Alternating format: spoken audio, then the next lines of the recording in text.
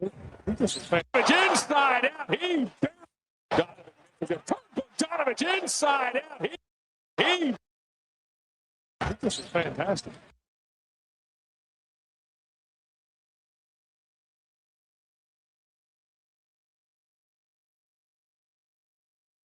Handing it off.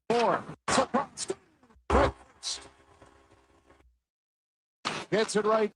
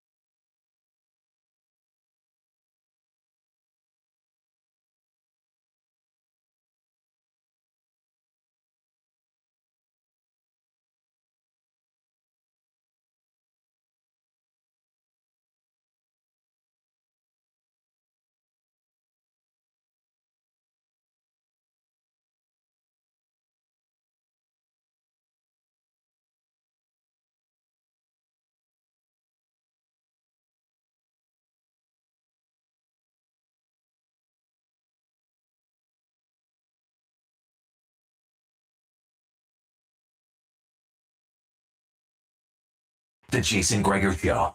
Nugent Hopkins retrieves. Bouchard. Nugent Hopkins now. Draisaitl flips it in.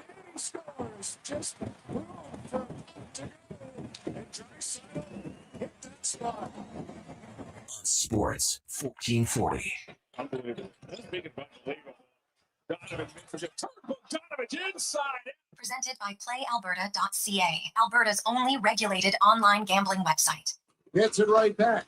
Now to Scheifele once more. Scheifele, Cavalardi. It's across. Scores. Puts it to the net. Jets.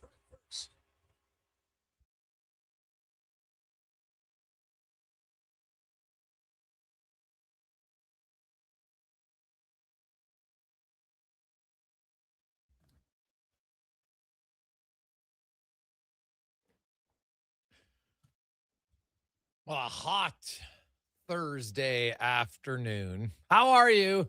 And welcome to the Jason Gregor Show. Sports 1440, sports1440.ca, YouTube, Facebook, X, Instagram, Twitch, on the app, or a radio player, wherever you're listening, wherever you're watching. Thank you. Hope you are having a better day than the Oilers have had. A season against the Calgary Flames, lose for the third time in 4 games to the Calgary freaking Flames. Not good. So there is lots to discuss on the show today.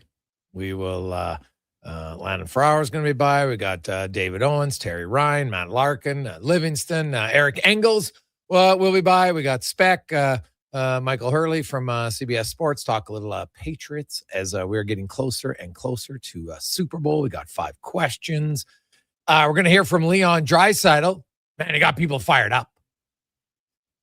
Like, the best place to go for overreaction, if you love overreaction, is social media. The best place to avoid, if you don't want to see overreaction, is social media. Because, man, if you didn't hear the words, but you read what people thought, oh my God, Leon Draisaitl, he just rips his coach, rips the goalie, and put them all on notice. You're terrible. That's what people were saying. Oh my God, Knobloch's going to get fired. Like, it's now, I think some of the people, it's because deep down they're like, well, change the coach again. That's the problem. Right? Like, how many coaches do you have to go to? Is this new? Is this new to Oilers fans that their team struggles defensively? It's not new. And you can have a coach and he can put in the same systems, but at the end of the day, if the players do not commit to playing defense, this is what happens. So let's start. Conj, you tell me when we got Leon Draisaitl ready, because I want to listen to everything. So then you can go because I think there's a few things out there that are misleading. First of all, did Leon Draisaitl, was he even upset? No, he was very calm. And he was very direct. But mostly he was truthful. The Edmonton Oilers cannot defend consistently. Now, he's not the first one to say it. I've been saying on this show for months. But when your leader says it, it should carry a little bit more weight. No question. So let's get to Leon Draisaitl. So just, his thoughts, first of all, just on another disappointing loss for the Oilers. We're just giving up too many goals. I don't know. Just can't defend. Penalty kill is not great. But there's many things that are part of it. It's just not good enough right now. Okay. It's not good enough right now. Can't defend. Penalty kill. We're giving up too many goals. Like almost exasperated. Giving up too many goals. Does anyone disagree with anything he said there? I don't think so. Now, earlier after the game, Tristan Jarry had said, hey, you know what? I got to be better, which, of course, he needs to be better. He made some big saves because the Oilers keep giving up too many damn breakaways, and all of a sudden, their penalty kill. Like, how do you allow 2 stretch passes in not consecutive games, but Minnesota and now Calgary? What? I can tell you, guaranteed, you're not coached to do that. Sleep at the wheel. Your penalty kill, it's funny how quickly it falls. Because it was actually extremely consistent. First 26 games, next 26 games. And then the last 6 games have been a freaking disaster. The Calgary Flames scored 2 power play goals in a row on you. What? The game before, Toronto, 2 for 2. The game before that, Minnesota, 2 for 3. You allow 6 goals on 7 power play chances consecutively. It's awful. So Tristan Jarry said, hey, I need to be better. So Draisaitl was asked about the comments from the goalie that he needs to be better. It goes hand in hand. Like we got to defend better. We got to make it easier on him, and then I'm sure he can be a little bit better too. It's a two-way street, but it starts with us in front of him, and then game becomes a little bit easier for him. But I think there's saves that our goalies need to make at some point. Yeah, nothing scathing. He's not calling out his goalie. He's telling the truth. Hey, guess what? What was his first response? Two-way street. It's not just the goalie, just like it's not just the defenders in front of him. It's both. Tristan Jarry made a few big saves, and he let in 2 goals last night. Like the first goal, I'm sorry. You can't get beat from there. I don't like the last goal either by Lomberg. In a 3-3 game, like, sorry. I don't love that goal. Pops out a rebound. And lastly, just, finding their game and how crucial it is for this team right now. Not consistent enough, and it just leaks too hard, to just like lollygag through games and try to get winning streaks going. You need everybody. It starts with coaches, like everybody. Like you're never going to win if you have 4 or 5 guys going, and it starts at the top. We can be better. Our leaders can be better, and we'll take the break and regroup. So there you go. He's not calling out his coach, just saying the coaches need to be better, and they do. And the first thing that Chris Knobloch needs to do is stop going to Draisaitl and McDavid full time. You want to do it after a penalty kill? No problem. You want to do it in the an offensive zone faceoff the final 30 seconds of the period? Okay, I can live with it. You want to do it when you're trailing by a goal for the last 7 minutes of a game? Sure. Stop doing it in the first and second period. It's not working. Okay? It's not working. So I'm sorry, but that's coaching. And even if those guys want to play together, I'm going to say no. The team is better when one of you is on the ice for more minutes in a game. That's just a fact. And the other thing is, they're not the nuclear option that they were last year. Okay? They're not. So as a coach, you have to adapt. Draisaitl and McDavid. have played 292 minutes together 5-on-5 this year when they're on the ice together. 292, pretty big sample size. Guess what? 17 goals for, 16 goals against. They're +1 at 5-on-5. I don't care what the shots are. It's results at the end of the day. Right? And here's the thing. Their expected goals is only 18 and they've scored 17. So it's not like they're just, you know what, having tough luck. That's kind of what they are offensively. So it's not good enough. Connor McDavid away from Draisaitl is 35-32. Draisaitl away from McDavid is 35-26. So in 609 minutes, he's +9. Keep them apart. What are you doing? Right? It does. This is not 2024. Okay. For whatever reason, hasn't worked this year. So as a coach, you adapt. You can't just keep hammering it out saying, you know what? Oh, it's going to be like last year. Hey, I get last year. They were 31-18 in 406 minutes. Scored more goals. Didn't give up as much. Great. But not this year. It's not working. So stop doing it. That's coaching. It's not just say, well, geez, you know what? Eventually it's going to work. No, it's 58 freaking games. It hasn't worked. So stop doing it. That's what coaching is. All right. Have a conversation. Is Mark Stewart ready to be your defense coach and your penalty kill coach? Now, the penalty kill is weird to me because it was actually pretty consistent for the first 51 games. 80.6 in the first 2 months, 80.6 in the next 25 games. 26 games, 25 games. That's pretty good sample size. And now it has fallen apart. So what changes you're making? Right. Well, first of all, instruct your team not to give up a stretch pass on a penalty kill, for God's sakes. How do you let guys behind you? Like, why is your defenseman up at center ice? What are you doing? You don't need to do that. That's coaching. Right? Who is the hammer amongst your coaching staff? That's what I like. Like, you got to have one. Paul Coffey could be the jerk that you need every now. You need one, right? You need one. The power play is fine. Not even question the power play. It's fine. We know that. It's best in the league. So that's where coaching comes in. Then you come into goaltending. Now, if I wanted to, I could reach around and give a real big pat on the back because I think I told people who all were like, Stuart Skinner's a problem. Get rid of Stuart Skinner and everything will be solved. And I'm like, could Stuart Skinner play better? Yes. But if you think the team in front of him wasn't just as much of an issue, then I don't think you're paying attention. And look what happened. Stuart Skinner left. What stayed the same? Inconsistent defending.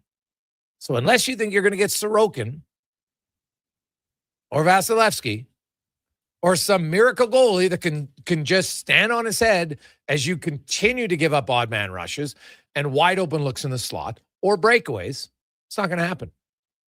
Now, can Tristan Jarry play better? Yes. But it's not just him. Mike, if you haven't learned that it's not just the goalie, then I can't help you. That's a you issue. And some you issues you got to stick with. You got to figure it out yourself. But can't say I told you so. Well, actually, I can. I probably should. Because the truth of the matter is, it's the same thing. They will have stretches where they play pretty good defensively. And then they will have stretches where they can't defend to save their life. Is that coaching? No. It's a group mentality. And it's a commitment to wanting to do the right play more often than not. You'll never do the right play all the time. Otherwise, hockey would be boring. And it's virtually impossible to do it. But when the Oilers get in a funk, they can really funk. Okay? That's the fact. No one can be funkier than the Oilers defensively when they want to be. You want to be a train wreck, you want to be a disaster defensively, you'll put the Oilers at their worst against any team in the league, and they can outfunk you. No question. They can. And they've shown it. And they're doing it again. Giving up way too much. Yeah, their goalie's got to make more saves. Jarry, since he's come here, hasn't made enough of them. He'll make a big save, and then he'll just let in too many squeakers. Get rid of the squeakers. Right? Sorry. This isn't a fart competition. Get rid of them. Be better. Be more consistent. All the players are going to go. They got their break for a week. That's fine. Get away. Get on the beach. Do whatever. But when they return to the ice for practice, they're going to have 6 days to get focused. They're lucky that despite playing this poorly, this inconsistently, that they're still not only in the race for the playoffs, they're still in the race for home ice advantage in the playoffs, right? They're 2 points back of Vegas, but the Golden Knights have 2 games in hand, right? So that could easily suddenly stretch up to 8. So not ideal. But the Kraken, they're a game behind them. They have 2 games in hand. The Ducks, 2 games in hand. Like if these teams win their games in hand, the Oilers would be out of the playoffs. Now, they're not all going to win all their games in hand. But the Oilers are far from overly safe right now. So as Leon Draisaitl said, they need to wake up. But I don't want to get into this, he called them out. And, now the coaches, they're going to fire the coach. They're not going to fire the coach. The coach can play better. The coach can coach better. He can make better decisions. He can stop going to the nuclear. Just stop it. I don't know. Get a safe word on the bench. Romeo. The minute the coach is wanting to say McDavid, Draisaitl, some other coach can yell out the safe word. So you stop. Okay? He needs one. He clearly needs one because he can't control himself. He can't do, oh my God, we're down a goal. It's only 12 minutes in the game. McDavid, Draisaitl. Like, come on. He can't do it anymore.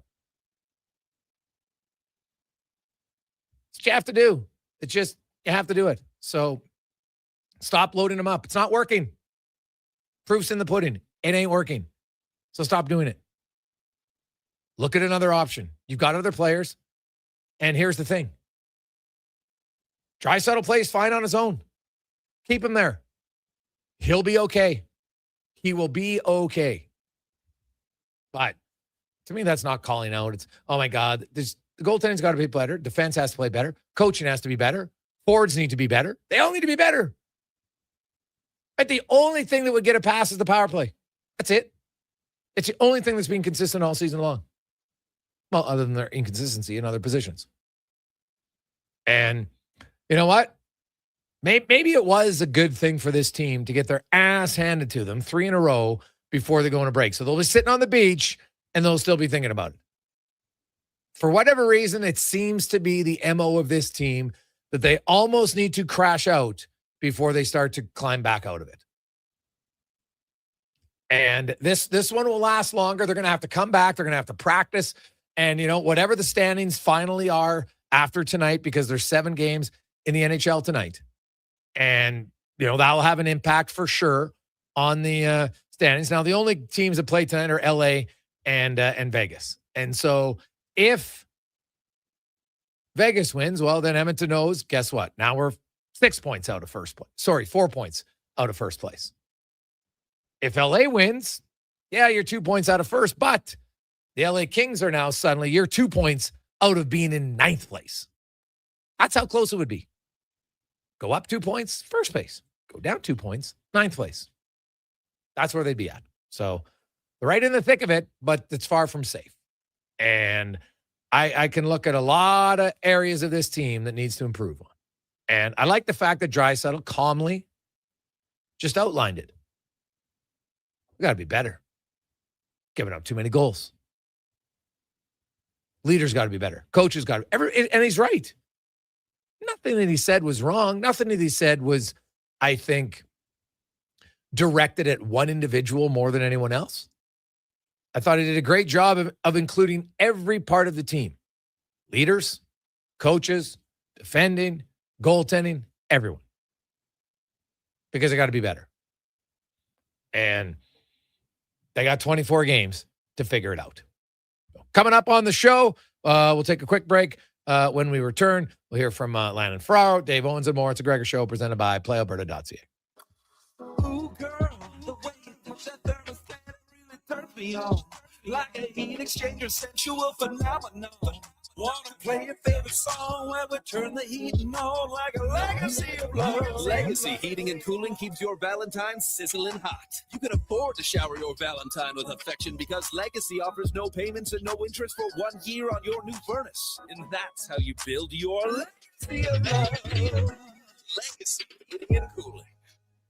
Make your game day feast better with Papa John's. Create a mouth-watering pizza lineup with buffalo chicken, all the meats, the works, ultimate pepperoni, or create your own pizza possibilities. Now through Sunday, February 8th, get 25% off pizzas at regular menu price with the promo code BIGGAME at any location in Alberta. Order at papajohns.ca or on the Papa John's app with promo code BIGGAME. Better ingredients, better pizza. Papa John's.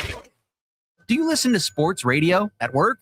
Like right now? Well, do you? Who, me? No way. I swear. Okay, friend, we won't tell. Tens of thousands of sports fans listen to Sports 1440 each and every day. On the radio, on the listening apps, on YouTube, and on social media. If you listen to Sports 1440 at work, well, maybe it's time to advertise on Sports 1440 at work. Grow your business. Get your name out there. Shoot our ad team an email. Gregor@sports1440.ca. Let's get to work for you. Come for Canada's largest trade shows, the biggest names in entertainment, exhilarating sporting events, and more. And stay for the experience at the Edmonton Expo Centre. Looking for the perfect place to host your next big event? From trade shows to galas, meetings, and concerts, the Edmonton Expo Centre has the space, event expertise, and service to make your next event unforgettable. With over 522,000 square feet of flexible event space, in-house catering, and operational expertise, they bring your biggest vision to life. Learn more at EdmontonExpoCenter.com today.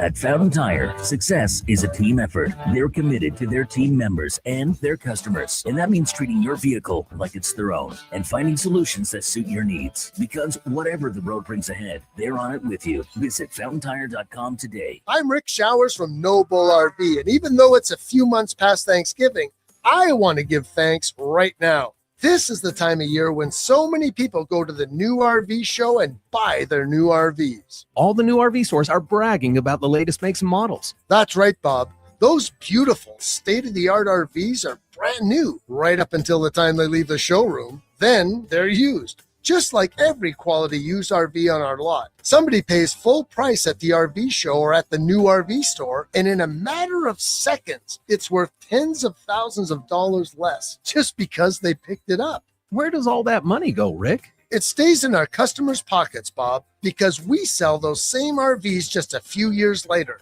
If it wasn't for new RV buyers, we'd be out of business. That's why we give thanks every year. You make it all possible.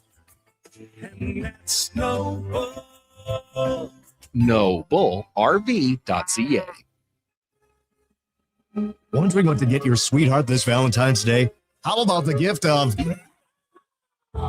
from Metal Supermarkets? They sell it, cut it, and bend it fast. Nothing says love like a sheet of solid steel to last a lifetime, just like your affection. Or you could do the old box of chocolate thing. So predictable. Be better. Metal Supermarkets, the local convenience stores for Southside, West End, metalsupermarkets.com.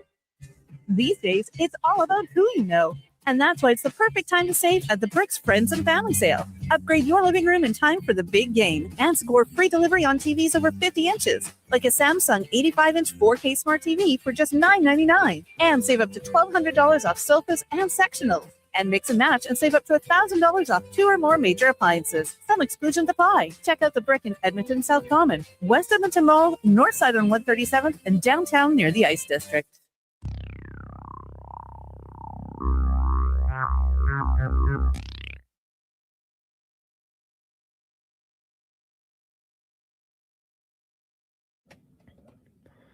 Portions of this hour are brought to you by Leading Edge Physio. We treat pain and injuries head to toe and some other issues that might surprise you, like incontinence, vertigo, neuropathy, and cognitive issues. We invest in the technology, techniques, skills, and people who know how and what to fix. Life shouldn't hurt. LeadingEdgePhysio.com. The Jason Gregor Show, the best of Edmonton sports talk and beyond. This is Sports 1440. Presented by PlayAlberta.ca, Alberta's only regulated online gambling website.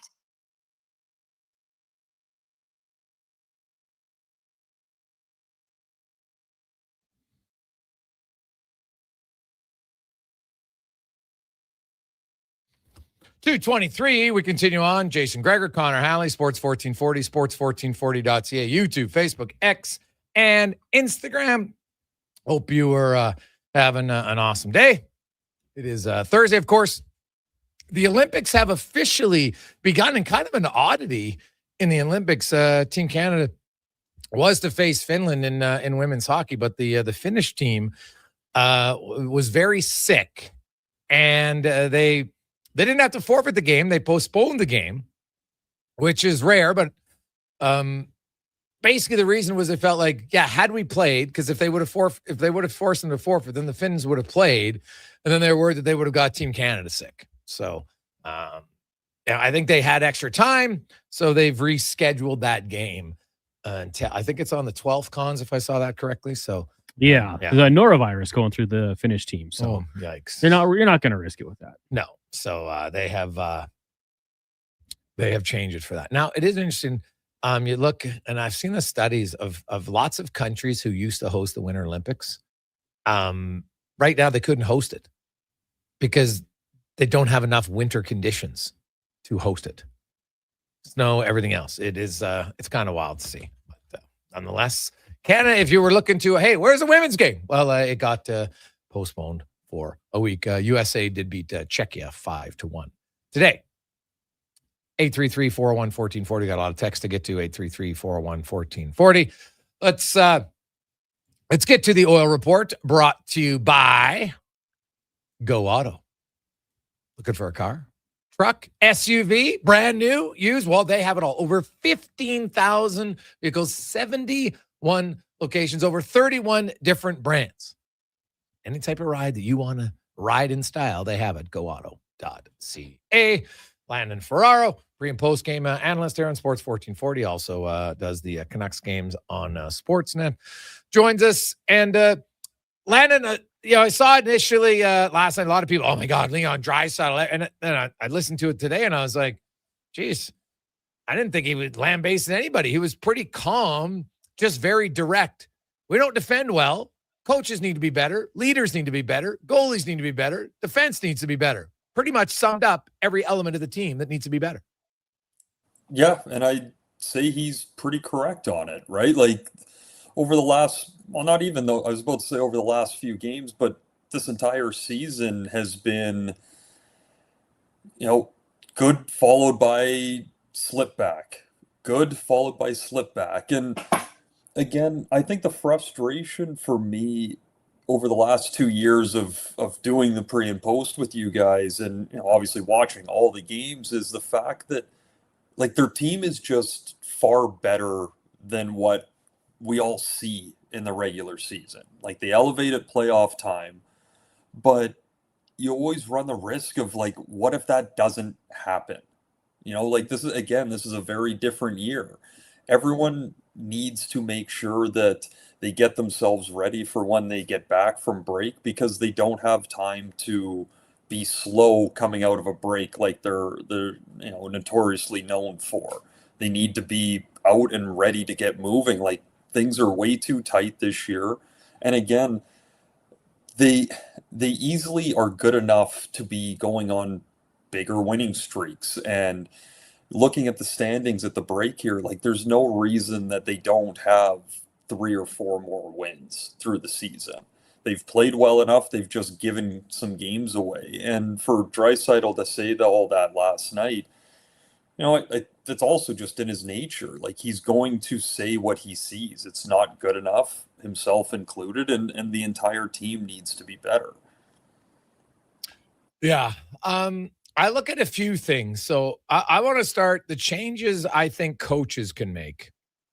Knobloch, and I jokingly said he needs a safe word for himself. He needs to stop Draisaitl McDavid. Just stop it. I don't need to see it other than a shift after a penalty kill or in when you're trailing for the final 6-7 minutes. I don't need to see it in the first period. I don't need to see it in the second period. I don't need to see it in the first half of the third period. It's not working. They're +1. Draisaitl's +9 5-on-5 away from McDavid. It's making your team worse, and the coach just has yet to realize it. The numbers are there. The numbers are there. The results are there. So just stop it. Just keep them on their own lines. That'd be number one. And I agree with you like 100% on that point, but I'd add in the point of, and it's the same thing that I was saying all last year, that when you go to that all the time, to me, like if I was sitting on that bench, I'm like, not that I'm not already thinking it a little bit of like, man, these two are our entire team and we're just kind of here. But when you keep switching back to that, like I feel like it would just make everyone be like, well, what is the point of the rest of us? If you don't think any of us can do it, you're just doing like putting them back together, saying they'll figure it out. You guys just kind of hold court while you're there. Like it doesn't exactly breed the most team first feeling, really, right? Like guys need their roles, they need their jobs.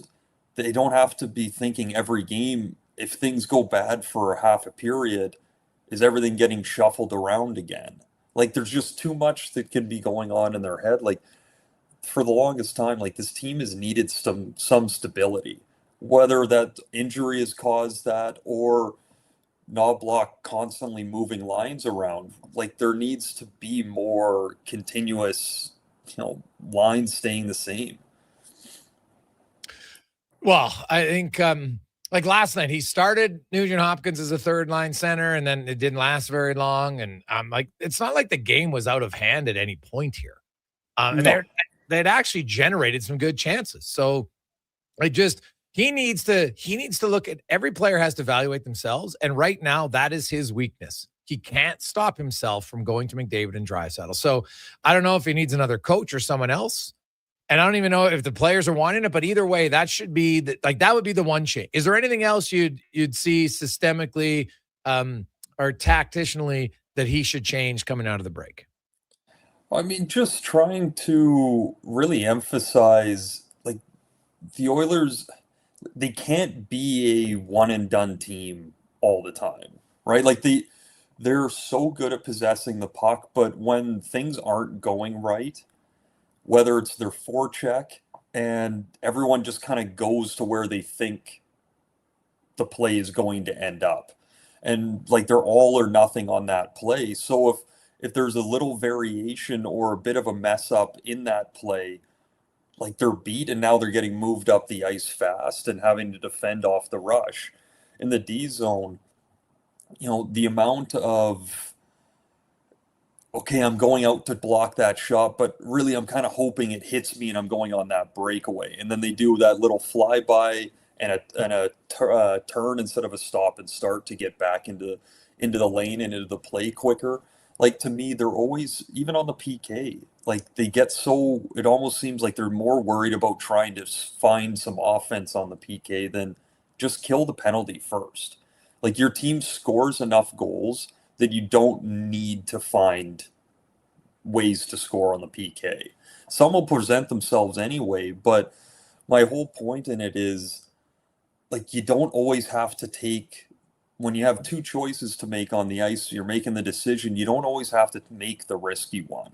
Like, you can take a bit more of the safe play because, again, your team is going to generate offense. You don't need to try and force it at any point.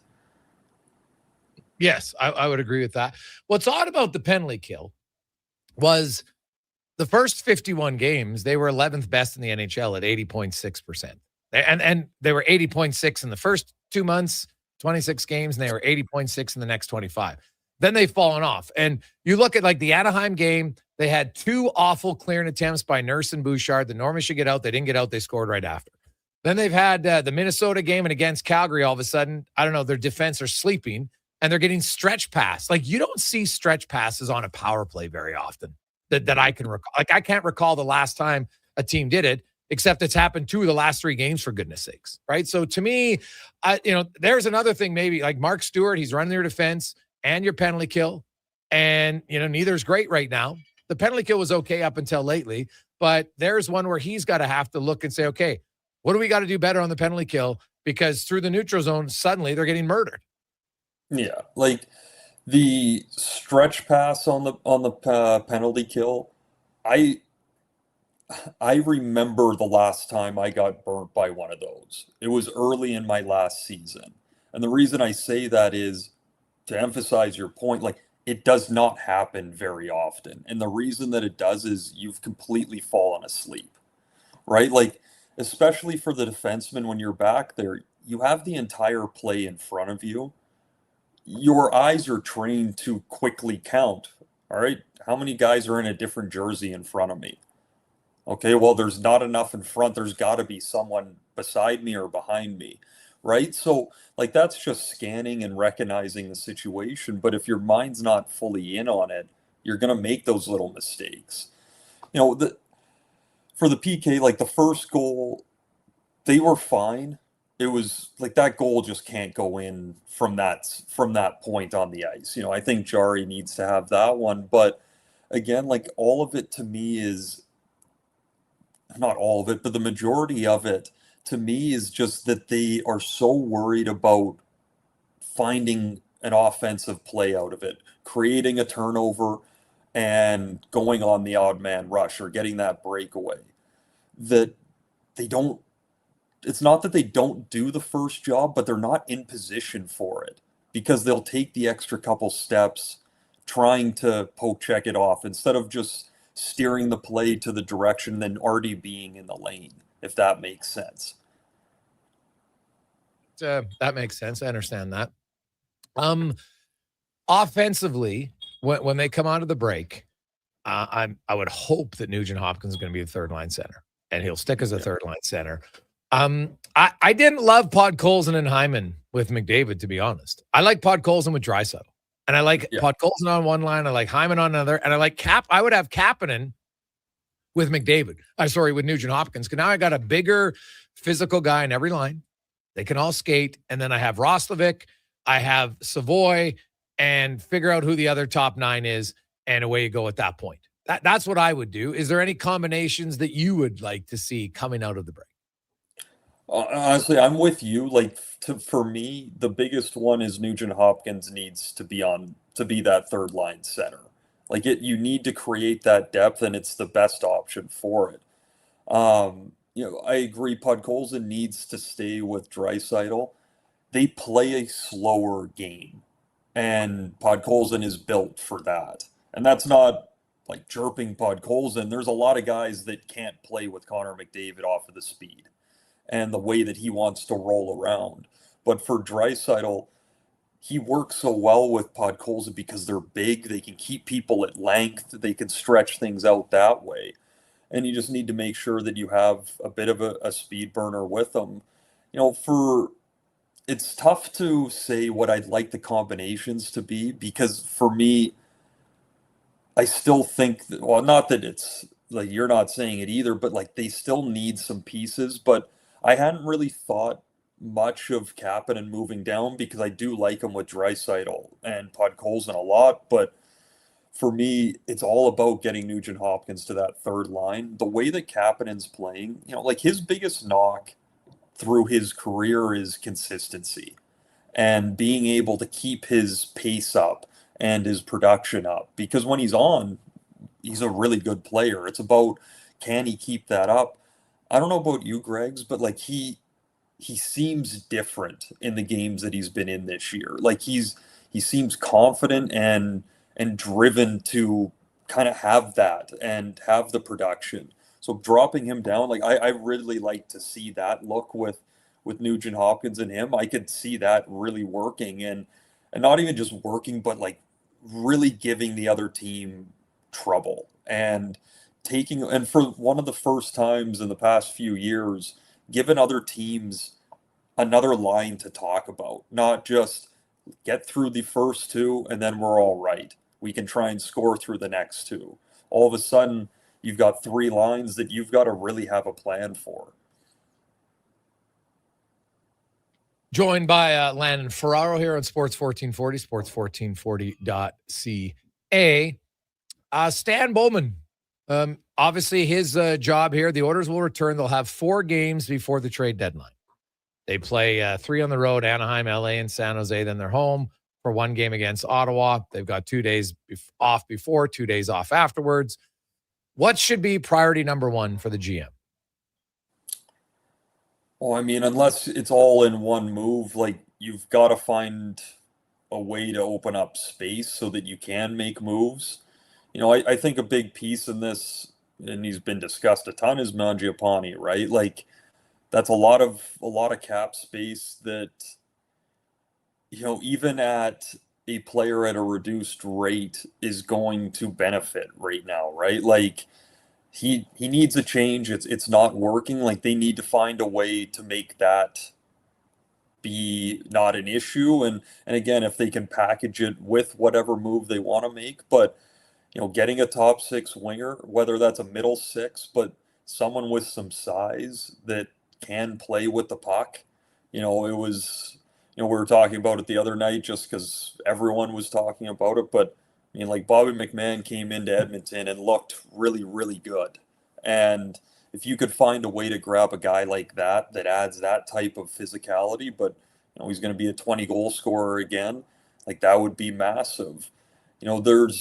For me, I still think they need some help on D. Spencer Stastny's come in and done a pretty good job, but I don't think you want to be going into your playoff run with him and Regula as your extras, kind of rotating in, like some, an older, veteran defenseman that's been there before that can handle some rough minutes, I think would really benefit as well. That would help the PK as well too. Yeah. It's going to be because I don't see, like, Adam Henrique comes in, he'd be your fourth line center, I'm assuming. And then would you have Lazar with him and Janmark, and does Frederick move up and play in the third line? Mangiapane's going to have to go to the minors, I would think, salary cap wise, to make a Henrique recall work, unless he gets traded before then. So it'll be interesting to see. But Stan Bowman, like, something's got to give just on the salary cap when they return to make it work for Henrique to get back in the lineup against his former team, the Ducks, on the 25th of February. Yeah, and that's what I mean, right? So, like, they need to figure that out first before they can really get into how to improve the team. They've got to subtract first, and however they can shake that out, they need to get creative and do it the most efficient way possible. But at the end of the day, they need to find some help in the middle of the lineup to add some physicality. Like, that's another thing from last night. I can't remember the number exactly, but, like, the Edmonton hit total was really low. Like, not that they need to be a team of bruisers on the forecheck, but especially in the regular season. And I think this goes to a bit of what Draisaitl was saying. Like, they need to be better, and, like, they need to take these games as not as serious because it's not a playoff game, but pretty quickly, again, like, you're going to put yourself into a really tough situation where all your best players are having to play insane minutes down the stretch, trying to make sure that you're safe and getting in there. Everything's too tight this year. They need to make sure that they're kind of re-energized through the break. They get refocused because they need to get moving instantly. They need to have this figured out, and guys need to be dialed in. And when they go on a forecheck, go finish a check. That doesn't mean that you go try and run the guy through the end boards. But, like, the whole point of hitting on a forecheck is to make sure that you keep yourself on the defensive side of the puck, right? Like, everyone thinks of it as to go punish the D and cause turnovers. And yeah, those are byproducts of it. But the whole initial point of it is just to make sure you get that defenseman off balance and you're on the D side, right? If you're turning consistently away from that guy's jumping up into the play and you're getting burnt off the rush. Quickly, your thoughts on Panarin to the Kings? I mean, I like it from just a viewing perspective. Him going from New York to there, it makes a lot of sense. LA's doesn't have that star name power. And, by the numbers and everything, like, Panarin's not, is not the guy that, from 7 years ago or so that is just tearing teams apart, but he's still incredibly skilled. He can put the puck in the back of the net. He's also just someone for those guys that when they look around the room, like, it gives you a bit of extra boost, right? Like, yeah, like, that guy is really good. We've watched his highlights and played against him for a long time. So he just brings in a good feeling and bringing the guys up. But, like, again, he adds something that LA doesn't have. They have a pure skill guy that can make plays and make plays at big moments. And that's before I let you go. This is just breaking that Braden Point is out for the Olympics, Seth Jarvis is in. So basically, the two guys who didn't make it, who were there last time, and Jarvis and Bennett replace him. What do you make of the Jarvis replacement, considering the whole plan was to play point with McDavid? It seems odd to me. Like, Seth Jarvis couldn't even play on your team the last time. Why are you bringing him back? That doesn't make sense to me. Yeah, I mean, that's an interesting one, to be honest. Like, Jarvis is having another good year. Like, it's nothing off of him, but for the point of point playing with McDavid, the type of game that he plays, I mean, stylistically, not crazy different from Jarvis, just in the fact of, like, really hard workers, kind of that lower body or center of gravity type bodies that move around. But I don't know how you don't take Hyman out of this. Like, it's exactly what your team needs. It needs someone that can play with McDavid. Well, he does that extremely well. He's got to be able to skate and get around the ice well. Hyman does that just fine. He's physical, but not over the line. Like, he does everything that you need him to. He can play any situation. I just feel like that's okay, we've snubbed these guys one time. We're not doing it again, is what that almost feels like to me. Yeah, we'll see. Landon, we'll talk a lot of Olympics with you next week, buddy. Have a good one. Yeah, you too. There you go. That's Landon Ferraro. 243. Yes. So no Zach Hyman. Like, I don't understand Seth Jarvis. You didn't like what he brought the last time. Why are you bringing him back? And unless you're just like, well, we'll bring him to be the 14th forward. Okay. But and I know this for a fact. Even speaking to McDavid, the plan was Point was going to start with him. Well, that's obviously out the window. So, Seth Jarvis isn't going to do it. Zach Hyman definitely could have done it. So, odd to me. But hey, you know what? They got their guys. They're going to stick with their guys. They're probably still going to win. Just a little odd. Quick break. We'll return. Woo. We got a very, very colorful edition. Thursday coming up next in the Gregor Show, presented by PlayAlberta.ca. Legacy Heating and Cooling is the #1 furnace replacement company for lovers. Because the best aphrodisiac is no payments and no interest for 1 year on your new furnace from Legacy. So forget about the oysters, baby. If you really want to check the heat, we can be a thermal couple, baby. Give me your sweet loving legacy. Heat things up with no payments and no interest for 1 year on your new furnace from Legacy Heating and Cooling.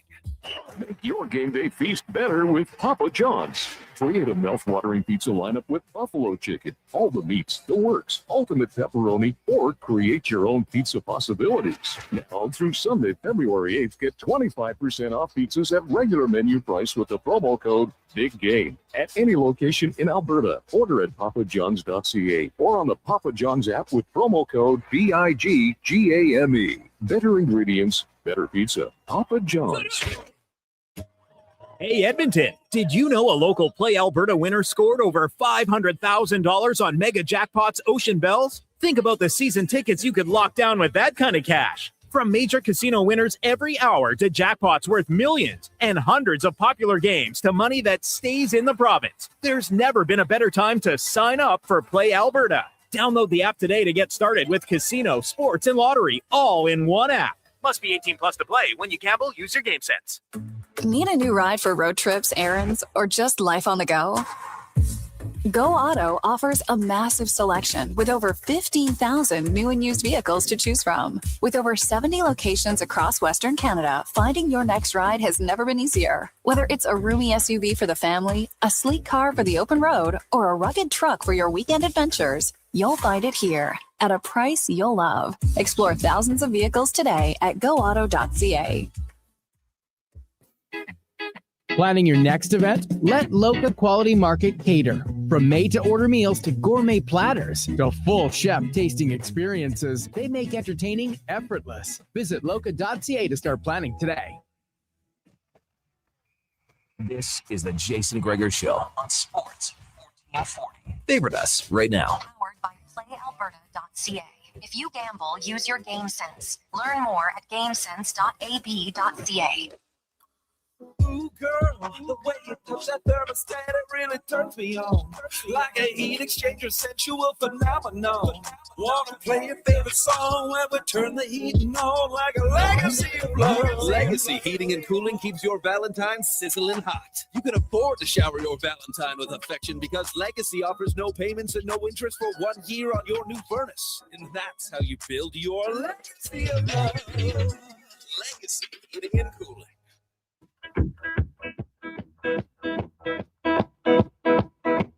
I want to tell you a story. Portions of this hour brought to you by Crystal Glass, your clear choice for residential windows, locally manufactured and installed. Crystal Glass provides a beautiful product and incredible customer services for all of your residential needs. Call 310 Glass or visit crystalglass.ca for a quote. This is Sports 1440, where Edmonton talks sports. On YouTube, Facebook, and X. Here's Jason Gregor. Brought to you by playalberta.ca.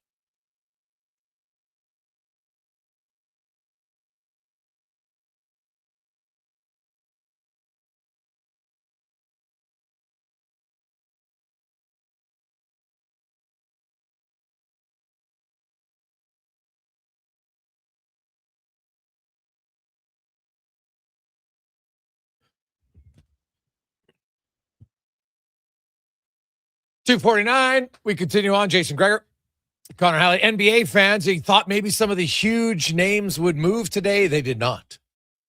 Giannis did not get traded. Draymond Green did not get traded. So James Harden did get traded earlier in the week, but Giannis not moving. Now maybe he will move to San Antonio in the offseason. We'll see. I'm guessing San Antonio, what they do in the playoffs might impact their decision to go after him or not, potentially in the offseason. We'll see. Now, let's get to Thirsty Thursday, brought to you by Brook Liquor. 2 locations, South East Side on 50th Street, 92nd Ave, and, of course, the original location, 118th Ave, St. Albert Trail. If you're looking for cocktails, you're looking for beer, wine, anything non-alcoholic, they have it all. Best selection in the city from all around the world to tickle your palate. That is Brook Liquor, as David Owens joins us once again. Dave, I see we have lots of different parts today. What are we focusing on? We got lots of different parts here. Yeah, we've got we're going to deconstruct a Negroni, and so I'm really stoked with this. I love Negronis. My wife loves Negronis. I think you mentioned before. I'm a big fan. You don't, man, a Negroni. I like them. Mm-hmm. Yeah, but the Negroni is a real cool cocktail because it's the classic Negroni is the basis for a whole bunch of other opportunities. And so once you understand that, you can go. So like if that Oilers game left you with that bitterness, that lingering bitter taste in your mouth last night, you already understand the Negroni. Right? This is a cocktail that you either love or you hate, or you need to learn to love, right? So it's a really cool piece. But there's also some great ways to take some modern riffs on it. So that's what we're gonna do today. All right. So let's get right into it. All right. So the first thing, we're gonna taste the gin today. We've tasted this before, but just a reminder, the gin, this is the Anoka Tempest gin. This one's about 47.5%. So it's a little bit. Ooh. This is great. Now remember, no, it's actually pretty good. And I really want you to make sure you're smelling in these today. Oh, I know. And get that mouth open, right? Oh, yeah. So this is a great base gin for Negronis. I bought it after you had it in the show, actually. And I had it at home now, and I love it. It's so great. And the thing that it's so great about it stands up to all the components of other cocktails. And that is a beauty thing when you're having a gin cocktail. You want it to be able to stand up to those. So you want to be able to taste it rather than get drowned out in if there's something else, vermouth or something else. Absolutely, right? Okay. For sure. And then the other key component of a Negroni, this is the bitter benchmark. So this is a Campari. So Campari, it was created in Italy in the 1960s. It delivers that bitter, herbal, orange-driven intensity, sort of a love or hate it flavor of the Negroni. Oh, God. On its own, I can't say I'm loving that. So this is the flavor. This is the flavor that people argue about, and the reason why a Negroni is famous. Oh, God. I've never had that straight. That is it is an intense bitterness. Oh, jeez. And I have grown to love Campari straight. Campari. I'll drink Campari over rice. Campari spritzes. Oh man, it is. Really? It is the champ. Maybe it's like you get used to it. It just caught me off guard because It looks sweet. It's does. all red. I'm like, oh, this is going to be Beautiful kind of color. sweet here. Yeah, I didn't think absolutely. it to be like sugary sweet. But, Yeah. Oh my But God. no, I mean, if you really, slow down with it, it's very herbal, right? Very Yeah. Bitter. Yes. But there is that Yeah, it orange tastes like driven cough intensity. There you go. The love or hate it flavor. Yeah. Right on. And then this is the, this is the glue, right? This is the vermouth, sweet Mm-hmm. vermouth. And we're just using a simple Martini Rossi for this one. So is this like the Zach Hyman of the line? This is Zach All Hyman, right? This is the glue. Absolutely. Right. This is a great component to have in your arsenal. Yeah, because it that's goes way in better. So many different Yeah. things, right? I got to try the Campari now. Just So again. try it maybe again. Yeah, if go I'm back too to the soft or not. yeah. And then smell it next to the vermouth too, right? I mean, because I had a little lingering vermouth, it's not as bad now. The vermouth has definitely. It does. That's right. softened That's it right. up. So now we're gonna taste the blueprint, right? This is the core thing. So the first class there, this is your classic Negroni. So this is gin, Campari, and vermouth. And the recipe for the Negroni is super simple. It's 1, 1, and 1. Oh, so it's an ounce of each. An ounce of each. Okay. Or one part of each. If you don't want to make a heavy drink, make a half an ounce, Yeah. half an ounce, half Yeah, ounce, half, right? half. Okay. But it's So it's 3 equal parts. 3 equal parts. It is the simplest cocktail to put together. Yeah. See, it's funny when all 3 come together. Mm-hmm. It's great. On their own, not so much, but just like in any sports, you get a combination. You get a combination. works. You're great. Mhm. And this is simple to make at home. You build it over ice. Build it over ice. Give it a stir. An orange peel and expression. Remember we did that with the lemon the other day. Yeah. Peel. You give it a little squeeze, run around the rim, and then you get the oil. I like that. I like the. And that makes a huge difference. Up until you've done it, I'd never thought of taking the rind and then just rubbing it around the lip of your. Yeah, glass. that is the absolute way to do it. That's the way your bartenders, anyone's making you a good Negroni, will not skip that part. Okay. Awesome. So we can move on now. So now we can play with the Negroni. Now we have the basis of this. We love this. So yeah, these are all the 3, and then you can just add other things to it. So now we can add all the things to it. So what we're going to do is we're going to replace the vermouth in the next 2 cocktails.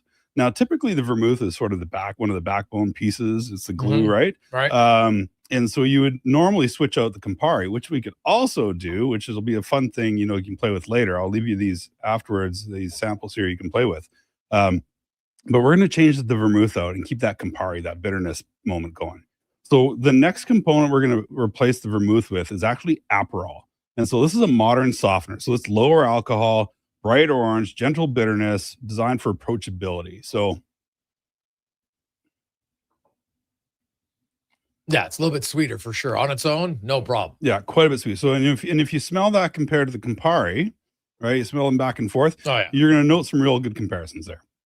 All right. Funny So that they smell similar, but they taste tastes completely different, Like you right? could easily get your friends because they're kind of close in color. That's right. And you know what? If the room was dark, the one's a little bit more of a deeper blood red a little bit than the other. That's right. And you can say, "Oh, here, try this Aperol, Yeah. but put Campari in it." Be like, you'll mess with people. Oh, yeah. Yeah. So this is a modern riff. It is the same structure as a classic, softer bitterness, more citrus. So when you go out to a restaurant, and you say, "I want a Negroni," you should look at the ingredients because some will put in vermouth, some will put in Aperol, and it's funny how different That's the right. tastes are here. That's right. Significantly different, even though they're both considered a Negroni. That's right. But they're going to be. And so they this taste version very here is what made the Negroni have a comeback. This is what made the it popular Aperol again. because it's a little bit sweeter. Because it's a little bit sweeter. Because we're softer and we need sweetness. Because people are softer and need sweetness. That's right. Exactly. All right. Exactly. So now we're going to move on to a It's really funny because I probably favor a Negroni over an old fashioned. I like a good old fashioned. Don't get me wrong, but Negroni I find old fashioned hits me a little bit more. Yeah. And so you know what, to take a little bit more time. So I kind of joke about being softer, but some nights it's just like, you know what, I don't want to be hit over the head with it. That's I just right. want to Absolutely. taste it. And that's a great way of doing it. So now we're going to play with something really cool. So this is Cynar. That's how you pronounce it. Cynar. I got to get this bottle. That's right. Cynar Ricetta Originale. That's right. This is made with artichoke and herbs. Really? Yeah. So this is Cynar.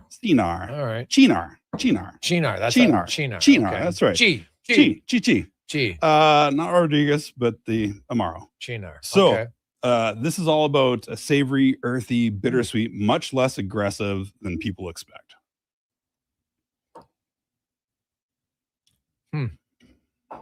It does have, it has an undertone of bitterness. There's a little bit of an undertone. Yeah, like it starts out smooth and Yeah. you're like, oh, this is nice and full. And Yeah. then all of a sudden it's like the bitterness just comes up. Yeah, and it's that it's almost giving you that umami bit, right? That with that Oh, yeah, earthiness yeah, yeah. and savoriness that's going to it. So this is kind of bitterness going sideways and not up. And so now, so we've taken out the vermouth We again. took out the right? vermouth again. So we still have the Campari and the gin. We still have the gin and the Campari. Okay. And now we have the China. And you can see, this cocktail is a little bit darker, China. a little bit more earthy, rounded, savory.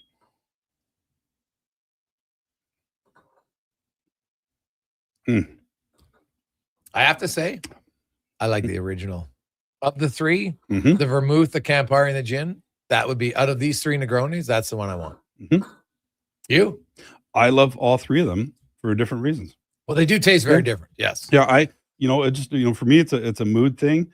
Sometimes at night, I would actually prefer like a classic Negroni is more of a daytime. Yeah, the beverage for Chinar me. you would have at night. The Chinar you have at night. Definitely, A little bit more rounded, softer, Yeah. completely different. I Less feel like citrus. it's going to put you to sleep. It's got more depth to it, right? And this one, the Aperol you'd still do with the orange, still express it. But with the Aperol one, I would take the orange rind, make it a little bit thicker, and it'll actually it'll enhance the sweetness even more in it. And then with the Chinar, you can use orange peel or a lemon peel, and really switch it up a little bit. So, yeah. Well, I like it. Yeah. I like that anybody out there, we got a few texts coming in. Guys, I love Negronis. Which one would you recommend? Well, it depends because on what your taste. Yeah, and I think you should always start with the classic. Like start with the classic and get into that, start understanding it. And once you have that, and again, the Campari is really the bitterness of that is what really freaks people out about Negroni. People are, I hate Negronis. Okay. Well, it's probably the Campari and that bitterness that you're not used to and you don't like. So why don't you try it with Aperol instead? And so they'll do a gin, gin Campari Aperol, or there's also a gin vermouth and Aperol. You can play with that version, and it's going to switch it up also a little bit. So there's a ton of different ways to do it. And vermouth it's a great piece to have, right? It's but it's a wine. It's not a spirit. Okay. So when you're storing it, once it's opened, refrigerated immediately. Best used within 4 to 6 weeks. So this isn't something you keep all year round. And oxidation kills the freshness. Another way to maybe lengthen the time on it a little bit is if you start putting into smaller bottles. And so smaller bottles equals fresher cocktails. And you can think of these ingredients, the Aperol, the Campari, the Chinar, vermouth, as these are like modifiers. So let's say somebody, because that leads me to a question, because I'm sure a lot of Yeah. people, let's say you have a bottle of vodka or a bottle of rum or whatever, Yeah. and it's like a quarter full and it's still sitting here. Like, Yeah. should you dump that out into a smaller one? 100%. Okay. 100%. If it's going to sit there for a while, dump it out. Less air, less oxidation, is going to last longer. Okay. And Good to know, boys and girls. Everyone's like, oh, I got to get to my house. Well, check out the, that liquor really cabinet. expensive whiskey you bought, you've been holding on, it's half empty. Yeah. If you You're haven't making it touched it for worse. 3 years, you're making it worse. Okay. It really marginally, but you're making it worse. You're making it worse. You're not keeping the freshness to it. So, if your Negroni's tasting flat, it's probably your vermouth is old and flat. So that's the big thing. Amaros and aperitivos, the Aperol and Campari, they'll last like 6 to 12 months. Those will last a few months for sure. And the Chinar will last 6 to 12 months, but also better in the fridge and better as they get smaller to put them to smaller containers. So if you don't have anything fancy, use a mason jar. That doesn't matter. Just like I said, these aren't shelf decor for you. These are simply modifiers for your cocktails and things like that. And then once you have these things, you can make so many great different things at home, right? The Americano. So that's Americano is Campari, sweet vermouth, and soda. Gin and Chinar highball. So gin, Chinar, soda, lemon peel. Aperol spritzes, we've done before. And if you swap out the base spirit with these things, you got the Boulevardier, which is bourbon, Campari, sweet vermouth. The Chinar old fashioned. So that's bourbon, Chinar, and old peel. Mezcal Negronis, the Kingston Negroni style. So you're using rum, a dark rum instead of the gin. So there's all sorts of things you can do with it and do with the Negroni. And that's why we chose it today to really play around with it. Awesome stuff, buddy. I appreciate it. As always, Dave, have a good one. We might have to think of an Olympic beverage for next week. Right. Okay? Hey, I just wanted to mention too, I actually have a safe word. For Knobloch? I have a safe word. Yeah? No, that's my safe word. Oh. I mean, he can use it if he needs to. Oh, okay. But it's meatloaf. It means I'd do anything for love, but I won't do that. All right. Yeah. Let's get to Connor Halley of the Sports 1440 update brought to you by Legacy Heating and Cooling. Home of the no payments, no interest for 1 year on your furnace. Stay warm all winter. LegacyHeating.ca. This is the Sports 1440 update. Hockey Canada announced that Braden Point has been ruled out of the games in Italy and will be replaced by Hurricanes forward Seth Jarvis. Jarvis represented Canada at the Four Nations Face-Off last year. He's got 25 goals, 43 points in 48 games this season. On the ice tonight, final before the Olympic break, got the Sabres and the Penguins. Islanders in Jersey. Rangers host the Hurricanes, Sens taking on the Flyers. Caps and Preds, Panthers, Lightning, and the Golden Knights hosting the LA Kings. Canadian curlers Brett Gallant and Jocelyn Peterman succeeded in their first true test at the mixed doubles competition at the Winter Games as they defeated Norway 6-3 and Italy 7-2. Canada currently attacked the top spot with Great Britain at 3-0 in the association trade deadline. Come and gone, the Indiana Pacers acquiring center Ivica Zubac from the LA Clippers in exchange for Bennett Matherin, Isaiah Jackson, and 2 first-round picks, 1 second-rounder. Also, New York Knicks acquiring point guard Jose Alvarado from the New Orleans Pelicans in exchange for Dalen Terry and 2 second-round picks, plus some cash on the court tonight. Raptors host the Bulls, tip-off 5:30. And back-to-back American League Cy Young winner Tariq Skubal won his case against the Detroit Tigers and is set to earn $32 million in 2026. The award is $13 million more than the Tigers argued. Coming up in hour 2 of the Jason Gregor Show, we'll be joined by our co-host, former NHLer Terry Ryan, also Matt Larkin from Bailey Faceoff, and we'll speed things up in the Cantor Racing Report with Colin Livingston. I'm Connor Halley. This has been a Sports 1440 update. This is Sports 1440, a Stingray radio station broadcasting on Treaty 6 territory. Download the free iHeartRadio app and listen to CKJR wherever you go. Make your game day feast better with Papa John's. Create a mouth-watering pizza lineup with buffalo chicken, all the meats, the works, ultimate pepperoni, or create your own pizza possibilities. On through Sunday, February 8th, get 25% off pizzas at regular menu price with the promo code BIGGAME at any location in Alberta. Order at papajohns.ca or on the Papa John's app with promo code BIGGAME. How are you? Better ingredients, better pizza. Papa John's. Alberta. You know what would be even better than winning gold? And Instagram. I'll bite. Winning a gold medal made of Wilhock beef jerky. Athletes do get hungry. And Connor Halley, NBA fans on the podium. I think I'll start a petition. Really? No. Now pass the Wilhock and turn up the games. For a truly Canadian snack to cheer on our truly Canadian athletes, you need Wilhock beef jerky, made with Alberta pride right here in Leduc. Get the lowdown with Low Tide. Weekdays from noon to 2 on Sports 1440. He's seen it all and then some. From stats to stories, he breaks it down like no one else. Proud to be Edmonton's sports leader. Sports 1440. Friday night calls for family fun that's second to none, starting with a big party. And tomorrow at Rogers Place, it's Oil Kings mascot Louie's Birthday Bash, presented by Bloom Benefits. Edmonton faces the Moose Jaw Warriors. Local mascots will be in the house for Louie's big day, and every fan in attendance gets a card for their chance to win a fun Louie prize. Plus, score Calmont Kids food combos for $10 or less. The value is lion-sized. Oil Kings, Warriors, Louie's Birthday Bash, 7 p.m. tomorrow. Great seats at Rogers Place start at only $20 at oilkings.ca. The job won't wait. Why should you? At AWS Welding Supplies and Repairs, conveniently located in Nisku, we've got everything you need to get it done. From product sales to servicing and calibrating machines, we're your one-stop shop. We're a proud, locally owned and operated business, committed to serving our community with a proven track record of customer service. Don't let a broken tool slow you down. We offer fast repairs and free same-day delivery of in-stock items to Leduc, Nisku, and South Edmonton. AWS Welding. We make it happen. Craving a dining experience that rises above the rest? Head to Summit Restaurant in the Silent Ice Center, just minutes from South Edmonton Common. Savor exceptional house-made pizza, delectable entrees, and expertly crafted cocktails in a stylish, modern atmosphere. Perfect for a casual meal or a special night out. Summit offers a refined experience where every bite and sip reflects our dedication to quality. Elevate your dining experience. Make Summit Restaurant your destination tonight.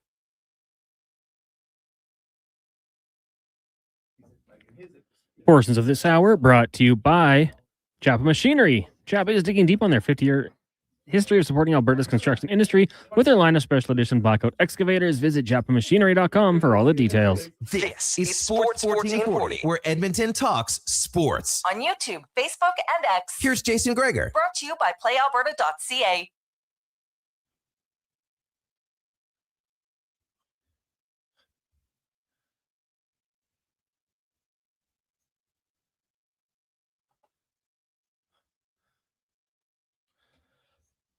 Just after 3 o'clock. Sports 1440, sports1440.ca, YouTube, Facebook, X, Instagram. Thanks for listening. Thanks for watching. It is Thursday. You know what that means? The Daily Grand. $1,000 a day for the next 20 years. Get your tickets at playalberta.ca. Pretty sweet. Pretty sweet. I tell you. Be awesome to win.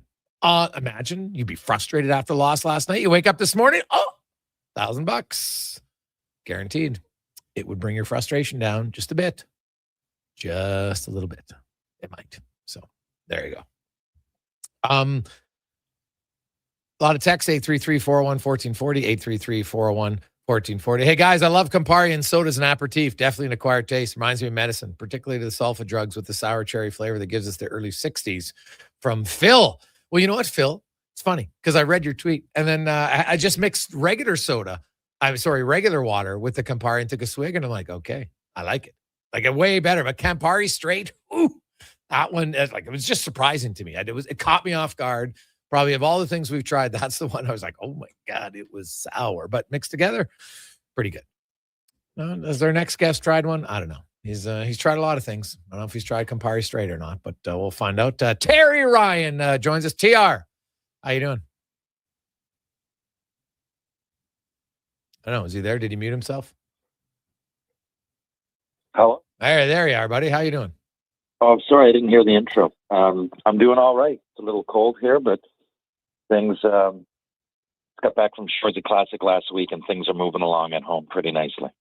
Now, how far is Truro? How far is Truro from you? Like that's like I know it's in Nova Scotia, but like how far would that be? Well, I don't know. You'd fly to Halifax from here, so say an hour and a half probably, and then the drive to Truro. I'm not guessing. I've done it 1,000 times. Like 40 minutes maybe. If you're coming from the airport, a little bit closer because the airport's out of Halifax. But I go to a lot of.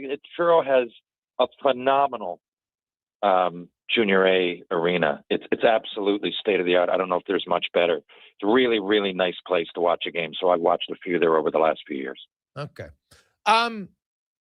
Few things. Let's start with the big news for Canada. Braden Point is out. We kind of always expected this, unfortunately for him. And Seth Jarvis is in. So the two guys who didn't make it from Four Nations, two of them anyway, are back on. So obviously they have their guys that they like, and it's not for me to disparage Seth Jarvis. I think he's a fine player. When I watch him in Four Nations, he didn't really do much. And so I'm kind of like, what's he going to do here? Like, I'm assuming he's not the guy now who's going to play with McDavid like Braden Point was. So if Celebrini's the left winger, and we think he is, who's going to be the right winger? Is it Mark Stone? Is it Mitch Marner? Who do you think they'll start with McDavid? I thought for sure if he was out, it would be Hyman. I thought it might be Hyman for Bennett. I totally get Bennett, and I love that they picked him up. I would have done that anyway, but I would have had Hyman anyway. I thought for sure that was the news we were going to hear. Now, I'll say the same thing. No disparaging Jarvis, and he's got a great attitude. I love watching him speak. I can't say I love watching him play. He's pretty good.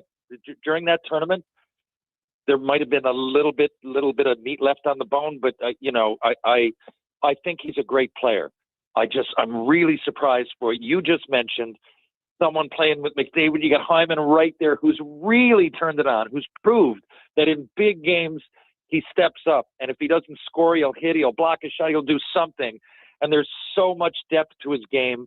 I'm really, really surprised. Who's going to play there? I mean, I don't know. I was thinking about that today when I heard the news. I don't know, like Stone. I don't know. It's a mystery. I think Hyman fit like a glove. So your guess is as good as mine. Yeah, the one name that Tom Wilson, right? Yeah. Right winger, plays with skill. Guy had 33 goals last year. Can forecheck, is physical, and McDavid needs somebody who hunts pucks. Yeah. Maybe it's Wilson, right? Because they tried, Marner obviously for a brief time, but Marner and Celebrini obviously very skilled, but none of them are like necessarily like forechecking's not their forte. They have lots of other great assets. So I wonder, would you do a Tom Wilson there? Like I'd be surprised if they did, but God, the head coach knows him. Like John Cooper, he plays him a lot, plays against him a ton. He would know what he's capable of. I'm curious to see what the lines are going to be when they have their first practice. I think it's Monday. So when they have their first practice, I'm curious to see who's going to be on McDavid's right wing. That wasn't on my bingo card, but that does make sense in a few ways, Tom Wilson. And I don't know, I'm trying to think, who have we had over there, like a big presence? That I don't know, did Zach Kassian play? It was so long ago. Yeah, Kassian had a year where he played with them. I think he scored 20 maybe, or close to it. Oh, yeah, no, he did. Yeah, he did. So you got a guy that's just a fraction. He's a poor man's Wilson at best. Nothing against Zach Kassian, love his NHL career. But Tom Wilson, this guy, if you take all that physical stuff out of the game, he's still a really good player and a good scorer. I think almost underrated, if you can believe that. A Stanley Cup winner that's on Team Canada, that's so present all the time. But I still think he's a little bit underrated. Hence, it didn't even pop into my mind till you just said it. I think that is a really, really intriguing fit, maybe, or possible fit, maybe worth trying. I like where your head's at. So, I'm going. I would put Macklin Celebrini on the left wing for sure. I would do it, and I just think the way he's played. I don't care that he was on the team last year. The way he's playing right now, I'd start him there. You can always change guys, to me, it's either going to be Stone or it's going to be Wilson. And Mark Stone has played really well this year. I think I get that Edmonton fans hate him. I understand that. I respect it. But you also have to, realize he's played pretty well. So he could do it. Tom Wilson definitely, I think, has capabilities to do it. Mitch Marner, you could play him there too if they wanted. But it'll be very interesting for me to see who will be on his wing on the right side. Leon Draisaitl, TR, after the game, I don't think he was yelling. Well, he wasn't yelling. He wasn't berating anybody. He was just very truthful in his assessment of the team. We're not good enough. We're giving up too many goals. We got to regroup after the break. From coaches to leaders to goalies to defense, everybody's got to be better. And I don't view it as a calling out at all. I just view it as an honest assessment, answering questions about where his team's at. And frankly, it's not good enough. Yeah, I know I'm kind of curious as well of why people are up in arms. I guess because of the stage and the player and the team. But yeah, I took it as he was just kind of creating imagery, like describing the spectrum. It starts with the coaches and, right down to the goalie. Like, not that it's any hierarchy like that, but he's just explaining. He had a bench. You look at the coaches first, and then, you the forwards, D, and goalie, if for no other reason than numbers. So I only took it like that. And I took his criticism, clearly, but he included himself. I thought he was just basically saying we need a kick in the ass here. And he's right. Like, the Oilers, it's weird. Like, it's not like they're not capable. Like, come on with these stretch passes and stuff, man. You get benched in senior if you did that constantly. Yeah. Or in the AHL.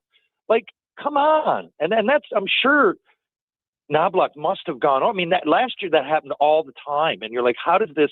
So it's just players that are real good players. Then we've seen it. When they need to buckle down, they do it, right? They do it. And they do it almost with ease at times.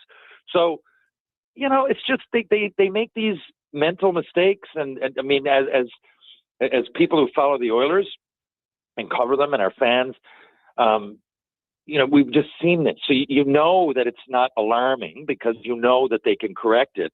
It's just, it almost, it leaves you, with a lot of questions. It's, if you can do it, what, like the penalty kill.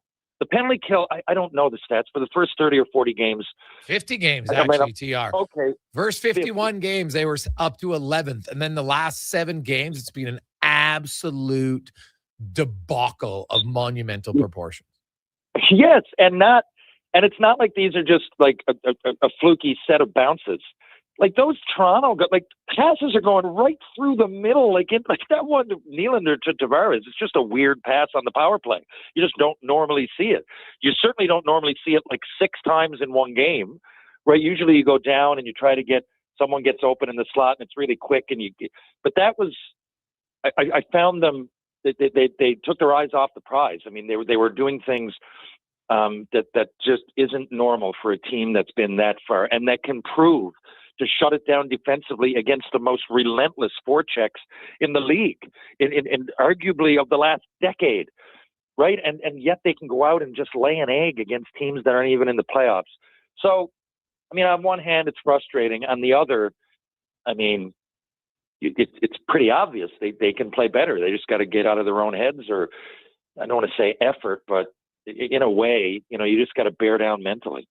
Oh, yeah. No question. So, yeah, the Oilers, their first 52 games, they were actually 80.9%. And actually, their first 53 games, it was 80.3%. And then 5 games have seen them go from 10th best in the NHL, all the way down because they have plummeted to 27th. And that just shows you, the percentage going from 80.9 to 76.9 in a span of 5 games, dropped them from 10th to 27th.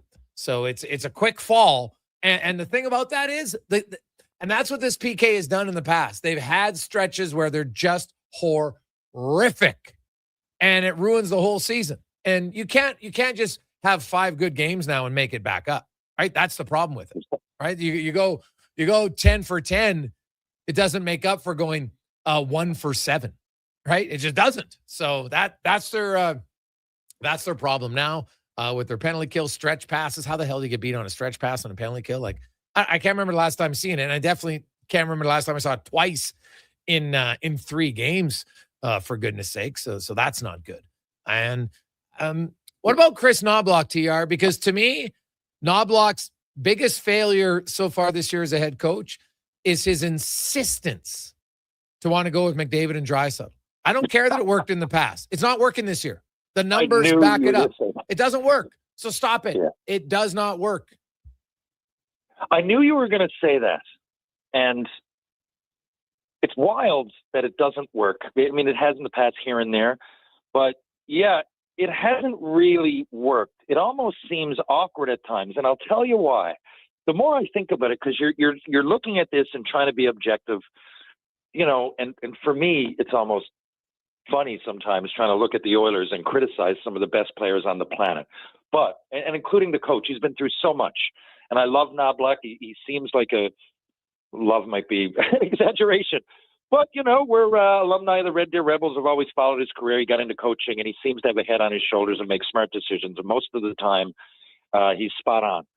But that is a weird one because when you keep going to it, if I'm on the team, I almost feel a little bit, I don't want to say left out, but like, every single time, like, and it's not working with them. And you're saying that the stats now over 50-odd games or whatever it is of hundreds and hundreds and hundreds of minutes that you put them together, it's not working.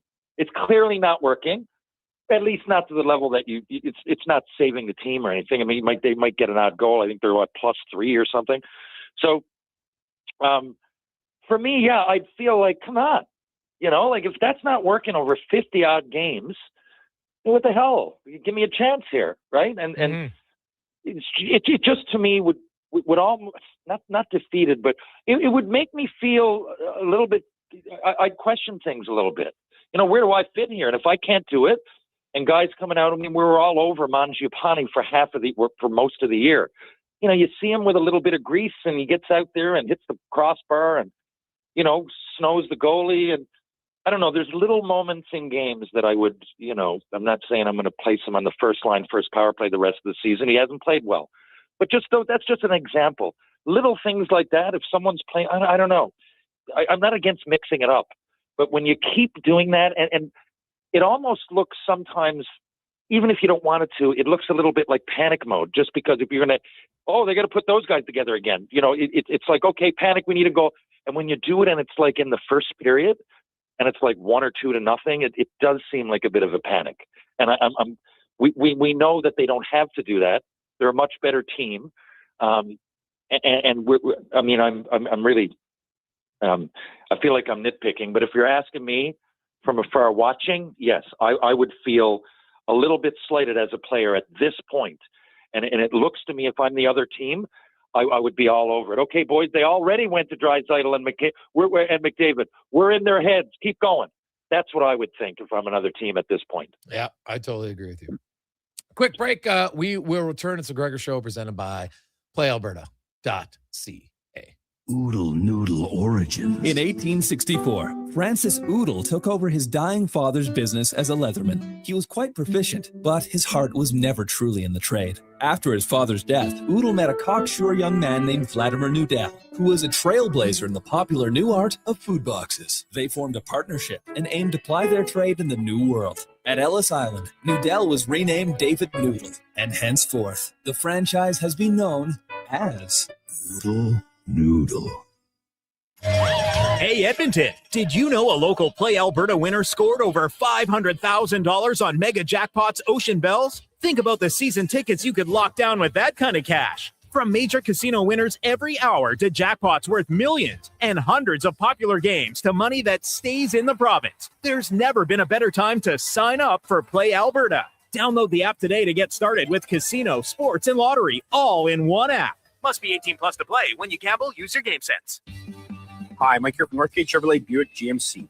Free trips, free iPads, a barbecue, a wood stove, the #1 dealer in the world. What? Who cares? How about no pressure, a great deal, finance rates as low as 0%, trade values you can be happy with, and an indoor showroom. And we're pretty good people. Stop in and see us today, 13215 97th Street, or visit us online at northgategm.com. And now Action Electrical's testing team is on defense duty. They're the guardians of safety and compliance, a critical part of any lineup. Precisely. They perform rigorous safety and code compliance testing for commercial operations.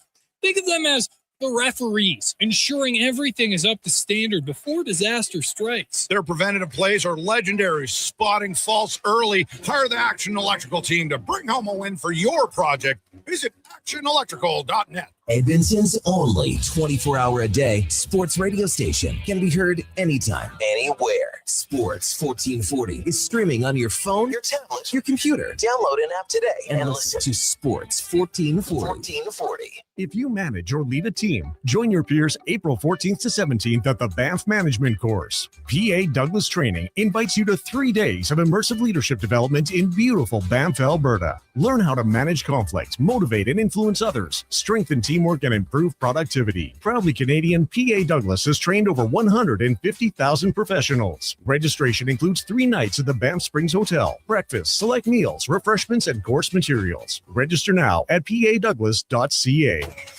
Want sports talk on the go? You can listen to 1440 on the AM dial or stream us on your mobile device through apps like Radio Player, iHeart, and Stingray Music. Edmonton sports fans, turn to Sports 1440. Portions of this hour brought to you by Sherbrooke Liquor, the best place for wine, cocktails, and beers from all over the world. Also a variety of excellent non-alcoholic options. See more at SherbrookeLiquor.com. The Jason Gregor Show, the best of Edmonton sports talk and beyond. This is Sports 1440. Presented by PlayAlberta.ca, Alberta's only regulated online gambling website.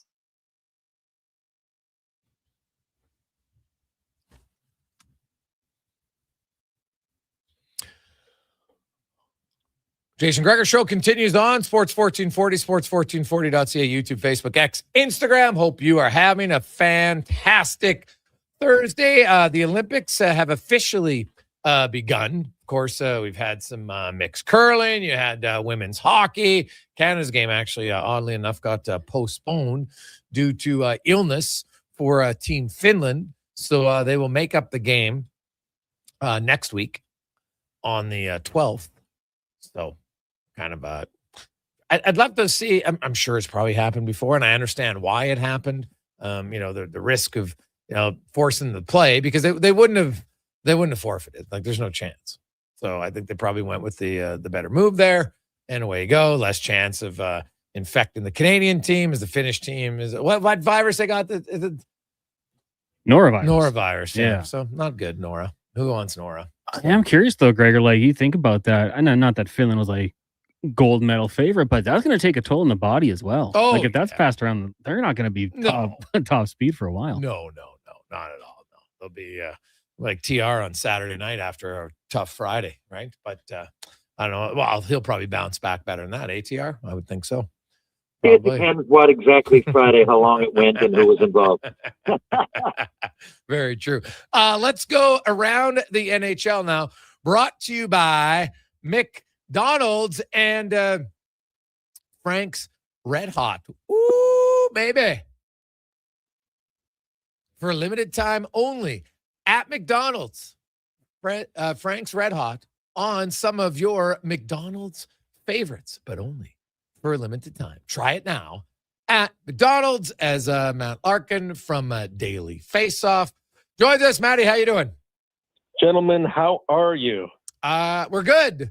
Very good. What were your thoughts on the announcement? Like, I know, hey, they were going to get Braden Point every last possible moment to see if he could play, and I totally respect why. You'd want to see him play, but unfortunately, he's not going to play. What did you make of the announcement that Seth Jarvis will be replacing him? Yeah, it's pretty fascinating. On one hand, I can see it as sort of a direct replacement. They're both roughly the same size. They're both right shots who can play center or the wing. They're both goal-scoring centers. They're both good defensively. So in terms of just player archetype, I can see it. Also, I think that maybe there was almost a spot kind of promised to Seth Jarvis, because when the team was announced, he was battling an injury. And it felt like, even though Jarvis said, hey, I think I lost my spot on merit, I think the injury had something to do with it. So I get the idea that maybe he was sort of next in line. On the other hand, if you look at where Braden Point played in the Four Nations, he ended that tournament on the top line. Yes. And he was playing with Mr. Connor McDavid. So I do think it's fascinating that Canada didn't look for a higher ceiling option. So it could have been, of course, Zach Hyman, who's got 22 goals, not even half a season's worth of games, has the shorthand with McDavid. Also, Wyatt Johnston, I think, would have been an interesting option in terms of higher offensive upside. I love Seth Jarvis as a player, but you have a lot of Seth Jarvises on this team, a lot of lunch pail guys like Brandon Hagel, you have Brad Marchand, you have Nick Suzuki, you have Bo Horvat, you have Sam Bennett. So with Jarvis replacing Point, is this team starting to look too similar top to bottom? I'm not sure. So my question is, like, a lot of people think that they're going to go with the McKinnon, Crosby, Reinhart line because they played a lot together and had success. And, a lot of people think Celebrini's playing with McDavid. So who's his right winger? Is it going to be Stone? Is it going to be Marner or Tom Wilson? Ooh, Tom Wilson's pretty interesting. If you think of the archetype of a great line, you have one digger, one playmaker, and one pure scorer. But I would do it differently. So if you look at different permutations that have worked in the past, I think you still need a high upside winger with McDavid. I would consider trying Sam Reinhart with him again. And you have to remember, there was also chemistry with Macklin Celebrini and Sidney Crosby at the World Championship last year. I would consider putting Celebrini now on the left wing. So you go Celebrini, McKinnon, Crosby, or Crosby, McKinnon, Celebrini. That would be a very fascinating line. I think that's what I'd consider doing. Tom Wilson is such a wild card in the tournament. He could be anything from a major difference maker on the first line to a total disruptor on the fourth line to undisciplined under IIHF rules and being a liability. There's just such a wide range of outcomes there. So I think it's risky to have him on the first line. Yeah, Celebrini to me on the left side, like, he's normally a center. I don't know if I want to play him on the right wing. I get the theory of that with Crosby. So we'll see. It's going to be fascinating. I'm sure that first practice will. So as we saw at Four Nations, it was only a 4-game tournament, and they still had different line combinations all the time. So in a 7-gamer, I'm sure we're going to see different combos, especially with 14 skaters. You're probably going to want everybody to get into at least one game, which leads me to the back end. Matt, were you surprised they went with the exact same 8 that they use at Four Nations? I was, and I did not like the decision at all. I would have had 3 different decisions. I would have had Evan Bouchard in there. I would have had Matthew Schaefer in there. I would have Jacob Chychrun in there as well. To me, the biggest head scratcher was Colton Parayko. I know, of course, there's a connection to Doug Armstrong with the St. Louis Blues, but Parayko was the worst defenseman in the tournament for Canada at the Four Nations. Scoring chances were about 62% for the other team when he was on the ice. And I get the idea, okay, fine, you can dress 7 defensemen. You can use them just for the penalty kill if you want. But if you look at the other options that were snubbed, again, Bouchard, Schaefer, and Chychrun, all 3 of those guys can do so many different things well. They all have size. They can all skate. They can all defend better than they get credit for. So I think you've limited yourself with this group, bringing back the same 8, especially, if you have to scratch one of them, you can sort of decide what you want to go with. You want to go smaller, have Thomas Harley in there. Then you have to go smaller and more mobile. Do you want to go with more size? You have Parayko in there. You have Travis Sanheim. If you had chosen one of the other 3 guys I mentioned, you wouldn't have to make that decision. You'd have more versatility with the guys that are in the lineup. So I don't like what Canada did with its blue line. Even if you look at Thomas Harley, yes, I know he was great filling in last year as an emergency replacement. But for all the criticism Evan Bouchard gets for turning over the puck, having those little mental lapses, Thomas Harley has the same problems in his game from time to time, and Bouchard has been better in every way this season. So I don't agree with that pick at all. And I think if there's a weakness with Canada in this tournament, it's actually the blue line. TR? Matt, we've gone over and dissected Canada, as followers of the game even and members of the media, of Canada, the U.S. We've talked about Sweden and all the NHLers that are going. But there must be some non-NHLers to look out for, guys who have already played or maybe are on their way there or just don't play that are great players. Are there any that stand out to you? Yeah, the big one, of course, is Roman Cervenka for Czechia, right? Because he has tremendous chemistry with David Pastrnak. He was part of the team that won the World Championship 2024. They were dominant together in 2025. He obviously has been in the KHL for most of the last decade and a half. He came to the NHL briefly. It didn't really work out, but he's sort of been forgotten. He's someone who's nearing the end of his career, but he still really steps up in international tournaments. So to me, he's someone you really have to watch for. Also, Leonardo Giannoni, the goaltender for Switzerland. I think he's a standout. He's another one of those guys. Maybe he didn't quite have the size. He never made the trip overseas to become an NHL goaltender, but he's still been very good for a very long time out there. So I think those are 2 in my mind that you have to watch for among the non-NHLers. As far as Team USA, I'm curious on this one. I don't remember Jack Hughes doing much at Four Nations. I could be wrong. He got pushed around. I know that. Now that he's been injured, what do you expect out of Jack Hughes at this thing? I think you're bang on there, TR. I think that Jack Hughes was not impressive at the Four Nations. I think the game looked too physical, too fast for him, and I don't think he stood out at all. It's going to be interesting because now, if you're Mike Sullivan, you could almost use the injury as an excuse. If you feel like it's not a fit with Jack Hughes in that lineup, maybe that's one reason. You can say, oh, well, he's still working his way back from the injury. Because he's such a big-name player, it feels weird to scratch him, right? It feels like it'd almost be galaxy braining him, but I don't know. I really wasn't impressed with him at the Four Nations. I think it just depends on what type of lineup the Americans are trying to go with. We already know that they made some strange decisions going with more grit and leaving a lot of skill, right? 2 of the top goal scorers in the league, Cole Caulfield, Jason Robertson, not coming to the tournament. You're going with your JT Millers of the world, your Brock Nelsons, your Vinny Trocheks. So if you're leaning into that identity, then do you consider Jack Hughes being your scratch? I don't know. Maybe not right away, but if you get deeper in the tournament and you end up matched up with Canada in an elimination game, do you look for a more physical lineup because they obviously pushed Canada to the brink last year? It's going to be interesting. Matt Larkin joins us. Patty, the playoff races in the NHL, now there are 7 games left tonight, but there are some very intriguing ones in all the divisions, in all the conferences. We could see a significant change of teams in the Eastern Conference, but in that Metro division, 68 points for the Penguins, 67 for the Islanders, 65 for Columbus, 63 for Washington. 2 of those 4 can get in. There's a chance, I guess, maybe one of them could also then get into wild card, but you need Buffalo and Montreal and Boston, somebody to really fall out. So who do you like of the Penguins, Islanders, Blue Jackets, and Capitals to make it? as the 2 and 3 seeds in the Metro? Oh, it's so tight. Tough question. The Penguins have kind of made believers out of me this season. I didn't see it coming in, but they really have found something under Dan Hughes, who I think deserves major consideration for the Jack Adams Award. They've been really good in special teams, especially early in the season. And I don't know. I think if the Penguins were going to fade, we would have seen it by now, just with the veteran leaders they have.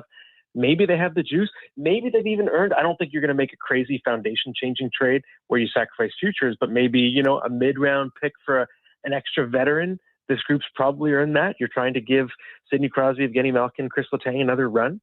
I think they might get in. And if you look at the rest of the field, Columbus is absolutely charging right now. They've won 7 in a row. The new coach bump is absolutely there with Rick Bowness. It's a proven thing. It is statistically something that happens in the NHL. It doesn't tend to last, but in a short sample, it can. We saw it with Jim Montgomery in St. Louis last year. I think the Columbus is this year's St. Louis. I think they're going to keep it going. Zach Werenski is playing at not just the Norris level, but you could argue he's even one of the most valuable all-around players in the league. Jet Greaves really underrated as a goaltender as well.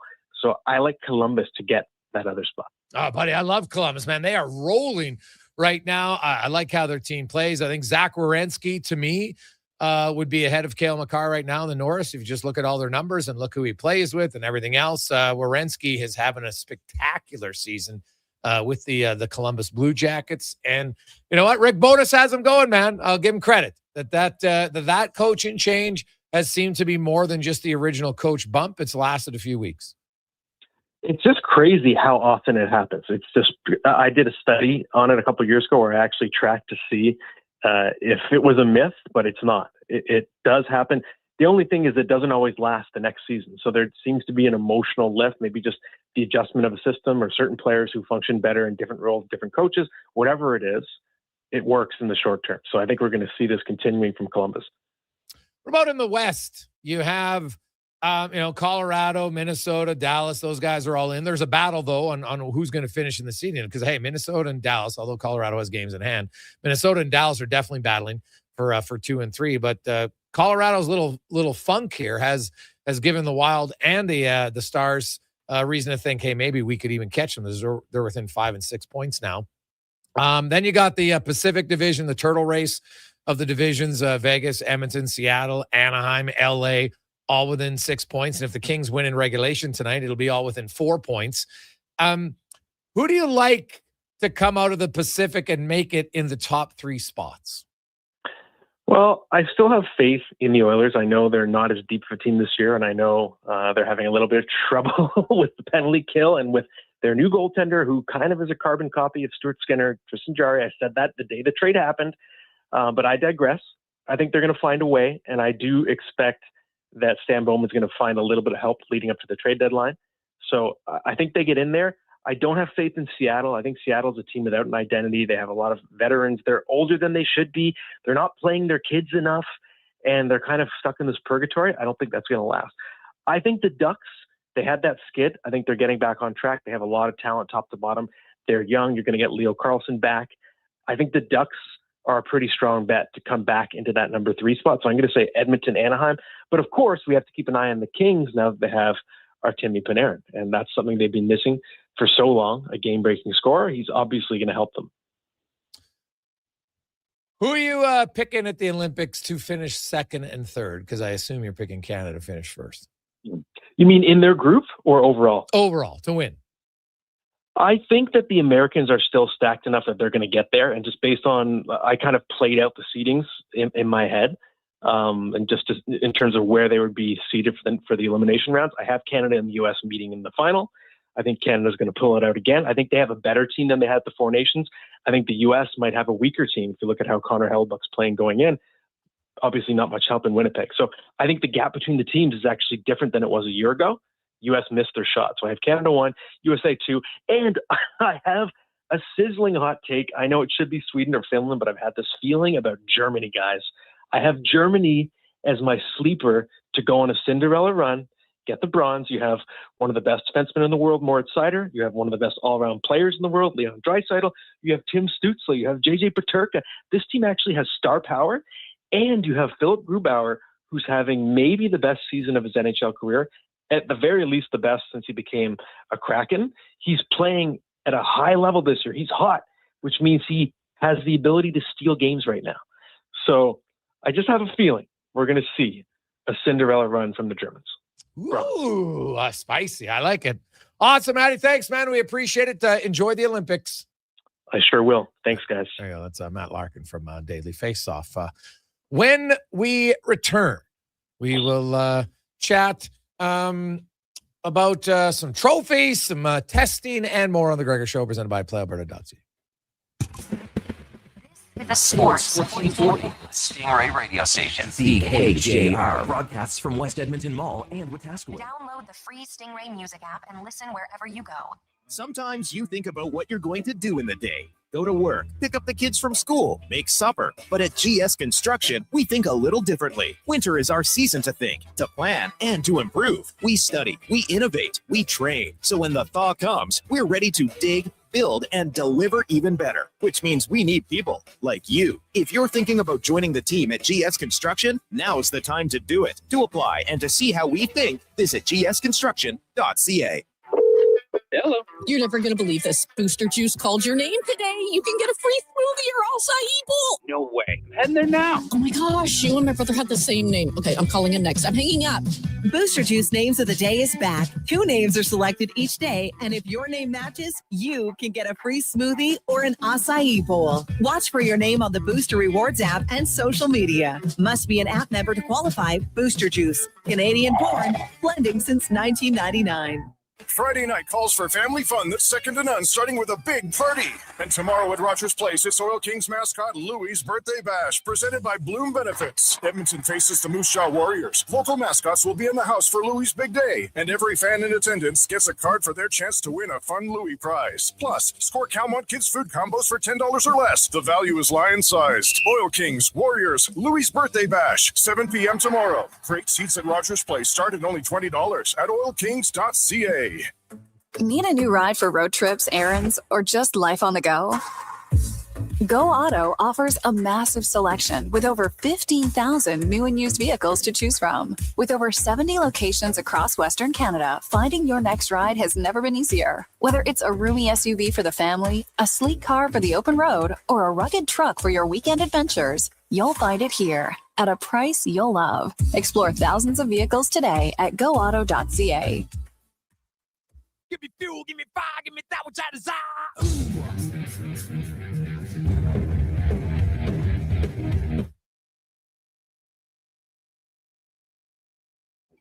Portions of this hour brought to you by Culligan for all your residential water needs. Your local water treatment company, more than just big bottles, Culligan.com. This is Sports 1440, where Edmonton talks sports. On YouTube, Facebook, and X. Here's Jason Gregor. Brought to you by PlayAlberta.ca.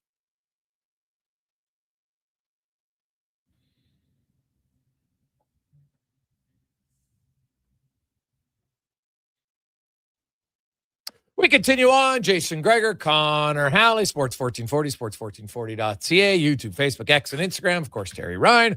Also along for the Thursday afternoon ride, as we'll speed things up now as we get to the racing report, brought to you by Can Torque, made in Canada, made for Canada, where extreme isn't theoretical. Find your solution at cantorque.com as Colin Livingston joins us once again. CL, how you doing? Man, I love that tagline. I almost forget I wrote that. I love that, where, extreme isn't theoretical. I love it every time. And that's such great delivery, man. Oh, okay. Well, comes to life when you give it to me. Okay, I like it.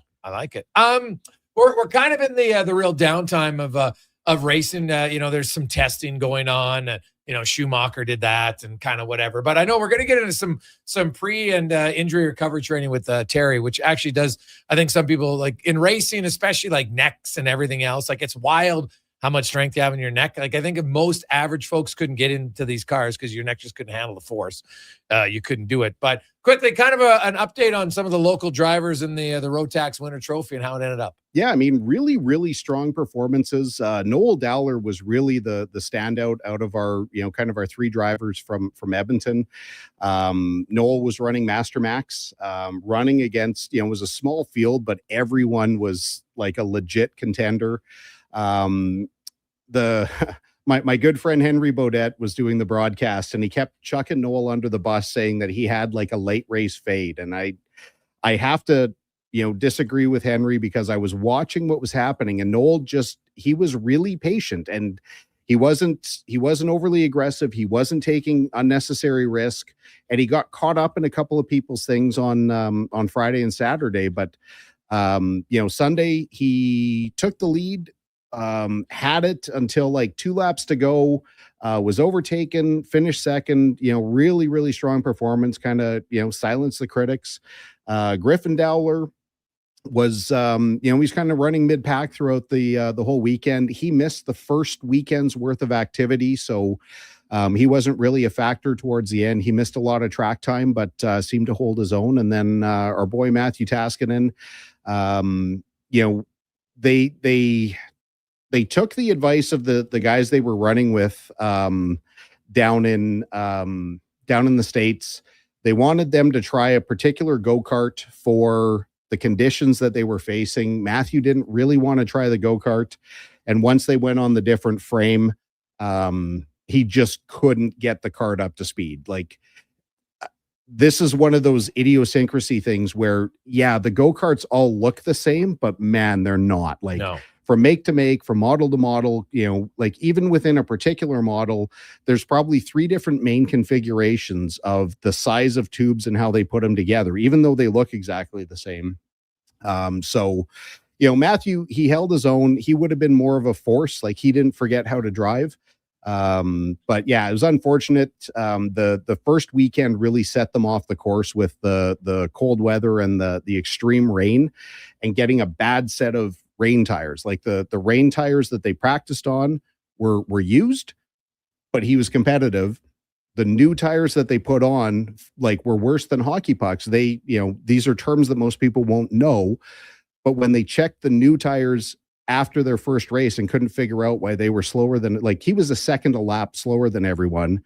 They measured, like, they use what's called a durometer. Mm-hmm. They were like 5 points harder than new tires than used last year's tires. They're like, these are garbage. You could never rate, like, they'd never get up to temperature. So few unfortunate things. Held his own, and now there's still going to be a few more chances throughout the year for Matthew to get his ticket here in Canada. Now, I know you want to talk preseason training and injury cover with TR, so. I do. Like, I mean, I got hurt last year. I mean, you personally know what happened. I tripped and really damaged my ankle, my knee, my shoulder. That, it's while I don't exactly exemplify what an athlete looks like, especially now, the last year has been really, really mentally and physically challenging, trying to get, like, I stayed in the gym. I worked with my trainer, Tony, but we could only do so, like, I couldn't move my shoulder. So we can't do upper body, or we try and do something, and then that would put me out a month from doing, right now I can say my core is like the best it's ever been. My legs are ready to go. Like, I mean, I can do crazy things with my legs that I've never been able to, but, yeah, I mean, and Terry knows that, when you take an injury, there's always pressure to come back. But, TR, I guess I'm asking you the question. How do you keep your mind in the right place to, understand that, when your performance really falls off, how do you stay patient so that you don't make the damage worse? Honestly, like any other walk of life, I would ask people that have been in the same position. That's why a hockey dressing room is a great place to be for that way. People don't think of car racing as team, but it's one of the ultimate team sports. Everybody got to be in the same position. And of course, someone came before you. So for me, you really want to know, when I was in Montreal, there was a guy there, Benoit Brunet, and they called him Benoit the Brittle, because he was hurt every year. It's not like he was putting himself in bad positions. A lot of it was just fluke time, but that's going to happen when you play a physical sport. So I would talk to the people that came before me, maybe settle my nerves, especially someone that might have been my same physical structure, my height and weight, play my same position. Benny was one of those guys. Shane Corson was one of those guys who was hurt a lot as well. So that's what I would do. But even cross sports like yourself, you're explaining this to me, and I think dealing with injury and adversity is something that is pretty easy to identify for any athlete. Yeah, I mean, they always say that being an entrepreneur is going from disaster to disaster without any loss of enthusiasm. But The problem for me is I didn't get, like, you guys get hurt playing your sport. I got hurt walking on a sidewalk in Frankfurt, Germany. Like, I don't have a great story. Sorry, I don't have a good story. Like, we just got off the plane. I caught my foot on a cobblestone and it took me down. And like I said, I mean, I'm starting to get close to 1 year since it happened, that now, like, just in the last 6 weeks, I can get on the treadmill. I can do short stints where I can, like, now I can take impact to my ankle where I could hardly walk for 6 months. So yeah, it's, but now I'm starting to see the gains again. So it's moderately encouraging. Go ahead, Jason. Yeah, well, it is something, I think, for lots of people that it's just going to take time, right? And that's why, like in any sport, you could get back in the car, but it doesn't mean you're going to be as good. And we see it all the time in hockey, that where players are good enough to play, but they're not at the level of their maximum ability. And that happens, and you see it, like Connor Brown's an easy example for any of our listeners to think about recently, right? And he finally, like, the players never say it up front. Because mindset wise, you don't want to give yourself, put it out, geez, I'm just not that good. Well, hey, maybe, you know what? I think I can probably still compete and I can still help out. And like, if Connor McDavid drops 5% of effectiveness, he's still elite. But for 80% of the NHL, you drop 2, 3, 4% TR, you can go from a second liner to a third liner, a fourth liner, and the bottom 6 guys can go from being effective to being in the press box very quickly, right? And so it's no different in any sport, I think. 1 or 2, 3% when people aren't fully healthy, it becomes fairly noticeable for outside of the elite athletes. Yeah, well, if you're asking me, and I'll just quickly comment, I watch a lot of Leafs games too, because I do a lot of radio around here. A lot of Leafs Habs fans, so I watch a lot. Matthew Knies is an example. He's clearly playing through something. I mean, he came back a little bit early, not quite himself. Still good enough to contribute. And you're right. When sometimes the superstars, you won't see it as obvious because they still might go in and figure out a way to chip in. But it's something that you got to play around. And for me, if you're mid-level in the NHL, you're fighting for a spot. I guess this might transfer over into racing, but you want to, because the warrior attitude got you there, and that wanting to play for the team got you there. But you're also possibly hurting the team, and you just got to get used to it. When you hit pro, junior, it's more like, just go wing it. But when you hit pro, I think you really got to take that stuff seriously. I also want to talk, CL, about full send karting that started up. Tell us about it for people out there that are interested. Yeah, I've always been, in the last 5-6 years, I've been involved in, kart sale and accessories and all the rest of it, but we're really changing the company, renamed it last year. You've seen the karting simulator that we've purchased. I mean, full send is going to be, a more encompassing entity where we're still selling CRG race karts. These are not the kind of karts you want to just buy and have at home. These are if you intend to come out to a place like EDKRA and do some racing with us.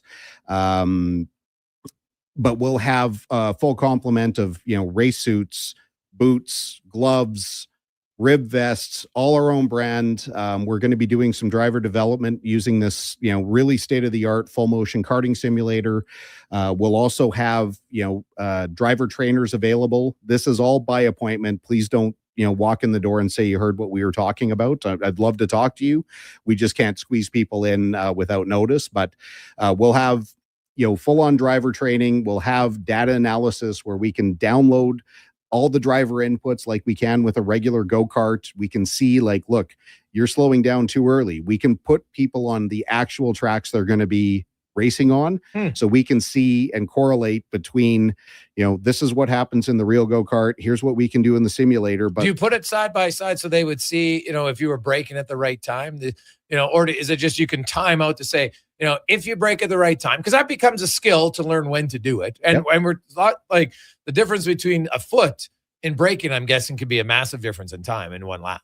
It wouldn't be a foot wouldn't be massive, but yes, like what you can see is we can put someone like Matthew in the cart who can, his feel and his ability to go fast is as good as anybody in the world. So we can show look at where he's driving to before he hits the brakes and look at how he controls it. And we can show it on a map and we can show it through data that, you're slowing down. Like, here's the throttle trace. You're lifting off. He's still full throttle.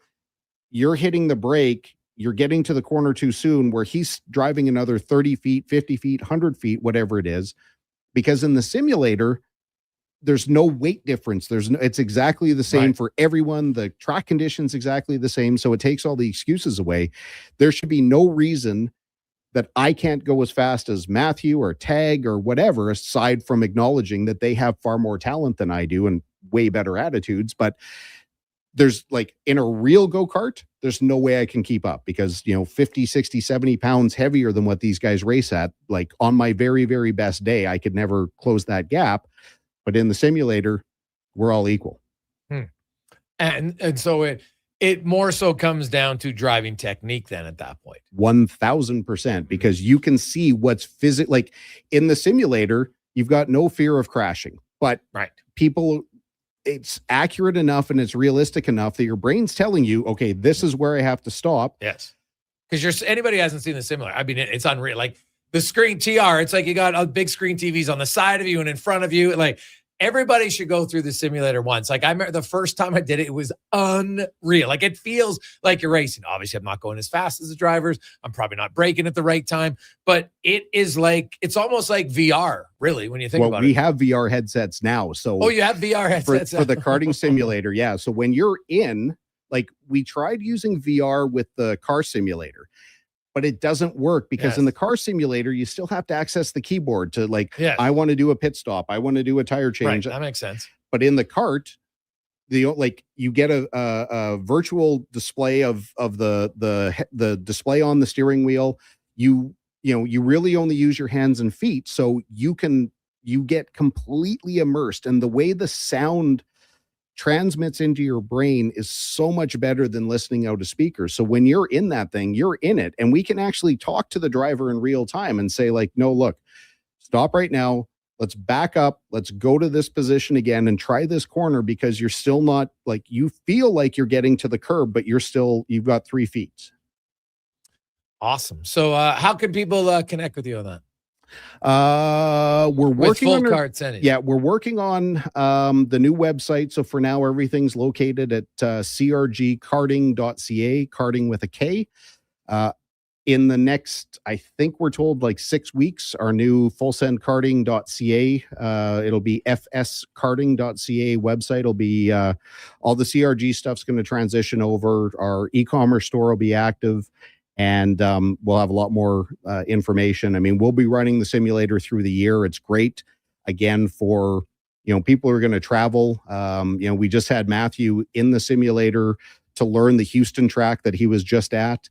Our other driver, Devin Gellings, has come in. She learned the K1 track in Winchester. So it'll be available, obviously, for a fee. But, people can always email me as well, Colin at fskarting.ca. Awesome stuff, man. We will chat with you next Thursday. Have a good one. Thanks, man. Thanks, Shay. That's Racing Report brought to you by Cantork. Let's get to the Con Man and a Sports 1440 update brought to you by Fountain Tire. They can meet all your car needs and more with their digital vehicle report. They don't just tell you what your car needs, they'll show you. Book your appointment at fountaintire.com. The Sports 1440 update. Hockey Canada announcing that Braden Point has been ruled out of the games in Italy and will be replaced by Hurricanes forward Seth Jarvis. Jarvis represented Canada at the Four Nations face-off last year. Has 25 goals, 43 points in 48 games this season. One final night in the NHL before the break. You got the Sabres and Penguins kicking off at 5. The Devils and the Islanders. Hurricanes taking on the Rangers. Flyers, Sens, Caps, Preds, Panthers in Tampa, and the Golden Knights taking on the Kings. Canadian curlers Brett Glant and Jonathan Peterman succeeded in their first true test in the mixed doubles competition at the Winter Games, knocking off Norway 6-3, then beating Italy 7-2. Canada currently tied for top spot with Great Britain at 3-0. In the association, the trade deadline come and gone. The Pacers acquiring center Ivica Zubac from the Clippers in exchange for Benedict Mathurin, Isaiah Jackson, 2 first-round picks and 1 second-rounder. And the New York Knicks acquiring point guard Jose Alvarado from the New Orleans Pelicans in exchange for Dalen Terry and 2 second-round picks plus cash. On the court, Raptors host the Bulls tip-off set for 5:30. You've also got the Spurs and the Mavericks, Warriors in Phoenix, and the Lakers taking on the 76ers Back-to-back American League Cy Young Award winner Tariq Skubal won his arbitration case against the Detroit Tigers and is now set to earn $32 million in 2026, $13 million more than the number the Tigers argued. Coming up in hour 3 of the Jason Gregor Show, we'll hear Cam Tate's 2-minute warning and ask 5 questions. I'm Connor Halley. This has been the Sports 1440 Update. Sports 1440, Stingray radio station. CKJR broadcasts from West Edmonton Mall and Wetaskiwin. Download the free Stingray music app and listen wherever you go. Hi, Mike here from Northgate Chevrolet Buick GMC. Free trips, free iPads, a barbecue, a wood stove, the #1 dealer in the world. What? Who cares? How about no pressure, a great deal, finance rates as low as 0%, trade values you can be happy with, and an indoor showroom. And we're pretty good people. Stop in and see us today, 13215 97th Street, or visit us online at northgategm.com. And now Action Electrical's testing team is on defense duty. They're the guardians of safety and compliance, a critical part of any lineup.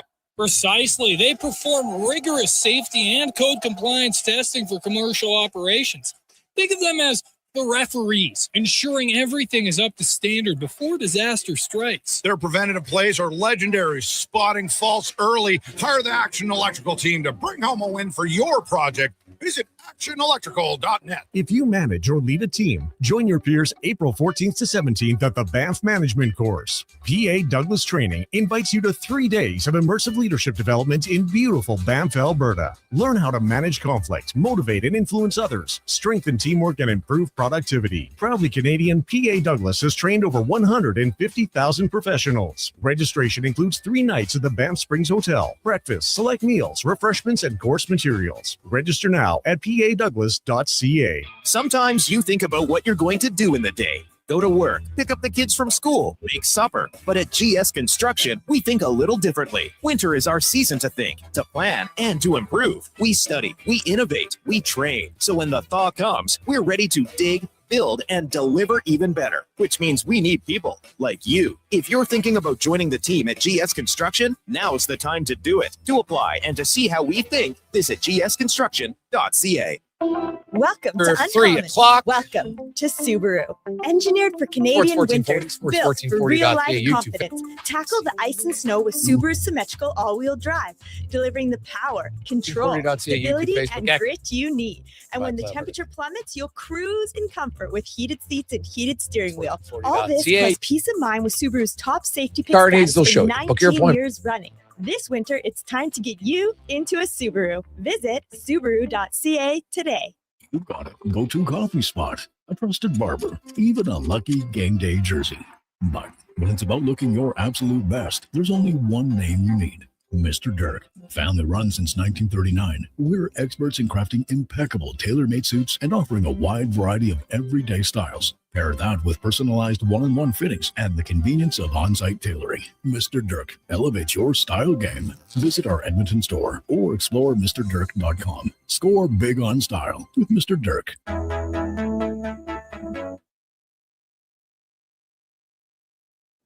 Portions of this hour brought to you by Riverside Honda, 59 years and counting as St. Albert and surrounding areas' premier Honda and Can-Am dealer. It's your dream. Ride it at riversidehonda.com. This is Sports 1440, where Edmonton talks sports. On YouTube, Facebook, and X. Here's Jason Gregor. Brought to you by playalberta.ca.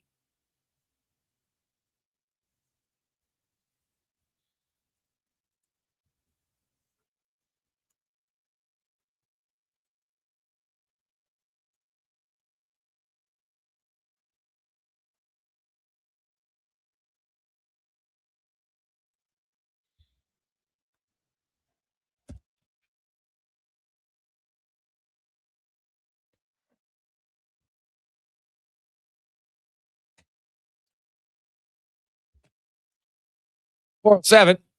Welcome back, Jason Gregor, Connor Halley, Sports 1440, sports1440.ca, YouTube, Facebook, X, Instagram. Hope you're having an awesome Thursday, man. It was like plus 10 out today. Wild stuff. Hope it gets cold overnight, and hope that the world's longest game can get going on. Otherwise, it'll be a slush fest, and that makes it way harder for the players, because there's very, very little gliding when that happens. And that becomes much much harder to skate on. So good luck to all the ladies and gents who are playing in the world's longest game. Welcome back. It is the Gregor Show presented by PlayAlberta.ca. Alberta's only regulated online gambling website where 100% of the revenue stays right here in the province at PlayAlberta.ca. Of course, it is Thursday, the Daily Grand. $1,000 a day for the next 20 years. $7.3 million. Get your tickets at PlayAlberta.ca. The Oilers, we talked about it earlier, and Leon Draisaitl. Maybe a good news for Oilers fans is you get a little reprieve. Now you can focus on the Olympics, right? There's no trade, so you don't have. No one's getting traded. You can focus on the Olympics and Team Canada in lots of different sports. As the hockey tournament gets going on the 11th, Canadians will play on the 12th, a week from today, and then it's off and running. And how it works. Because we've had a lot of texts on the text line, 833-401-1440, asking about the format. So there's four teams in pools of 3. Everybody plays the other 3 teams in their pool 1, so that's 3 games guaranteed. Then the number 1 seeds, they get a bye, and the best number 2 seed. So most points and then goals for, goals against differential will come into play. And that team will be the number 4 seed, and they will get a bye. And then after that, you'll have basically they'll be seeded 5 through 12. 5 plays 12, 6 plays 11, so on. Sudden death. So everybody gets at least 4 games. And then you move on from there. You go to the 5 to 12, then you go to a quarterfinal, semifinal, and then a final. And the final will be on Sunday, the 22nd of February. And if it's a gold medal game and Canada's in it, brace yourself. 6:10 a.m. Mountain Standard Time. 8:10 in the. This is where TR, he'll be loving it. It'll be like 9:40 TR's time on the 22nd. They'll have had some pancakes, some eggs, and be ready to roll. So it's a one-time TR where this will be a big benefit for you being in that time zone. And it will be a nice benefit, and it'll be a nice precursor for Paddy's Day, because in March that's I mean, I'm sure it happens all around, but being such an Irish influence here, then Paddy's Day always starts on George Street, and it is packed at 9 or 10 in the morning.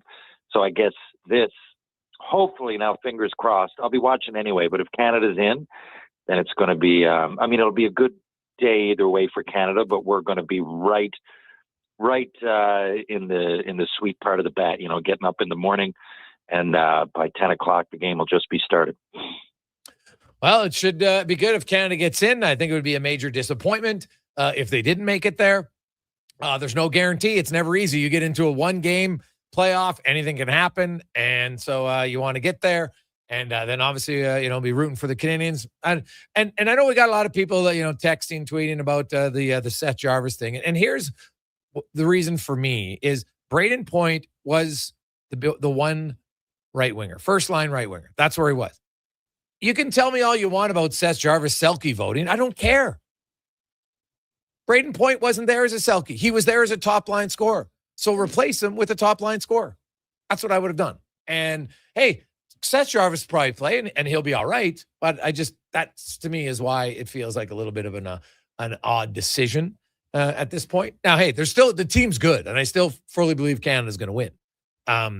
But just because you think they're going to win doesn't mean you can never question anything about their decisions, right? Hey, I see a lot of people that are and all across Canada wondering about the exact same 8 defensemen, and they don't really have tons of puck movers on that blue line, right? You got a fast offensive team. You want guys who can move the puck quickly. They're not terrible, obviously, right? And like I said, I think Canada will be fine, but I think they could have mixed and matched a little bit different on the back end.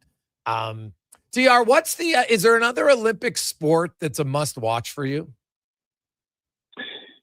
Well, in Newfoundland for the last 20 years, it's been curling because we won it. And until Brad Goodger, we never had a gold medal. I don't think we had a medal. We may got a bronze there again 4 years ago. So, that's been our thing because it's Newfoundland.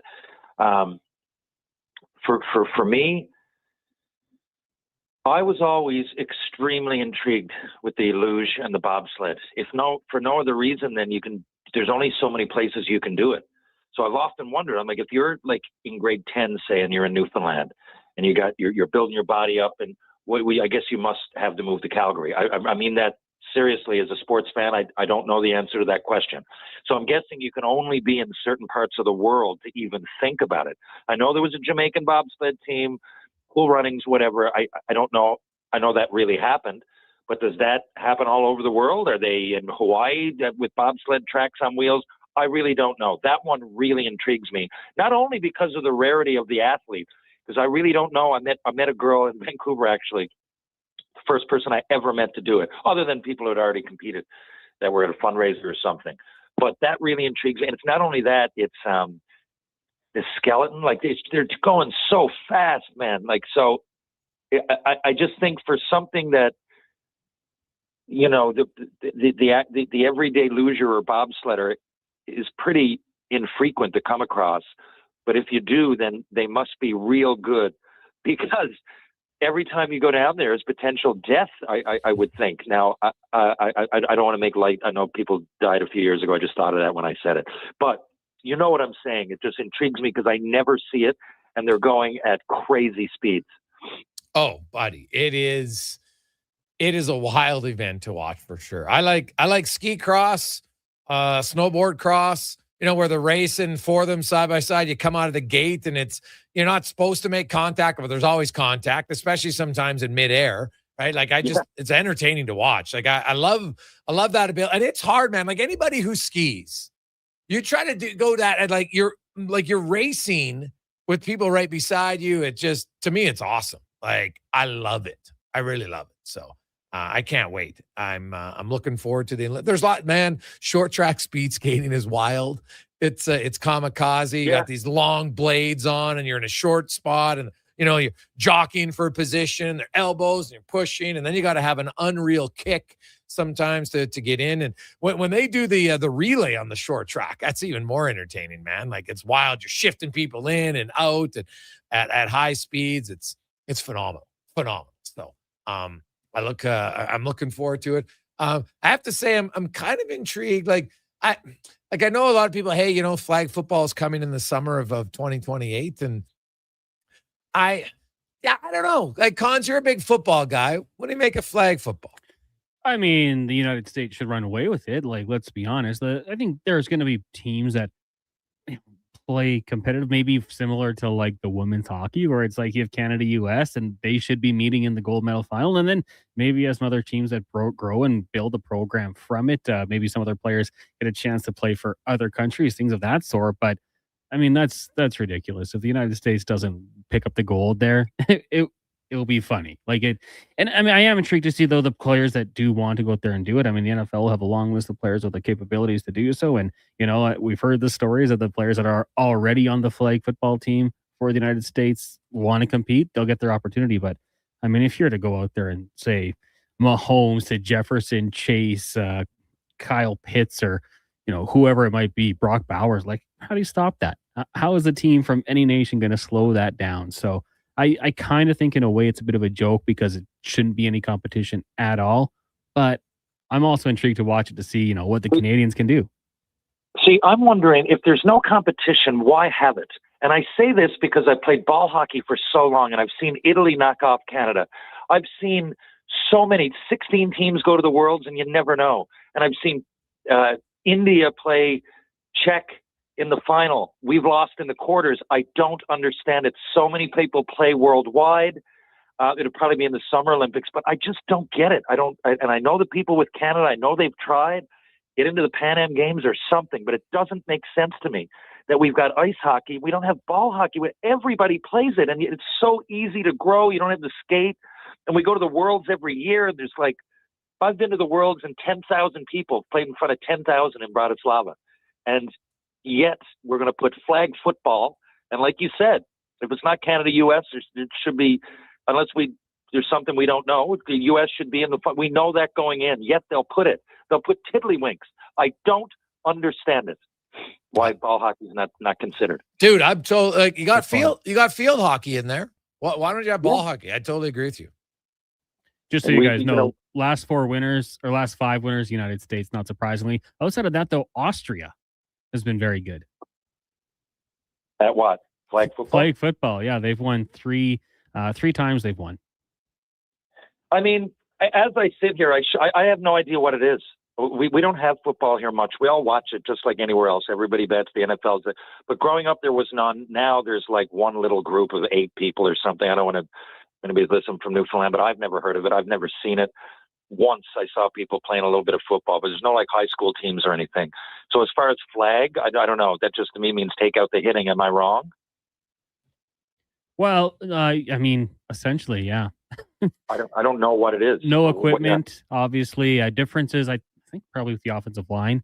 I don't know how many people line up with the official rules here. And then instead of tackling, you're pulling that flag away. So, well, I'm sure it eases maybe NFL teams a little bit to send some of their players and let them go participate, along with the CFL as well. To me, it just seems like we're trying to create something. Oh, who knows who's going to go? Well, maybe it's just weird. And I just use ball hockey as an example because it's well established. There's a world championship on the men's and women's side. There's 10 teams that can win it. It happens every year. The nationals happen. They're highly attended. All kinds of people play. Ice hockey, you don't have to just play ice hockey. All kinds of people play that are just ball hockey players. Easy to grow. Anyway, I've said my piece on ball hockey. There it is. I love it. TR's fired up on ball hockey fan. It is true, though. I know, and we got a lot of texters from people. Finally, someone speaks up for ball hockey. Well, there you go. There's lots of people, and I get it. Quick break. We'll return. It's a Gregor Show presented by PlayAlberta.ca. Noodle, noodle, noodle, noodle, noodle, noodle, noodle, noodle, noodle, noodle.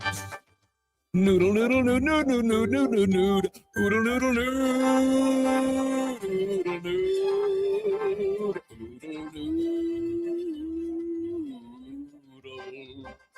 noodle, noodle, noodle, noodle, noodle, noodle, noodle, noodle.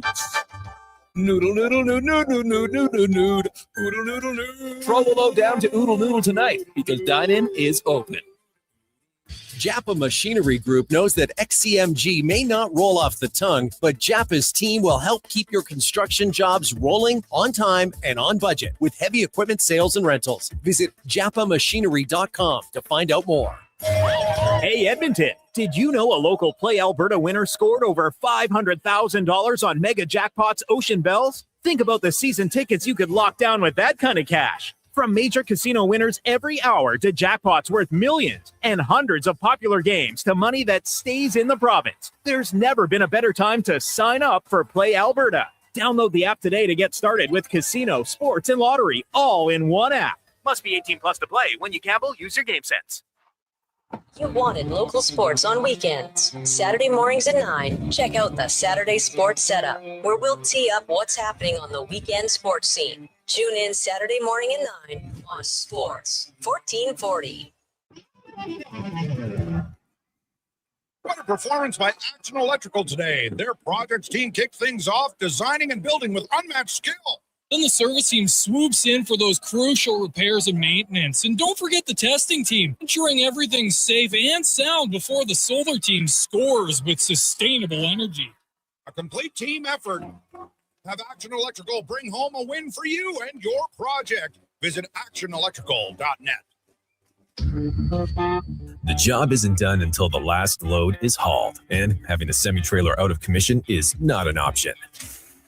Whether replacing or adding to your convoy, Edmonton Trailer has a huge inventory of new and used semi-trailers, trusted by the gravel, logging, oil field, fluids, and freight industries. Find a trailer right for you online or at one of their 3 locations. For sales, service, parts, rental, and finance, when you're in it for the long haul, Edmonton Trailer. These days, it's all about who you know. And that's why it's the perfect time to save at the Bricks Friends and Family Sale. Upgrade your living room in time for the big game and score free delivery on TVs over 50 inches, like a Samsung 85-inch 4K smart TV for just $999. And save up to $1,200 off sofas and sectionals. And mix and match. Save up to $1,000 off 2 or more major appliances. Some exclusions apply. Check out the Brick in Edmonton South Common, West Edmonton Mall, North Side on 137, and downtown near the Ice District. The longest running basketball show in Canada airs every Saturday morning at 10 on Sports 1440. Hoop City with Paul Sir introduces a new generation of basketball talk, and it's right here on Edmonton's home for sports, Sports 1440.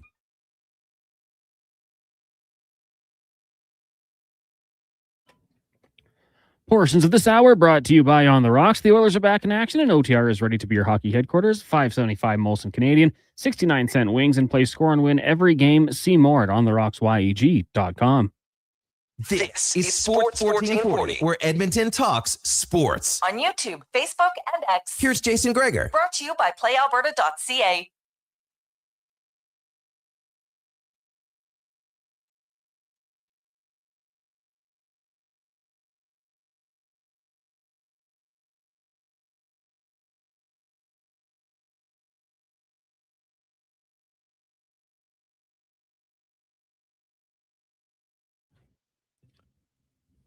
Rolling through Thursday afternoon. Hope you are having a lovely day. 833-401-1440, 833-401-1440. You can text us in our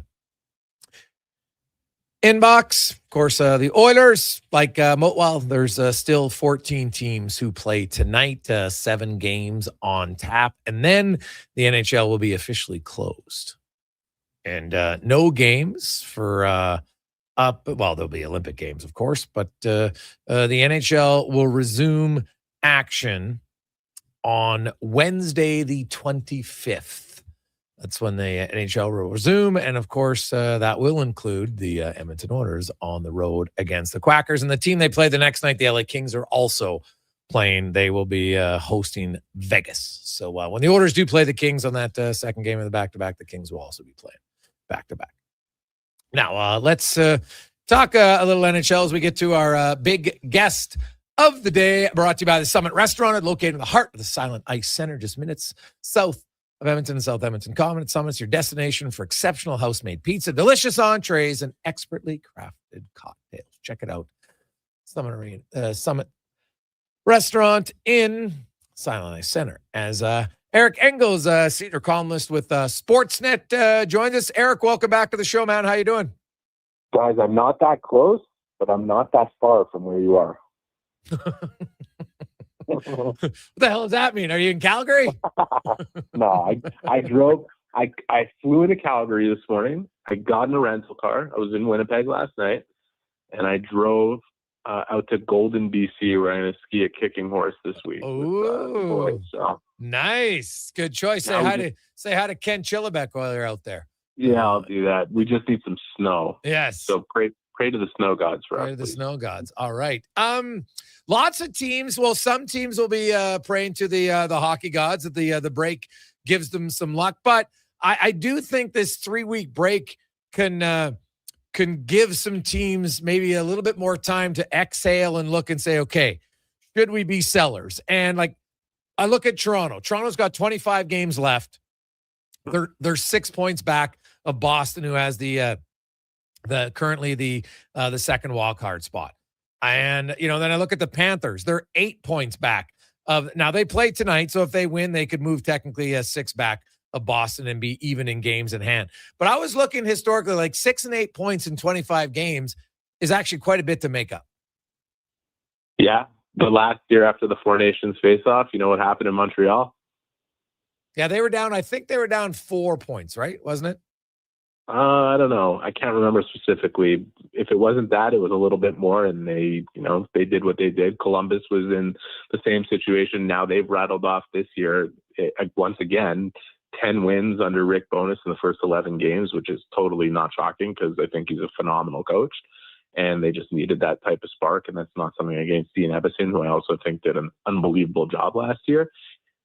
This league, just when you think you have it figured out and you know what's going to happen, especially with the dynamics of these Olympic years and the condensed schedule from last year, don't go betting the mortgage on all of it. Now, if you're in Toronto, I think you got to look at things clear-eyed. And I think if you're in Florida, you got to look at things clear-eyed and balance it with the fact that you're the 2-time Stanley Cup defending champions, and you're going to try and make a run as you come back to a little bit more health and catch your breath coming out of the break. But look, the odds are obviously not in their favor. So with 3 games to go to the deadline for most teams, if you haven't made up your mind by now, I'm not sure what's going to change it over 3 games. Yeah, no, hey, that's exactly it, right? Like, what are those 3 games? Like, you got to hope maybe you win all of them. Like, Florida is the interesting one to me because, like Bobrovsky, maybe the break will do him good, but man, he has not been good at all. Like, not close to a guy who's back-to-back Stanley Cup champs. And in this league, if you don't have goaltending, Eric, it's really hard to have a chance. Yeah, it's chicken egg too. Like, it's not like the Panthers have been will beaters this year. And No, it's understandable given the fatigue of the last 2 years, the condensed schedule, and missing, the most important player to their team wire to wire, not to mention Matthew Tkachuk for most of it, and other injuries that have occurred. Can Bob be better? Yeah. I just look at them and say 3 weeks off for at least some of them. I don't know what to make of Barkov skating. It's funny. I sat down with Kirby Doc at the beginning of the year, and we talked about the fact that for people who don't know Kirby's story, even though they probably should in Alberta, right? He's an Alberta kid. Tore his ACL and MCL. Was supposed to be a 9-month recovery. And he said the worst thing about that whole recovery is that the minute he started feeling stronger again, the hockey player instincts kicked in, and it was like, okay, let's push this through the rehab. Let's try to get through faster. And that was the most volatile point for his knee in terms of building up the necessary strength for the surgery to take and fusion to take hold within that knee and the reconstruction. And I worry about that when I look at Barkov. Like, I look at him skating now and trying to push because he's such a competitor and he's such an incredible player, and he sees where the Panthers are at and doesn't want to see another opportunity to be competitive if they make the playoffs get squandered by his absence. It's amazing to me that they just didn't kind of shut him down for the year, but obviously they don't want to take the hope out of his hands. But if they had, what might have Bill Zito done as a short-term kind of bridge solution, knowing that, the long-term IR rules have changed and you need a player to essentially be guaranteed to be guaranteed he's not coming back in the playoffs. So I don't know how that's all going to play out. I just feel like they'll make a push here. But again, like, I look at Columbus and they're the team to me that's like, they're going to be a problem for somebody that's in this playoff picture right now. It's just a question of which division they'll be a problem for. TR. Eric, I saw you interviewed Jeff Gordon recently. You think the Habs, you get the sense they'll be aggressive? And if so, what do you think they need? The desire's there, right? But they're kind of like looking at all opportunities that could possibly land in their lap, knowing that they have a very deep team, that they're going to be at full health coming out of the break, that they don't need to force anything while keeping their long-term plan intact. It's a great position to be in. Like, on one side of it, you look at it and say, damn, they've got the 6th best record in the NHL, and they've pretty much been there since the start of October. There have been a couple little dips, most of them due to goaltending just not being up to par at certain segments of the season, and yet the youngest team in the league in the most competitive division has set the pace at points or kept up with it all the way along. And I think they're very excited by the maturity of the group, by what they see from a night-to-night basis and the way they're able to correct themselves when problems occur. I think they also know that there's still maturing that needs to happen just organically for a very young core, and they need some of the heavies that you need come playoff time. Like, we know, the game has changed. It's more skilled. It's faster. It's more exciting.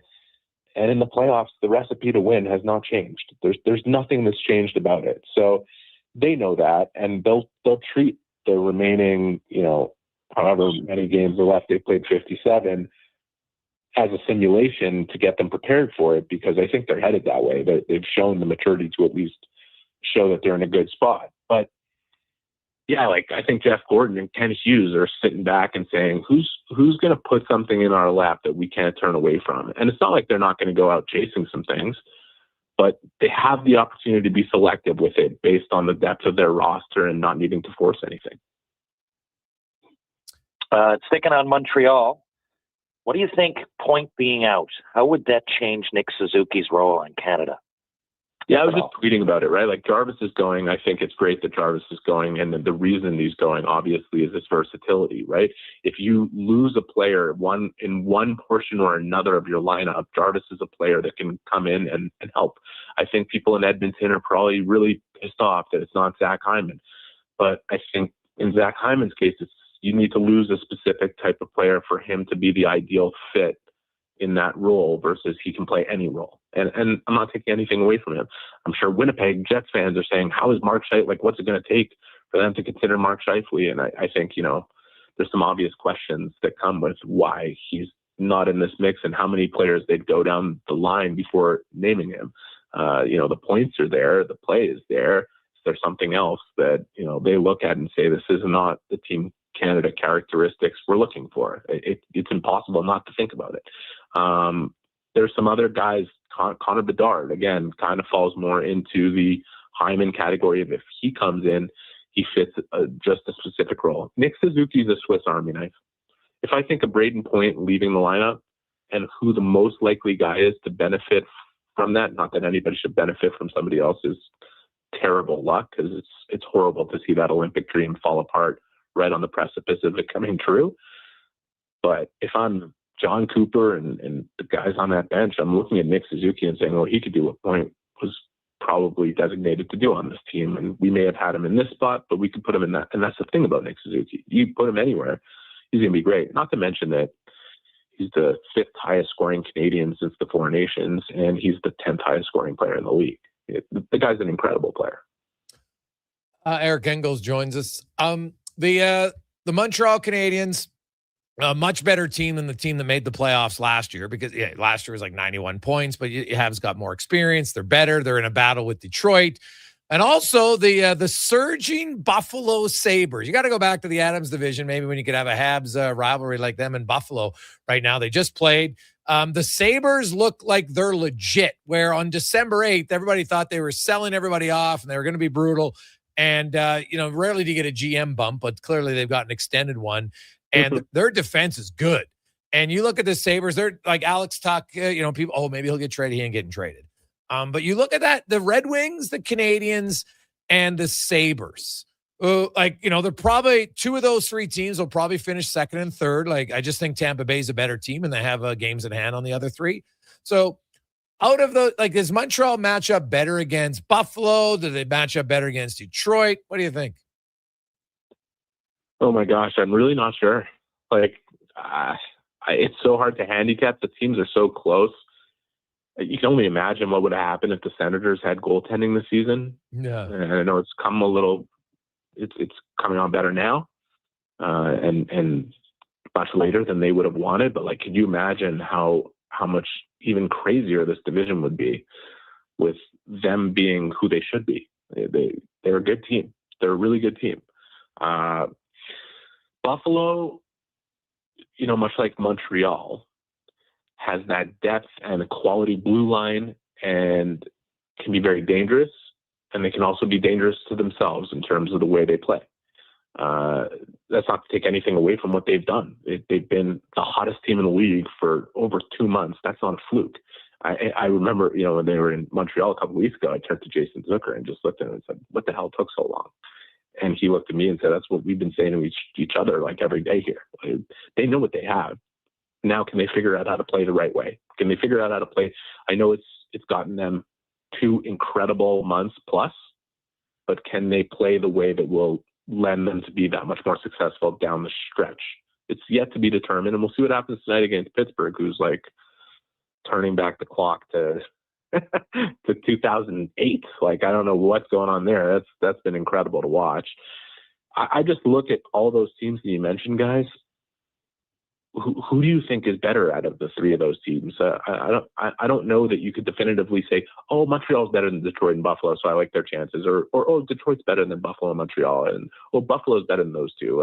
I don't know. I really don't know. Yeah. And as much as I do know, that I don't know. Yeah. What's interesting is really it comes because we all know the playoff games are very different, right? They're more physical. They just are, right? And that's how playoffs have always been. And a lot of it comes down to matchups, right? Like you look at the LA Kings. Could the Kings have beaten other teams in the playoffs the last 4 years? Yeah, I think they could have. They just are a terrible matchup for them to play the Oilers. It was just Edmonton has better center depth. They could never match it. It didn't matter what happened. Even when Edmonton gifted them 2 games, they still couldn't win. And so we don't know because Montreal, like they were in the playoffs last year finally, but they don't have a long history. Buffalo hasn't been in forever. Detroit hasn't been in a long time. And so that's what makes it intriguing to me. It's just, I think if you're those teams, you look and say, I just want to be second or third. I just don't want to face Tampa Bay in the first round with all their experience and Vasilevsky. I think that's the one thing I don't want to do if I'm those teams. Tampa has the lead to lose. Tampa has the games in hand. Yeah. But it's gone incredibly well for them without a lot of key players this year. Yeah. And I don't doubt what they have and what they're able to do. But again, you come off the Olympic break and you never know how this is going to go. And it's not as if like it's impossible that they would go through a 6-game losing streak. That could happen. They've rattled off how many 6 to 8 game winning streaks. It's like crazy. Inevitably, you see the other side of it. It happens. So I don't think any of those teams that we're talking about, for them, that they're looking at it and saying first place isn't a possible thing in this division. Getting back to like the playoff matchup thing, if I'm Montreal, I think Detroit is a better matchup for them potentially than Buffalo, and yet they're tied with both teams, I think, in the head-to-head. And Tampa, they've done pretty well against. They got blown out in one game, they won another. Another one was pretty close. I don't know if I'm remembering it correctly, but it's something like that. They're competitive, so I don't know. I don't even know how to handicap it. I feel like Detroit's biggest reason for being that much better this year is goaltending. It's been a huge thing for them. Buffalo, you could point to like 6 different things, which makes them a scary opponent for just about anybody. And Montreal, it's the depth, it's the talent, it's the maturity, it's the closeness of the group. And it is some real superstar talent for the first time in decades. I mean, Wayne Hudson is appointment viewing. Ivan Demidov is incredible already and just scratching the surface of what he's going. I'm going to make a very bold declaration here that within 5 years, he's going to be a top 10, if not top 5 player in the league. He's that good. He's insanely good, and he's so competitive. And that's the difference with both those guys, and Hudson and Demidov. And look at what Slavkovsky's doing this year, guys. Like the guy's a dinosaur on skates who flies, and the guy's a sick shot, and he plays heavy, and he's everything they thought he was going to be when they drafted him first overall. So and then, you got Caulfield and Suzuki, and they're not guys you just sneeze at. So it's very impressive, not to mention their blue line. Their blue line, to me, I put them up against any blue line in the league.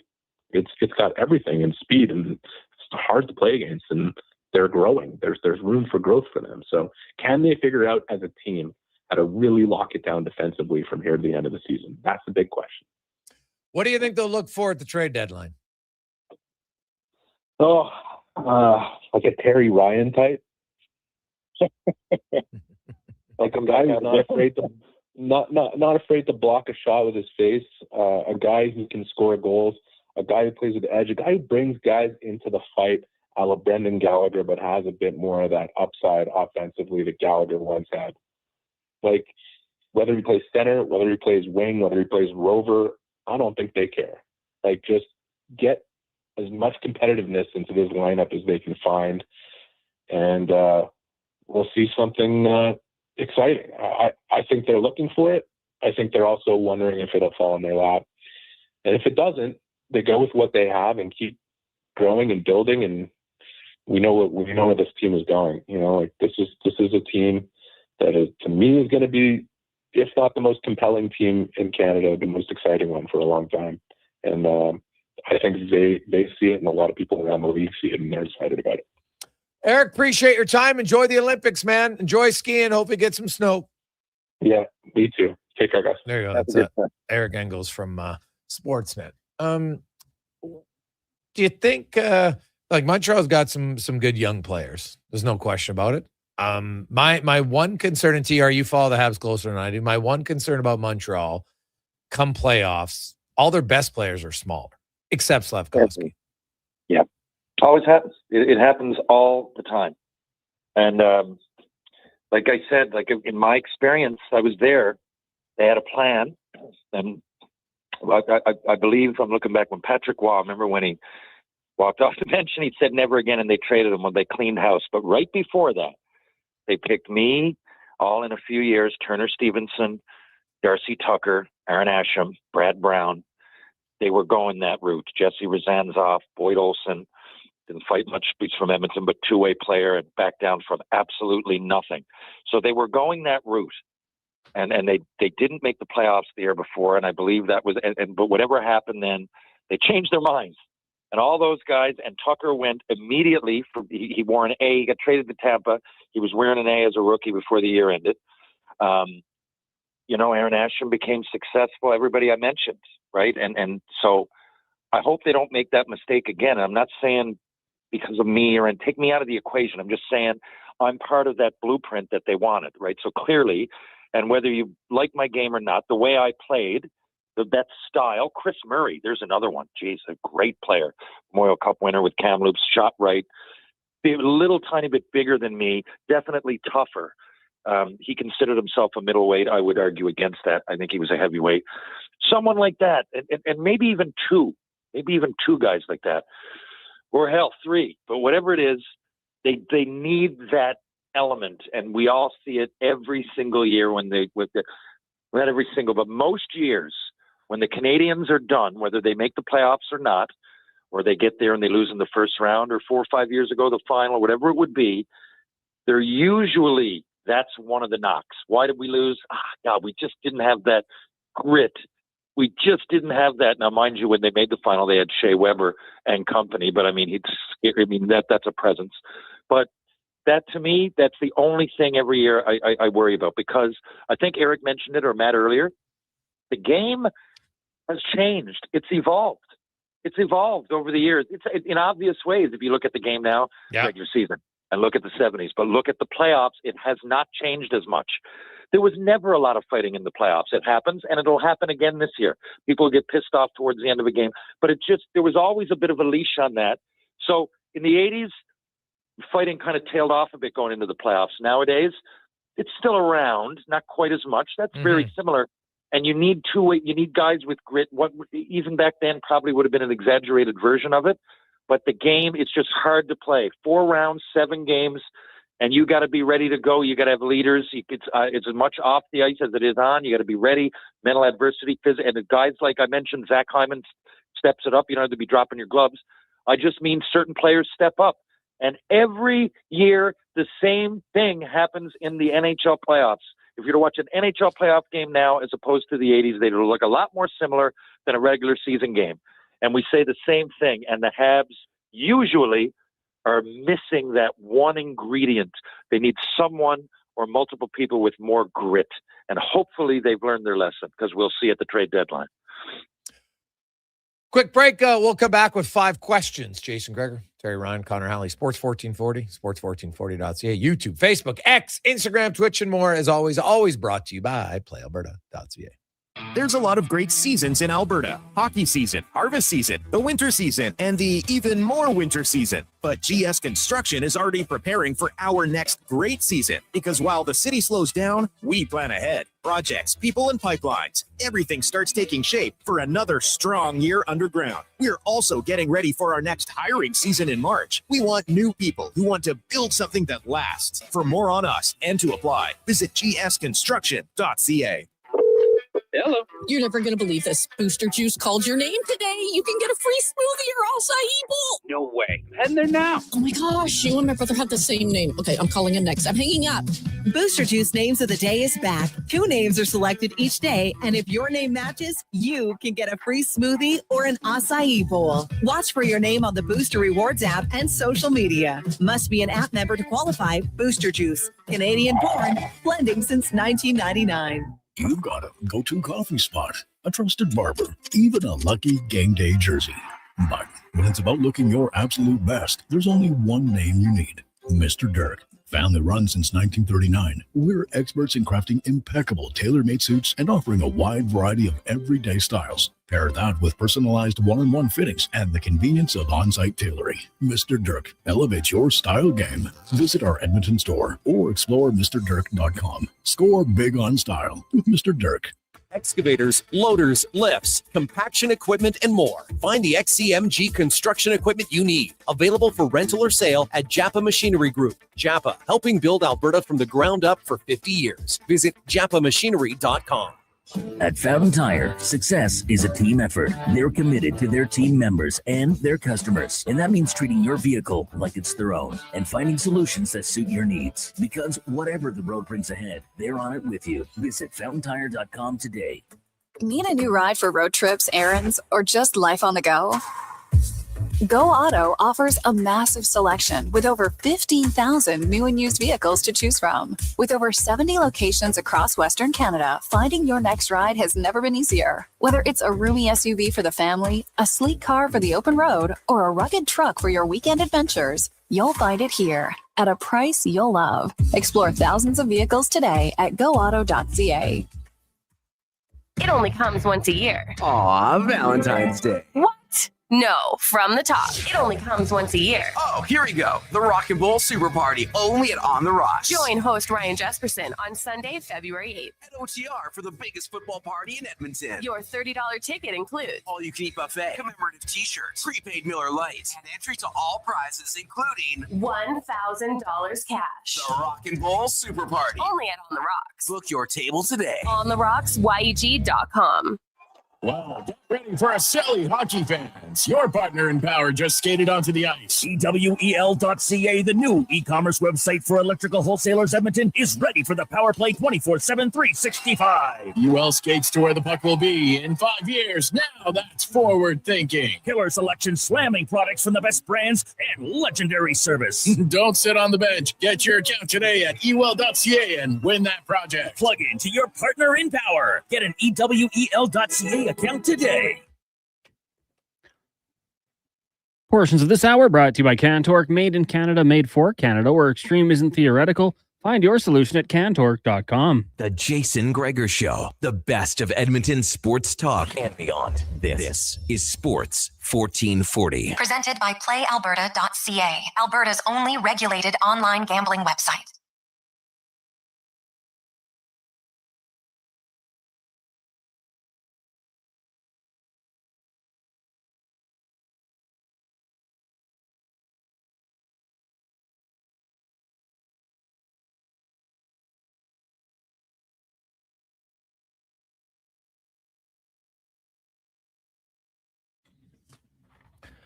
We roll through.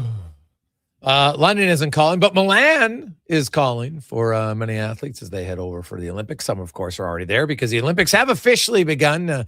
Mixed curling, women's hockey already underway, opening ceremonies early tomorrow morning. If you want to get up and watch them, if you are a fan of the ceremonies, Cons is I think it's like 6 a.m. our time tomorrow morning. You might want to check that out for sure. But it's lots of the events and stuff like that will be happening. Or is tomorrow actually? Maybe tomorrow's a little bit later. We might want to know exactly when the opening ceremonies begin tomorrow. But there will be some games, as I mentioned. If Canada makes it to the men's gold medal, that'll be a Sunday 6:10 Edmonton time in the morning puck drop. Some of you diehards will probably be staying up all night. Others will just set the alarm, get ready to go, because what's great about big events and big games is people who aren't diehard fans, they like to be a part of it, which makes it better. I'm sure in your own household, you got, your husband, your wife, your daughter, somebody who's not really a big fan, but, it's a gold medal game. Oh, well, I'm a fan now, which is totally fine. Just makes it a little bit more enjoyable. You've seen that a lot in the playoffs the last few years in Edmonton. People who aren't huge fans, they get behind the team in the playoffs, and I think you'll see a lot of people get behind the teams for the Olympics. And not just that, for curling, for short. Anytime there's a gold medal or any medal on the line for a Canadian, it's kind of cool now that that's the one thing you can get notifications if you want to find out going for a medal. It's always fun to watch. So hopefully we get a lot of medals. That'll be nice. Let's get to 5 questions brought to you by The Brick. You got a few days left for the friends and family savings. You can get in-store only up to 50% off clearance mattresses and 60% off clearance scratch and dent appliances. And when it says scratch and dent, like it's like minor, but you get 60% off. It's an unreal deal. Check it out at The Brick and thebrick.com.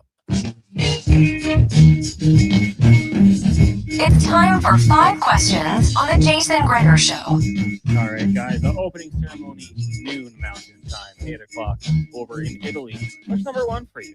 And, of course, in his posting comments, the word coach came out of Leon Draisaitl's mouth. Of course, social media overreacts, gets fired up. So I'm going to ask you both, on a scale of 1 to 10, what do you think the likelihood that a coaching change could happen for the Edmonton Oilers? 0. Yeah. But if you're asking me first, I don't. Unless like they go 0-10 or something crazy after. I just don't. I don't see that happening. It wasn't on my bingo card. Maybe it was on your guys, but I haven't thought of that all year. And it seems we might criticize here and there, but I think he's doing a fine job. Question number 2, just on the topic of that. Who do you think are the top 3 coaches that are not currently coaching in the NHL? Who do you think of? Oof. You see, it's interesting. I see a lot of Oiler fans, and I don't get it. They're like, oh, the Oilers should go get Pete DeBoer. And I'm like, what? Did you guys not? Knobloch schooled Pete DeBoer in that series last year. Matchups and lots of different things. I'm not bringing in Pete DeBoer over him. So it's a good. I'm not. Best coach is not running a bench right now. It's hard to say. I think it. I actually like Barry. I thought Barry Trotz is a very good coach. He's currently a GM, but I don't think he's going to do it anymore. But I think some of the best coaches, the coaches we don't know about who are in junior, haven't got a chance yet. I'll say that. I think some of the old treads are the old treads. They're the same old, but I don't necessarily think they're the best. Yeah, I mean, of guys who've been there, Gerard Gallant, I'm a big fan of. I didn't mind Jay Woodcroft, although I just don't know the field. You're right. There's got to be some great up-and-coming coaches out there, some of whom I probably played with or against. But yeah, I guess if you keep it at that, DeBoer is seemed to be a decent coach. That's decent, putting it mildly. Gallant and God. Terry Ryan Sr., there you go. Terry Ryan Sr., the old Mount Pro Blades junior coach, Atlantic champ there. I'll throw him in. Like one name, if I'm going to throw a name out there, who I think all he's done is win. And if that's the barometer, I don't care that he doesn't interview well, but Todd Nelson obviously knows what he's doing. He's had lots of success at lots of levels, but he never gets success in the NHL because allegedly he doesn't interview well. Who the hell cares? Like, what? I'm like, what does he not interview well? Because, like, does he coach well? That's what I'd be asking, right? I'd try to sit down. And then the other guy who I think David Carl is going to be a name in the future that people are going to see as an NHL head coach. Not interviewing well shouldn't even be a thing. The whole year is an interview. I mean, just look at a resume, for God's sake. Interview well. Question number 3 for you guys. Super Bowl on Sunday. What do you think is the most underrated Super Bowl party food item? So I always ask you the best. What's the most underrated? Yeah, that's pretty much anything on the table. Here in Newfoundland, I'll say I like a good party with some fish cakes. I love fish cakes, and they come out at some Super Bowl parties here. There you go, a little bit of a Newfoundland vernacular for you. I'm going to say roasted cauliflower. So good. It's underrated, TR. You should try it. I'll send you the recipe. It clearly is, because that you could have given me 1,000 guesses for you, and I wouldn't have picked that. So clearly it's underrated because I didn't have it on the chart. I'm going to try it out. Yeah, buddy. It's so good, man. Oh, so good. Question number 4. At this point in time, is there an NBA team that stood out to you in terms of their dealings at the trade deadline? Cons, you go first. Oh, man. How could I go away from the Toronto Raptors bringing in the vet? I'd Get out of here. Just standing out, I'm going to say the Milwaukee Bucks not moving on from Giannis Antetokounmpo. Like we thought it was going to happen, and this was a guy who I thought would go to contender and, get a chance to go for rings for the next few years. And I don't know if there was some, cold feet, or if it was a situation where there just wasn't what they wanted to get in return. So I would say the Bucks for me kind of stood out because I was waiting. I was just waiting for that notification, and it never came. You know what? I'm going to actually say the Raptors, because the Raptors didn't go after the wrong guy, which I think they've done at times in the past. Right? They made 2 minor deals, to get rid of some guys, but I actually like that the Raptors didn't go out and, because they seem, some of their deadline deals. I'm not talking Kawhi because I wasn't a trade deadline deal, by the way, but some of their acquisitions lately. So I like the fact that they said, hey, you know what? This is our group. We're not necessarily, because I don't know, like, unless you were going to get onto Antetokounmpo, I don't know if there's a player out there that really would have pushed them over the top. I was blown away. Every expert, and again, I know a little bit more about basketball than football, but I rely on the experts. And man, I heard everybody was guaranteeing that he'd be gone. And you look at the situation, I mean, I'm just really, really surprised. So that would be the first thing that stood out. Secondly, please tell me why in the world anybody would trade for James Harden going into the playoffs.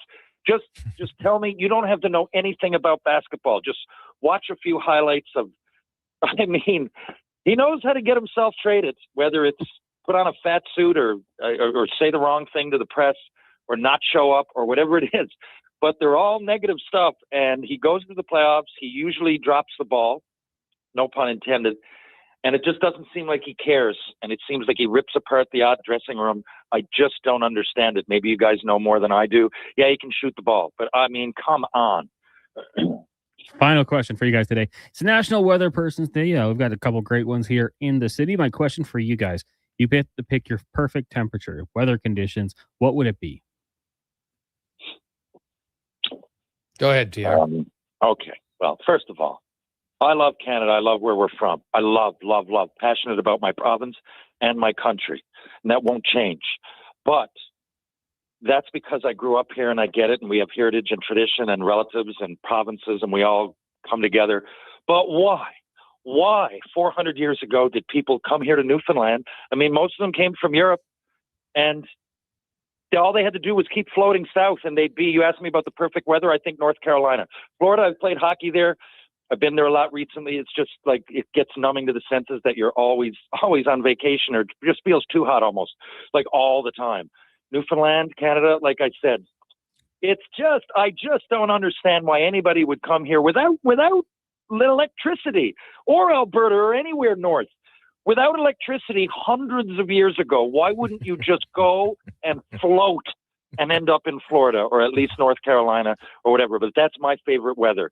When you get into the Carolinas in the United States, I guess on that side of the world, you're talking about Oregon and then kind of Northern California, where it's not overwhelmingly hot, but you're reminded that there's seasons, but that's about it. It doesn't get absolutely backbreaking, freezing cold like it is right now here. Yeah. Wow. If we're talking the best temperature, like I will say, now it's probably because that's all I know and that's what I grew up. I like seasons. I like that it changes, and we have hot and we have cold, and then we have some warm, and we have fall and spring's all different. But if I could only live in one temperature, I agree with you. It's hard, and although I don't mind the cold, but I don't love it as much as to me the ideal temperature, weather conditions has always been Maui. You get some rain when it comes in, but it's like warm rain. And it's never like 38. It's, I think, well, I shouldn't say never. I've never been there every month of the year, but every time I've gone, it's like 28, 27 to 31. Perfect. So that's what I would say. And humid enough that it, your skin breathes even more. It's amazing. So that's what it'd be for me. Comment? I don't love the extreme heat, so I would say perfect temperature for me, conditions overall, probably 20 degrees and a little overcast, not too sunny. You're a little white. Well, I don't think that's true, but the sun's dangerous. You gotta live with a healthy fear of the sun. So a little overcast, but 20 degrees, and I like shorts and a hoodie. If I can rock that, then I'm in a good space. So that's probably my pick. Shorts and a hoodie. Yeah. Oh, okay. All right. Often I've been criticized for that look. Like if you're wearing one, you don't need the other. But You're wearing shorts and a hoodie. Are you wearing sandals or are you wearing running shoes? Depends on the activity, of course. If I'm going to the beach, well, then the hoodie might come off, obviously. But yeah, shoes for sure. All right. TR, do you have a Super Bowl party you are attending on Sunday? Haven't even thought about it yet. Yeah, I'll probably hang out with my buddies one way or the other. There'll be enough on the go. Usually I head down to my local watering hole, Greensleeves. A lot of people will end up with. It's one of those Greensleeves, even though there's all kinds of bars. I believe the most per capita downtown than anywhere. At least that's the rumor. It always has been. On Water Street and George Street is only bars. But yeah, my buddies and I would always really gravitate. At some point, we'll all be at Greensleeves. So that's all I really know. Well, who are you picking to win? Oh, I got Seattle all the way. Ooh, all the way. All the way. Yeah. All right. Well, I'm going on. Again, I rely on experts, but A, I love their defense, but B, I really want them to win. I like the personnel more, and I don't. I'm not a huge New England fan. I don't hate them, but in these two choices, I'm way all over Seattle, and I lived outside of Seattle. I spent a lot of time there. Nothing wrong with it. TR, have a good weekend. We'll talk to you on Tuesday. Thank you, Connor. Thank you, Jason. Thank you, Edmonton. Chat soon. There you go. That is Terry Ryan joins Tuesdays and Thursdays. Quick break. We'll come back. Spec will join us. It's a Gregor Show presented by PlayAlberta.ca. But first, let's get to Sports 1440 update brought to you by Loca Quality Markets. Food that is chef prepared, healthy, tasty. Pick up 2 locations, Sherwood Park or Edmonton, or they'll deliver it right to your door. Order now, meals.loca.ca. This is a Sports 1440 update. Hockey Canada announcing today that Braden Point has been ruled out of the games in Italy and will be replaced by Hurricanes forward Seth Jarvis. Jarvis represented Canada at the Four Nations Face-Off last year. Has 25 goals, 43 points in 48 games so far with the Canes on the ice tonight. Canes in New York taking on the Rangers. Devils host the Islanders. Penguins up against the Sabres. Flyers meet the Sens. We'll have the Preds and Capitals, Lightning, Panthers, and the Kings in Vegas. Canadian curlers Brett Glenn and Jocelyn Peterman succeeded their first true test at the mixed doubles at the Winter Games, defeating Norway 6-3 and Italy 7-2. Canada now tied for top spot with Great Britain at 3-0. In the association tonight, the Toronto Raptors will host the Bulls, tip-off 5:30. Elsewhere, Spurs meet the Mavericks, Suns host the Warriors, and the Sixers taking on the Lakers. And from the world of Major League Baseball, back-to-back American League Cy Young winner Tariq Skubal won his case against the Detroit Tigers and will now earn $32 million next season. Coming up in Hour 4 of the Jason Gregor Show, we'll be joined by Mark Spector of Rogers Sportsnet, and Michael Hurley from CBS Boston will join us to look at the Patriots. I'm Connor Halley. This has been a Sports 1440 update. Sports 1440 in West Edmonton Mall and Wetaskiwin. CKJR is a Stingray radio station. Download the free radio player app and listen wherever you go. Looking for the perfect gift? Give the gift of great taste with a Loca Quality Market gift card. Redeemable at any Loca Quality Market or Loca operated restaurant. It's a treat for food lovers. Ready anytime. Grab yours today at loca.ca. Hey, sports fans, we've got a clear choice for you. Afternoon. At Crystal Glass, we provide customers with the perfect glass for any job. From home to auto and even commercial, installation or repairs, we're your team. Call 310 Glass or visit crystalglass.ca. Crystal Glass. The job isn't done until the last load is hauled, and having a semi-trailer out of commission is not an option.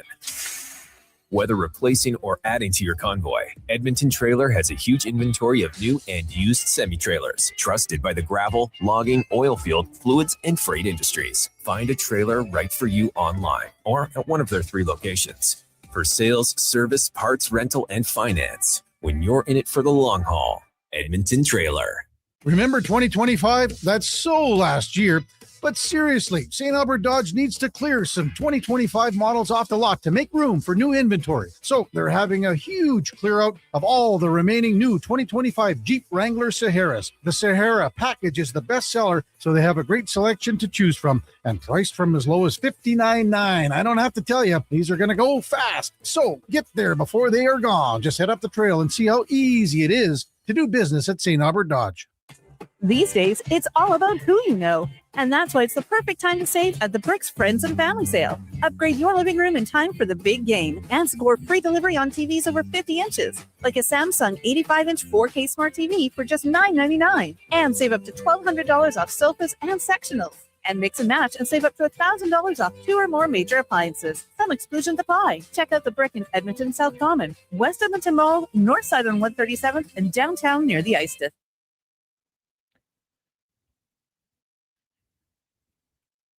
Portions of this hour brought to you by EUL. Get your power play amped up with EUL, supplying the city of champions and Alberta with quality electrical gear since 1975. EUL.ca is your partner in power. This is Sports 1440, where Edmonton talks sports. On YouTube, Facebook, and X. Here's Jason Gregor. Brought to you by PlayAlberta.ca.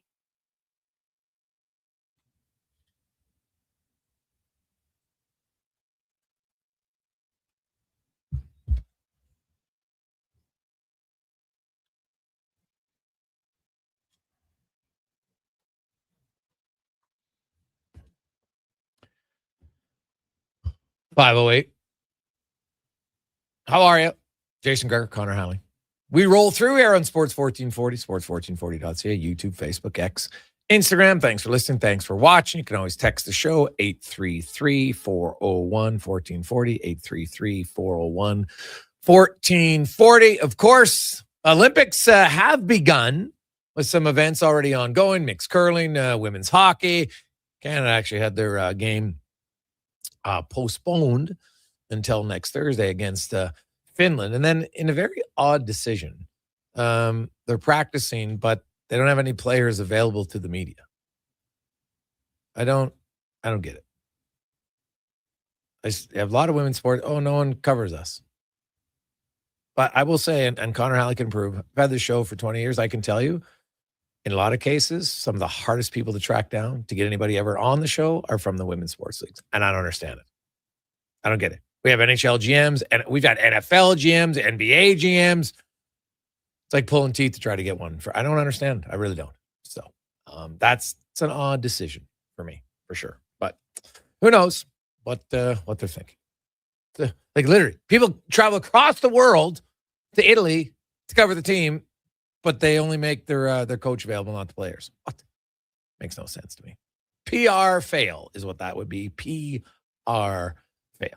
Man, if I was someone who was traveling to cover the team, I would be pissed. Let's get to, by the way, Gregor Show is always brought to you by PlayAlberta.ca. We got some extra odds and specials, of course, every day for the show. We have get in later tonight. Maybe a little action on the Vegas and the Kings. Over 5.5. And that Tampa Bay, Florida, it's too bad. There's lots of guys out of that game for injuries on both sides. It probably won't have the same snarl, but you never know. It might. It's become a really good rivalry between the Panthers and the Lightning. Maybe a game you want to watch tonight. So check it out, playalberta.ca. Let's get to the Spec Report brought to you by GS Construction, underground infrastructure specialists that make your life more enjoyable. Simple things like running water, indoor plumbing. They are the grinders, the unheralded, underappreciated people in construction. GS Construction, as Mark Spector from Rogers Sportsnet joins us. Spec, how are you, my man? Sorry, I'm not available today. You'll have to talk to Wrigley, my dog.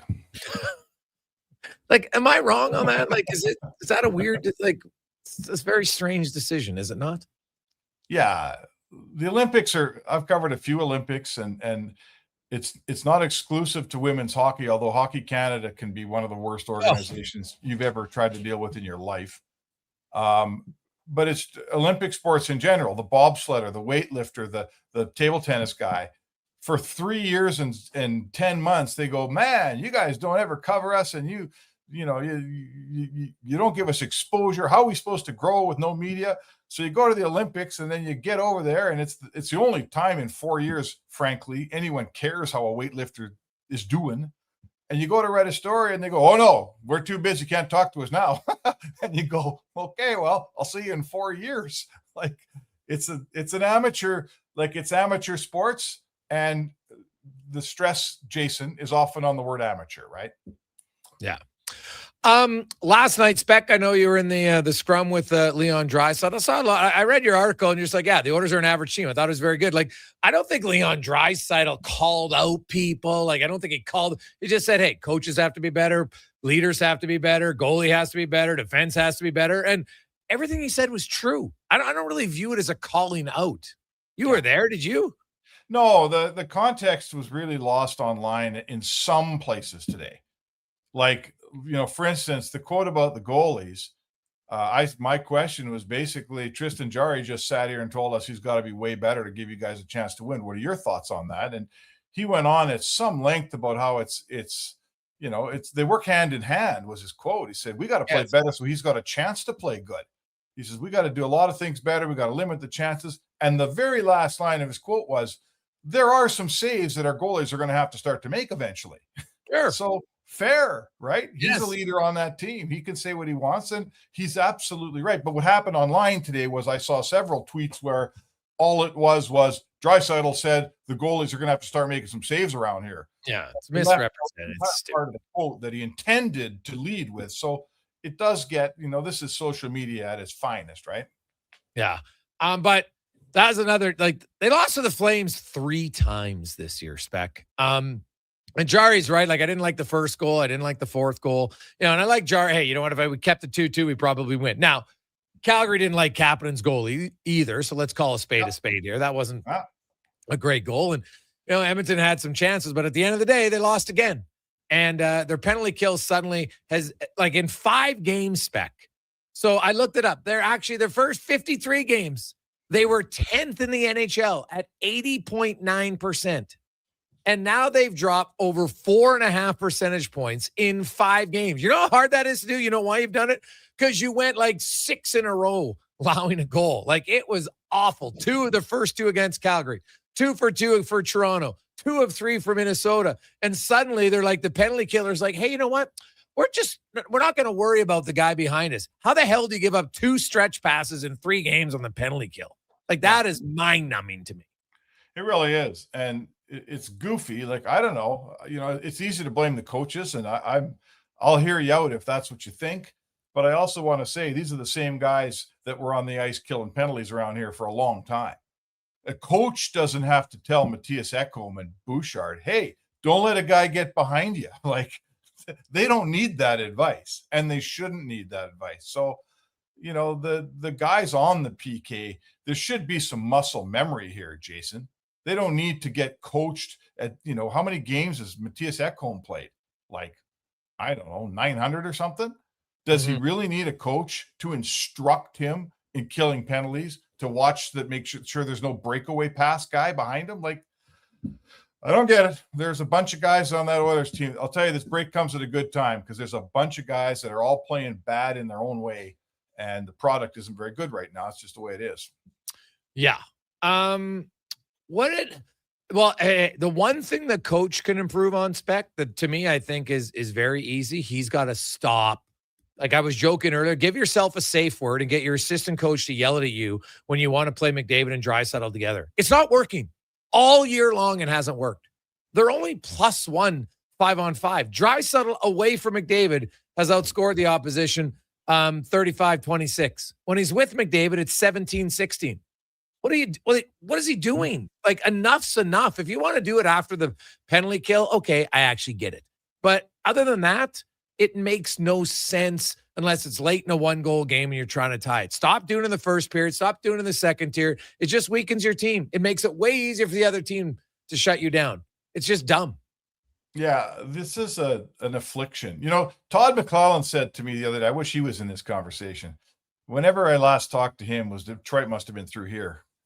And he said, you media guys, what a bunch of jokers. He says, all you ever do is talk about how you'd never played McDavid and Draisaitl together. If I put you behind the NHL bench, you'd have those guys in the same line in 30 seconds. That's what McCullen said. But I'm with you. Like, I'm not disagreeing with you. We've watched, going back to Dave Tippett in this town, coaches succumb to what we've called the nuclear option.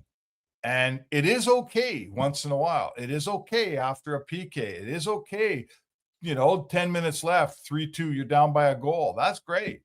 but it always goes this direction, Jason. It bleeds into, well, it works late in the third period. Let's try it in the second. Oh, geez, we had a tough start. Let's try it in the first. And before you know it, you have what I like to call the Derek Ryan syndrome. He's the only guy among depth players in this town that's had the cojones to stand up and say, this is wrecking our team because the rest of the guys are sitting on the bench. We don't have any role. We don't feel any like we're being leaned on to help win games. We're not given the responsibility to help around here. Every time there's trouble on this team, and I'm paraphrasing Ryan here, Derek Ryan, but this is what he said.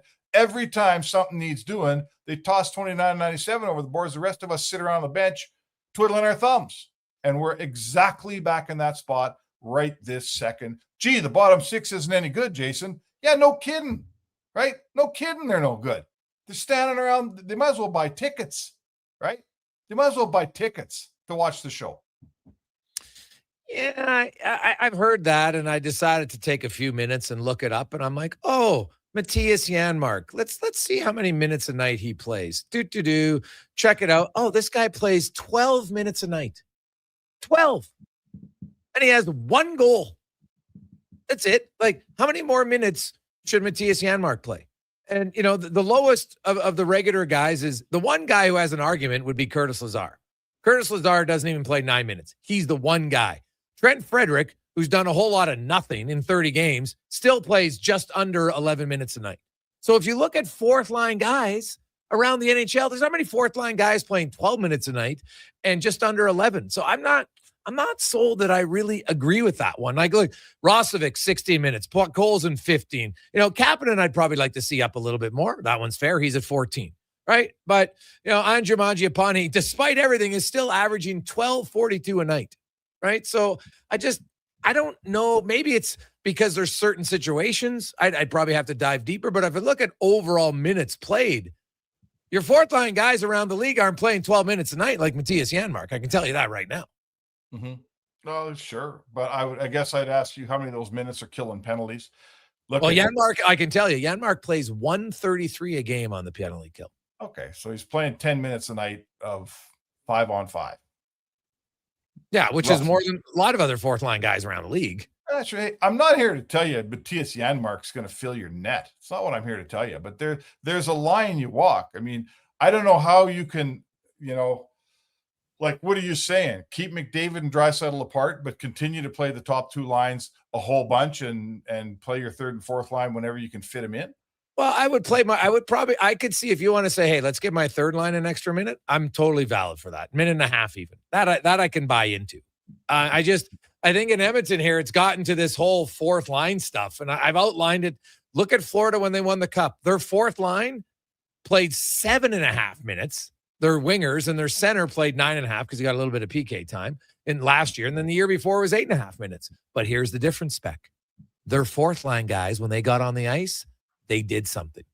They hammered and they got noticed, right? So Edmonton has, like, no offense to Derek Ryan, he's in his shadow in his 8 minutes, right? So it is different. So if Edmonton says, hey, we want guys like, you know what, Trent Frederick should be more of a hammer, not just a nail. Right. And so I get that they want guys to play more, but the numbers don't back up the complaint on that. I just don't like the loading up the top line too often, because I think that what that does is it neuters your rest of your team. Because now you're saying we got one line that scores and we're going to hope our second. Why not just keep Draisaitl apart? Because the numbers say they're better. And if he's apart, Spec, you're going to rotate three lines more often. You're not just going to double shift two lines, right? You're going to rotate them more often. Listen, however we want to slice this up, they've got to find at least a third line that helps out around here, right?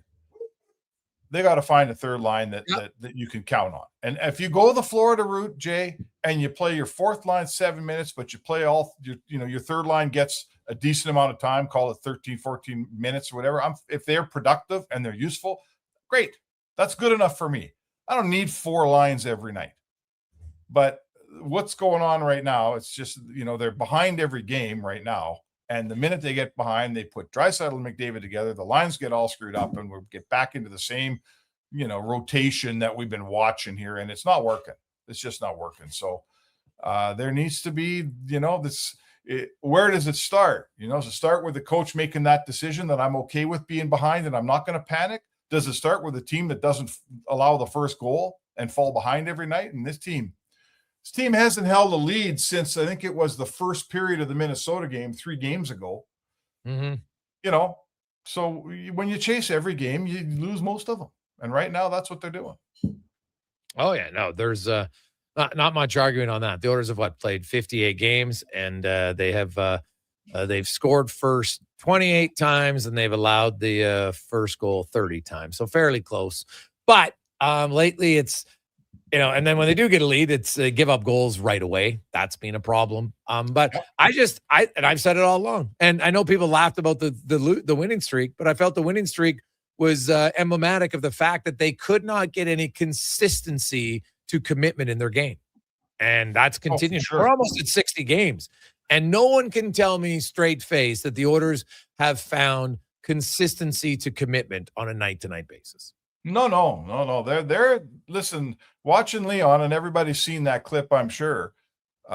He's back to, that level of exasperation that we have seen the last couple of years in late November, when they're all saying, hey, look, we're 25 games in. It's time to get this thing going here. We've watched it before, but now we're 60 games in. And make no mistake, as Draisaitl said, we're not the same team we were last year. We're not even close, was his quote. Not even close. Now, let's dissect that. Does that mean that he's saying we've got a bunch of the same guys and we're not playing as well? Does that mean he's saying the GM has left us with a team that's nowhere near as good as we were last year? I don't know exactly what that means, but the end result is, in Leon Draisaitl's opinion, this team isn't even close to being as good as it was last year. And, I wrote this today, and I don't know if I agree with it, but I wrote it. We have heard this for 2 years running, not this late in the season, but for each of the last 2 seasons. I remember hearing voices telling me, the Oilers, their defense isn't good enough. They're not deep enough up front. Their goalies aren't good enough. There's no way. They're just not as good as Dallas. They can't make it through. And they went to 2 cups. So here we are again. We're hearing this again, and I'm saying it. I'm not disagreeing. I don't like the way they look. I don't like the way they're playing. I don't like their construction. Their goaltending is probably, if anything, worse. So I'm saying it. I'm not blaming others. But we have been saying this for 3 years in a row. And in 2 of those years, they did go to the Stanley Cup final. Yeah, but that's 2 different things. Okay, like Leon Draisaitl just said, we're not close to the team right now that they were last year. Now, they did go there last year, but if they keep playing like this, they won't. So it's valid to say they got to play better. And there's no guarantee that they can just snap their finger and poof, magically. No, there's no guarantee. But I guess what I'm saying to you is the last 2 years, they figured it out. That's all. Right now, maybe this year's roster can't do teams, though, right? Lots of different players, lots of guys gone from last year's team, right? Yep. Skinner's gone, Pickard's gone, Kulak's gone, Brown's gone, Arvidsson's gone, Perry's gone. So it is different guys. Now, totally different guys. Yeah. Maybe it'll be better when it gets there, but the way they're playing right now, it's not like I have no idea if Stastny can play well in the playoffs. I've never seen him there. I have no idea if Jari can play well in the playoffs. We don't know if Ingram can play well in the playoffs, right? There's definitely some questions because last year's team, Corey Perry had played good in the playoffs before. Connor Brown had played well in the playoffs. Brett Kulak had played well in the playoffs every year, right? So even Stuart Skinner, he had some dips, but he also had some good games. You got a lot of guys you don't know, right? Matt Savoy's never played in the playoffs, right? So we don't know. So that's a lot of inexperience. When the playoffs start here, there's a lot of inexperience. That's why for one, I mean, to me, what we're learning here is the deadline, which is creeping up pretty closely. To me, the priority's got to be a defenseman, right? They need a defenseman. Yeah, they need a defenseman to play with Darnell Nurse, I'd say, a right shot D-man. So, and an experienced player, a guy that we're not looking at wondering if he can play in the playoffs. I'm not telling you it's got to be a first pairing guy. Number 4. Not going to get it. You need a good solid number 4. Hopefully settle Nurse's game down because it hasn't been great. And that's where it starts. If you can find a way to squeeze a forward in at the deadline, go for it, Stan Bowman. But there's got to be a defenseman here. It just has to be. Would Connor Murphy fill that void for you? Yeah, maybe. I don't mind Connor Murphy's game. Before I gave you a definitive answer, I'd probably phone 5 or 6 people and see what they think of him because they get paid to watch him all the time. But I don't mind that player. What about you? Yeah, I don't mind his size or anything. I'd have to dig deeper too. I'm looking. I was just going off the top of my head. I'm thinking teams. Okay, who's a team that's out of it that has a right shot defenseman who's on an expiring contract? Right. Perfect. So he's in. But his cap hit I think is like 4.4 or 4.5, something like that. So to make it work, you're gonna have to move somebody out for sure with salary. Right. So that'll be the question. Yeah. Well, listen, we get to dig in on that. What do they have after? Did we not say there's 4 games before the trade deadline? Yeah, they got 4 games. They're on the road: Anaheim, LA, San Jose, and then they got 1 home game against Ottawa on the Tuesday, the 3rd. And then it's Tuesday, and then the deadline is Thursday? No, deadline is Friday morning. They play Friday night. So, there's some time here, and we're going to dig in on it, and the deadline's going to be fun because there's out east, there's probably going to be more sellers than there is in the west, but there's going to be sellers and sellers we didn't expect. Like, is Winnipeg going to be a seller? Nobody thought they'd be selling. Yeah. Very true. Very true. Right? Awesome. Spec, we'll talk to you tomorrow. Have a good one. Sounds good, Jake. There you go. That's Mark Spector. The Spec Report brought to you by GS Construction. And hey, we'll set up matchups because matchups are so key in playoffs, Olympics, and more. We'll discuss it on the Gregor Show, presented by PlayAlberta.ca. Mr. Rooter gets a colonoscopy. All right, Mr. Rooter, just relax. We're almost finished. Now, what am I looking at on the screen? That's your large intestine. Wow, the pipes of the human body. Incredible. This is just like when we use a camera for sewer inspection, except you probably don't find tree roots. You'd be surprised what we find. Once I found a bunch of Hot Wheels. Hey, me too. For a plumber who values healthy pipes, call Mr. Rooter. Scott McGilvery here, HGTV host and renovation expert. The one upgrade I know homeowners will love: better, fresher Culligan water straight from the tap. Culligan's Aquasential reverse osmosis filtration system takes your water to the next level. With up to 7 stages of filtration and 14 filter options, they're certified to reduce over 90 contaminants. Your tap water is about to get a major upgrade: safer water that tastes great. Get started with a free in-home water test at Culligan.com. Culligan, water you love. The longest running basketball show in Canada airs every Saturday morning at 10 on Sports 1440. Hoop City with Paul Sir introduces a new generation of basketball talk, and it's right here on Edmonton's home for sports, Sports 1440. McValue breakfast meals are $5 plus tax every day. Get a sausage McMuffin, bagel with cream cheese product, or breakfast burrito with hash brown and small coffee, all for just $5 plus taxes. Available until 11 a.m. at Canadian restaurants. Product availability varies. Prices exclude delivery. Wondering what to get your sweetheart this Valentine's Day? How about the gift of from Metal Supermarkets? They sell it, cut it, and bend it fast. Nothing says love like a sheet of solid steel to last a lifetime, just like your affection. Or you could do the old box of chocolate thing. So predictable. Be better. Metal Supermarkets, the local convenience stores for Southside, West End, metalsupermarkets.com. Portions of this hour brought to you by Papa John's. Enjoy Papa John's delicious butter chicken pizza for only $19.99 for a limited time only. Better ingredients, better pizza. Papa John's. Order at papajohns.ca or on the Papa John's app. The Jason Gregor Show, the best of Edmonton sports talk and beyond. This is Sports 1440. Presented by PlayAlberta.ca, Alberta's only regulated online gambling website.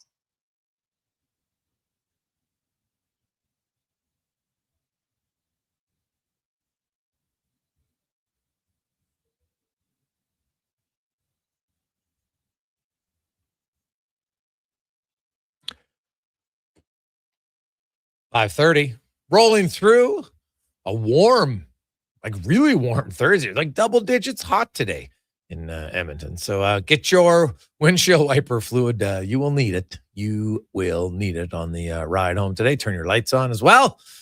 Of course, makes it much easier for everybody. And your rear lights, please. Not just the front ones. Get your rear lights on. That would be nice. Very nice. Now, let's get to our, as we go in the room, brought to you by Action Electrical, where you can take action on your savings. You've been thinking about it. solar for commercial or your home. They do both.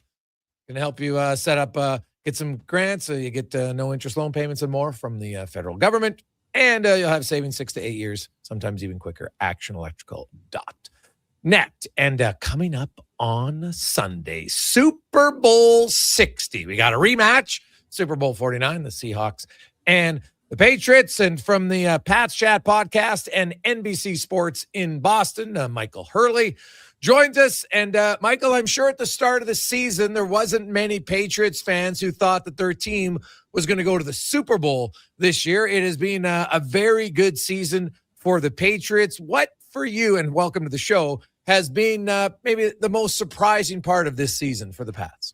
Yeah, and I would say even after the season started, when they started 1-2, I don't think I could even gone on the Pats Chat podcast and said, "Hey, the Patriots are going to go to the Super Bowl." They would have kicked me off of my own show. So it's nobody saw it coming. I think we all sort of looked at a flushing. You know, they got rid of Gerard Mayo. They bring in Mike Vrabel. He gets rid of half the roster. You're kind of looking, okay, you're looking 2 or 3 years down the line. Maybe you can compete. No one was even thinking they could win the division this year. So I'd say, you know, there's a number of factors up and down the roster, but the biggest, you know, reasons 1, 2, and 3 are Drake May taking steps in year 2 that we thought might take 2 or 3 or 4 years to happen. He was that good. And you'll see, I mean, a lot of people, I don't say this with any judgment or malice in my heart, a lot of people flat out didn't watch the Patriots this year.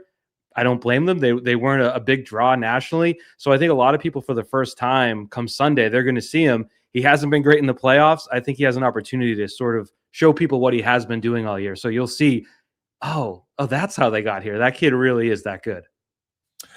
The matchup against the Seahawks defense has been very good. Now, the Patriots have faced some pretty good defenses. What do you see as the biggest challenge? What are the Patriots going to have to do different on Sunday against this Hawks defense to get success? Yeah, they're going to have to actually score. That's the craziest thing, is the defense has really carried the Patriots through the playoffs to this point. And I don't think you're going to be able to do that when you're going up against an offense as good as Seattle. So the Patriots offense is actually going to have to be effective.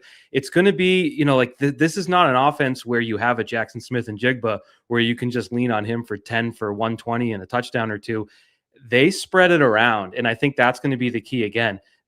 There'll be times at halftime where Drake May has 200 yards and a touchdown and 6 different guys have 1 or 2 catches. Like, it's never one guy. It's never volume heavy toward one guy. So I think that needs to be the situation where they've had some tough going. The Chargers were all over Drake May. The Texans were killing him. Denver, Drake May was legitimately bad before the weather and before the hit. So if it doesn't get there, this game could get ugly, but I do think they'll be able to run their offense in a more normal way than they have been in recent weeks. On the defensive side, you look at, JSN, he lines up all over the field. You can't just have one secondary guy cover him. So you're going to have to do it by committee. It's really hard to do. He might be the smoothest route runner out there right now in the NFL. He's amazing to watch. How do you feel the secondary? What are they going to have to do to try to slow him down? I've thought about that a lot because Christian Gonzalez is probably one of the best cover guys in the league. I don't know that you can cover Jackson Smith and Jigba, even if you are Pat Surtain, even if you are Christian Gonzalez. He is that good. Like you said, his routes, if he's running an outbreaking route, he's going to give a little shoulder fake at the top of his route that gets his defender to bite on the inside, and then he's wide open and he can catch everything. So I almost wonder if you save Gonzalez for Cooper Kupp, you double Smith and Jigba the best you can with, say, Marcus Jones and some safety help, and you kind of work from there. I think that might be a more effective strategy because, I don't know, if you use your best corner on a guy who can still get open, it's not the most effective way. But I think that the simpler answer, if they can get interior pressure on Sam Darnold, they could blow the Seahawks' entire game plan up because Sam Darnold, he can throw on the run. He's not a statue, but he's also not mobile. He's not fast. If you have Milton Williams and Christian Barmore taking advantage of, the soft spot in the Seattle line, which is in the interior, then I think that entire passing game can get disrupted. So I put more pressure on those interior D linemen than I even do the secondary. Michael Hurley joining us here on the Jason Gregor Show, taking a look at the Super Bowl, Patriots and Seahawks from NBC Sports in Boston. And, you talked about Drake May, if I can go back to that. And I've noticed every game in the playoffs, like you said, didn't get a chance to watch every Patriots game this year. But you go back to that Chargers game, he hits Hunter Henry to really push away in that game.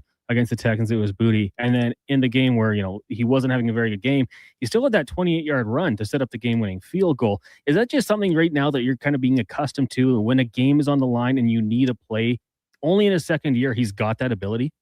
Yeah, he's had some moments this year that, the win in Baltimore in a Sunday night game that was nationally televised where he did take some of those steps. And I think the run that you mentioned last week was so big because he wasn't throwing well. And one thing you hear from defenders, I think it was after the Houston game, defensive players were saying, I didn't know he was that athletic. I didn't know he was that fast. And it's one of those things, he doesn't look like he's running as fast as he is, yet he's outrunning guys pretty much every week. He's outrunning defensive backs. He's outrunning defensive ends and everything. So he has speed that I think is somehow deceptive, maybe because he's upright, maybe because he's not churning his body a certain way, but it is sort of a secret weapon. And that's, I mentioned the interior pressure on the other side.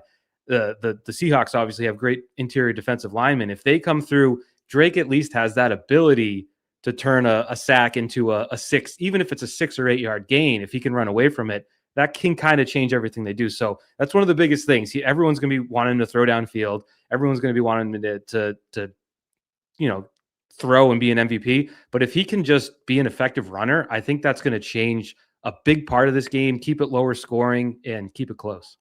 I also want to ask you, just with the head coach and Mike Vrabel, obviously Gerard Mayo was there and things didn't go the way they would have hoped. But you're still, the Patriot way. We've heard that talked about so long, going back to what Bill Belichick did with Tom Brady and the culture that they built. Was there any noticeable changes you saw in the offseason with Mike Vrabel and what he brought? Because, I think we all knew he was going to turn the program around. I just didn't think it would be this quick. Yeah, it's pretty crazy. So when they hired, well, I don't even need to call it hiring. When they made Gerard Mayo the head coach after, saying goodbye to Bill Belichick, it was almost crazy to see how little of a plan and structure Gerard Mayo had in mind. He didn't know who he wanted on his staff. He didn't know how he wanted to operate.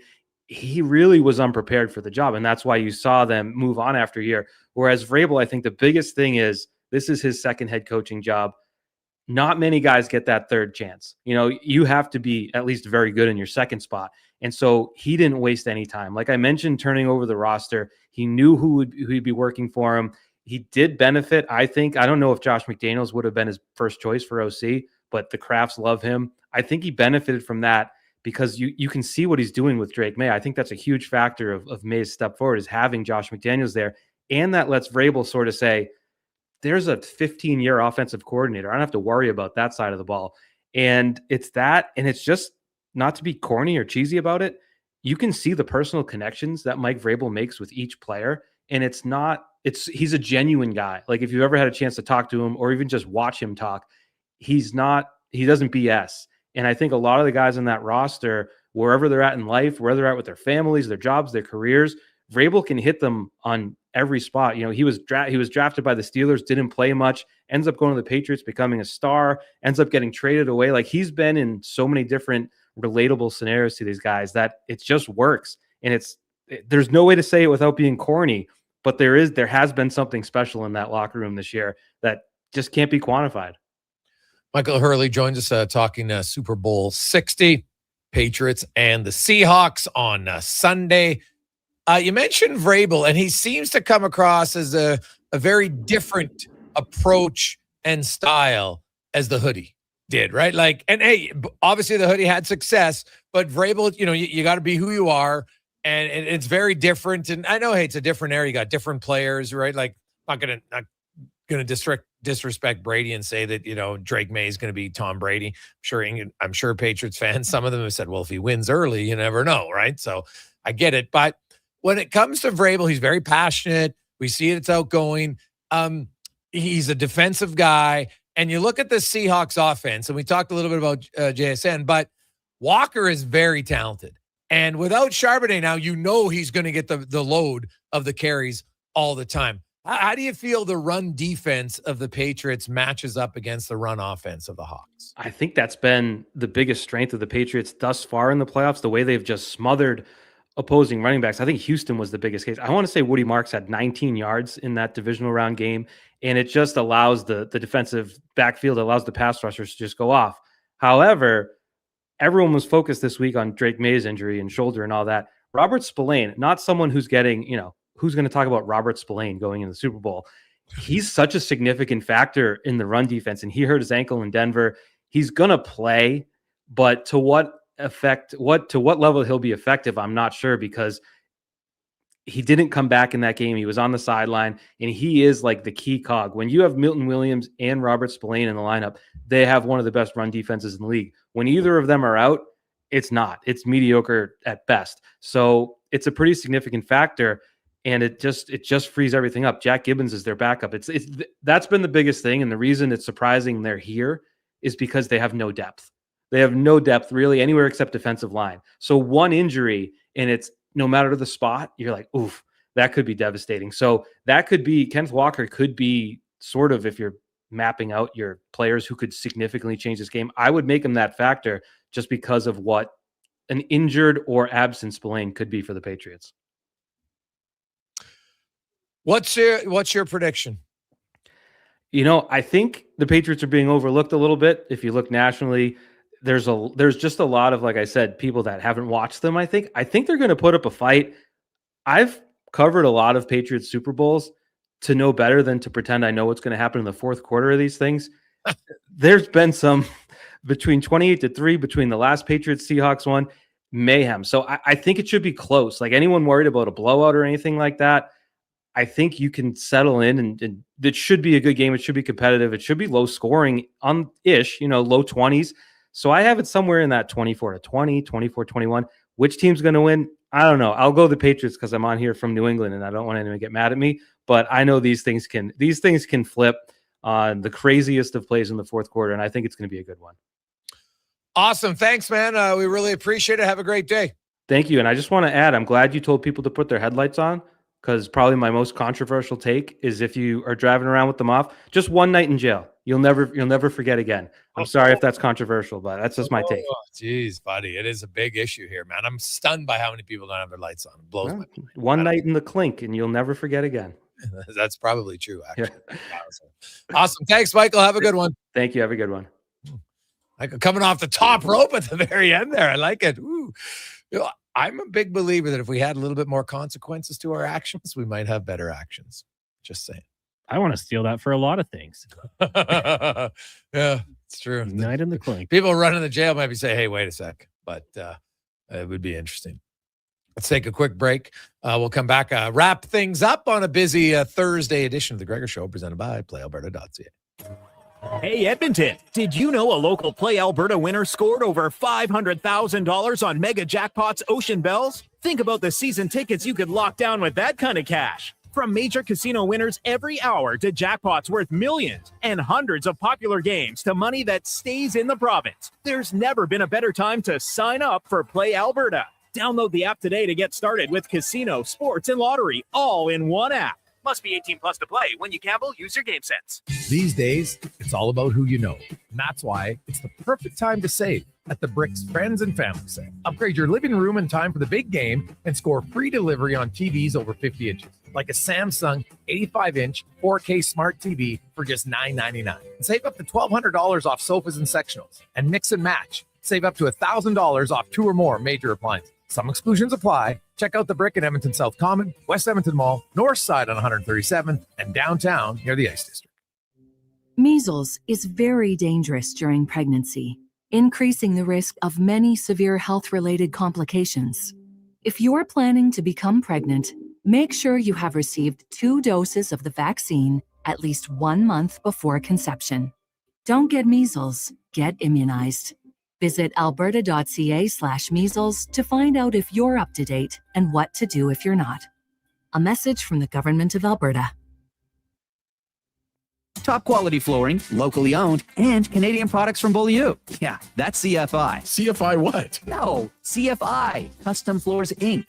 From free estimate to professional installation, contact Custom Floors Inc. at customfloorsinc.ca. I'm Rick Showers from Noble RV. This is the time of year people make their New Year's resolutions. If they're lucky, they'll keep that up till February. So I propose another resolution. This year, resolve to be camp ready. Now, what do I mean by that? At Noble RV, camp ready means never wondering if your RV will be ready for May long weekend. You know it'll be ready because you made the decision back in the winter. You know now. Is Camp Ready something I can get from No Bull RV? That's right, Bob. Camp Ready is our 12-month RV maintenance plan. It includes winterization in the fall, startup in the spring, roof assessments every year, and all your scheduled maintenance. So when you want to get to the great outdoors, you already know you're Camp Ready. How do I get to be Camp Ready, Rick? We're starting small, Bob. Just 29 Camp Ready plans are still available at No Bull right now.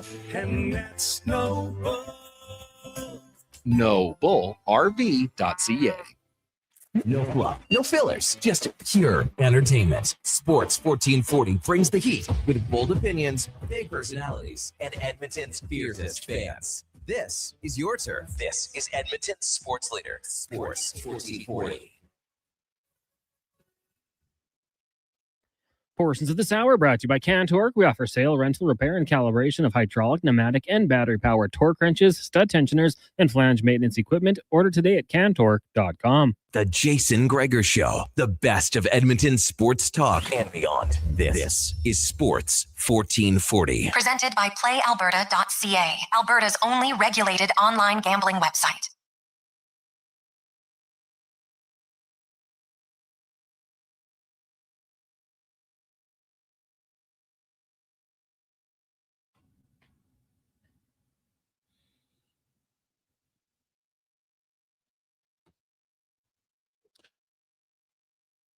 .548, we roll through, wrapping things up on the Gregor Show, presented by PlayAlberta.ca. Where you can get in the game, casino, live dealer, lottery, instance, and sports. You name it, they got it. PlayAlberta.ca. The daily grand tonight, $1,000 a day for the next 20 years, $7.3 million. Get your tickets at PlayAlberta.ca. Let's get to the 2-minute warning. Brought to you by Legacy Heating and Cooling. Home of the no payments, no interest for 1 year on your furnace. Want to stay warm all winter? Do it with Legacy. LegacyHeating.ca. Of course, Cam Tate, longtime journalist in town. He's always wanted to be in radio. Now, through the wonders of technology, his words come to life in the 2-minute. The C word. The infamous C word. No, not that one. Or that one. I'm talking about the one that sneaks into conversations, especially in sports locker rooms, where emotions run high and tape balls fly faster than Gregor dodging one to the eye. How's the vision, Gregor? Wednesday night's 4-3 loss to Calgary was a beauty, wasn't it?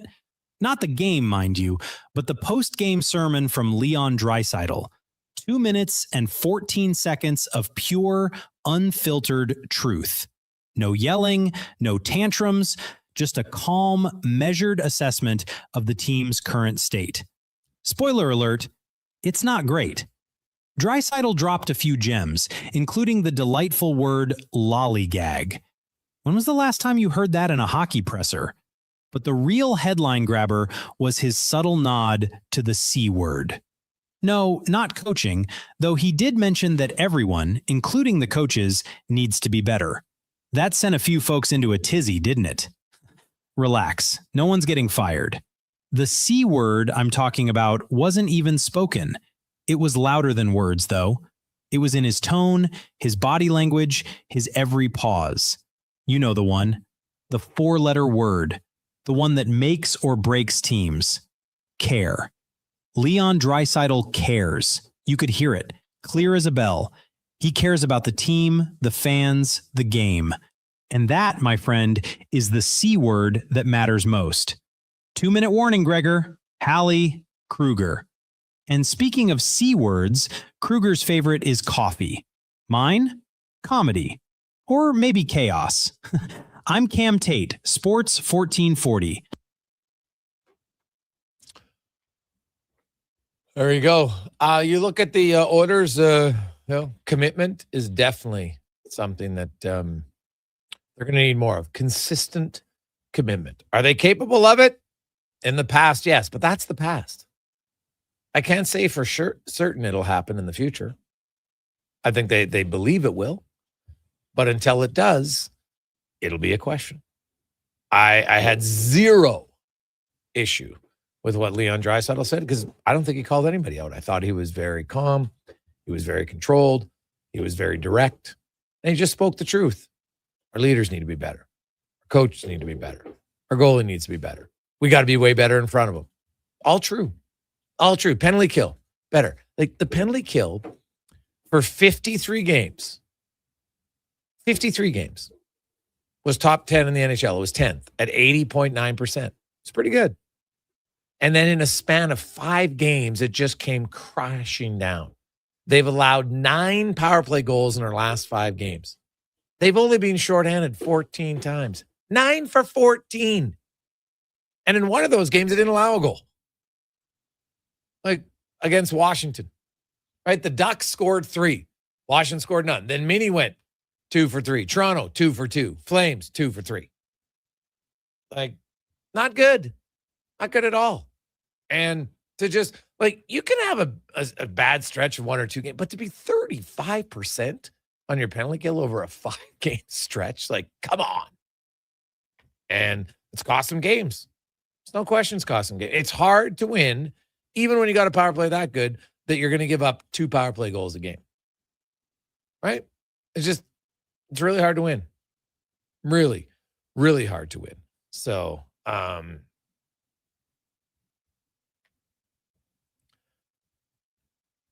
few other texts flying in as we wrap up the show, 833-401-1440. Gregor, you mentioned earlier the numbers on McDavid and Draisaitl. What are Draisaitl's numbers away from McDavid this year? Well, so together, Draisaitl and McDavid have played 286 minutes.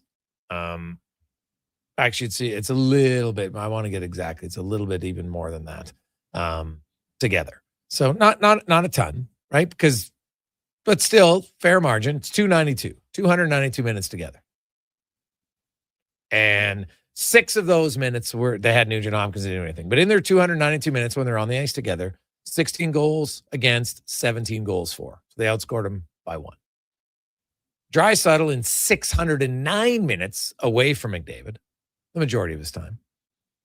35 goals for, 26 goals against. McDavid in 688 minutes away from Draisaitl, 35 goals for, 32 goals against. Now, the goals against have been high, and we can talk about goaltending in some of those, yes, but defensive play in a lot of those, not good, right? Like, not great at all. So, like McDavid, for those who love the PDO, McDavid's .998.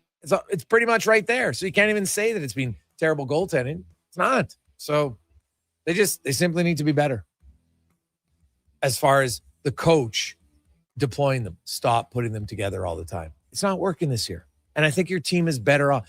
Think about an opposing team who has to say, oh, McDavid's line, now Draisaitl's line. It's just different than saying, oh, McDavid, Draisaitl together. You can load up and say, hey, guys, we can break even here.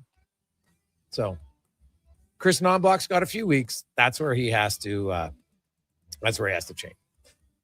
On behalf of Connor Halley, Declan Kruger, I'm Jason Gregor. If you missed any parts of the show, YouTube, you can watch it there, or just download the podcast or go to jasongregor.com for individual interviews. We'll have lots more in the Olympics, the Super Bowl, some NHL, and more tomorrow. Let's get to the comments. Sports 1440 update brought to you by Northgate Chevrolet Buick GMC. Where? Stop in, right? Cons, you okay over there? Holy cow. Something almost fell over. But right now, you can fall in love with a Buick for the month of February. You can lease a 2026 Buick Envision all-wheel drive, 0 down, $265 bi-weekly payments. And that includes GST. Northgate.com.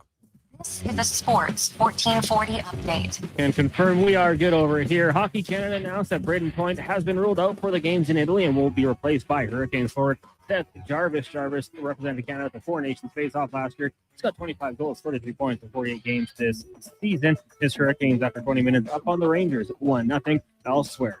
Penguins have a 2-1 lead over the Sabres, and Devils Islanders scoreless, as are the Flyers and Sens. Caps up on the Preds 2-0. Tom Wilson with his 23rd of the year. And the Lightning up on the Panthers 1-0 midway through the first. Only one more game tonight. Golden Knights games 8 o'clock from Vegas. Canadian curlers Brent Gallant and Jocelyn Peterman succeed in their first true test and mixed doubles to winner games, defeating Norway 6-3 and Italy 7-2 earlier today in the association. The Raptors up on the Bulls 23-11 in the first. Elsewhere, Wizards have a 50-31 lead over the Pistons midway through the second, and the Nets trail the Magic 42-25 in the second. From the Major League Baseball arbitration, American League Cy Young Award winner Tariq Skubal winning his case. He'll earn $32 million next season. The award is $13 million more than the Tigers originally argued. That's going to do it for us here on the Jason Gregor Show. Up next, it's Fox Sports Radio. Live local coverage resumes tomorrow morning, 7 a.m. with the Kevin Carrier Show with guest host Brandon Douglas. I'm Connor Halley. This has been a Sports 1440 update.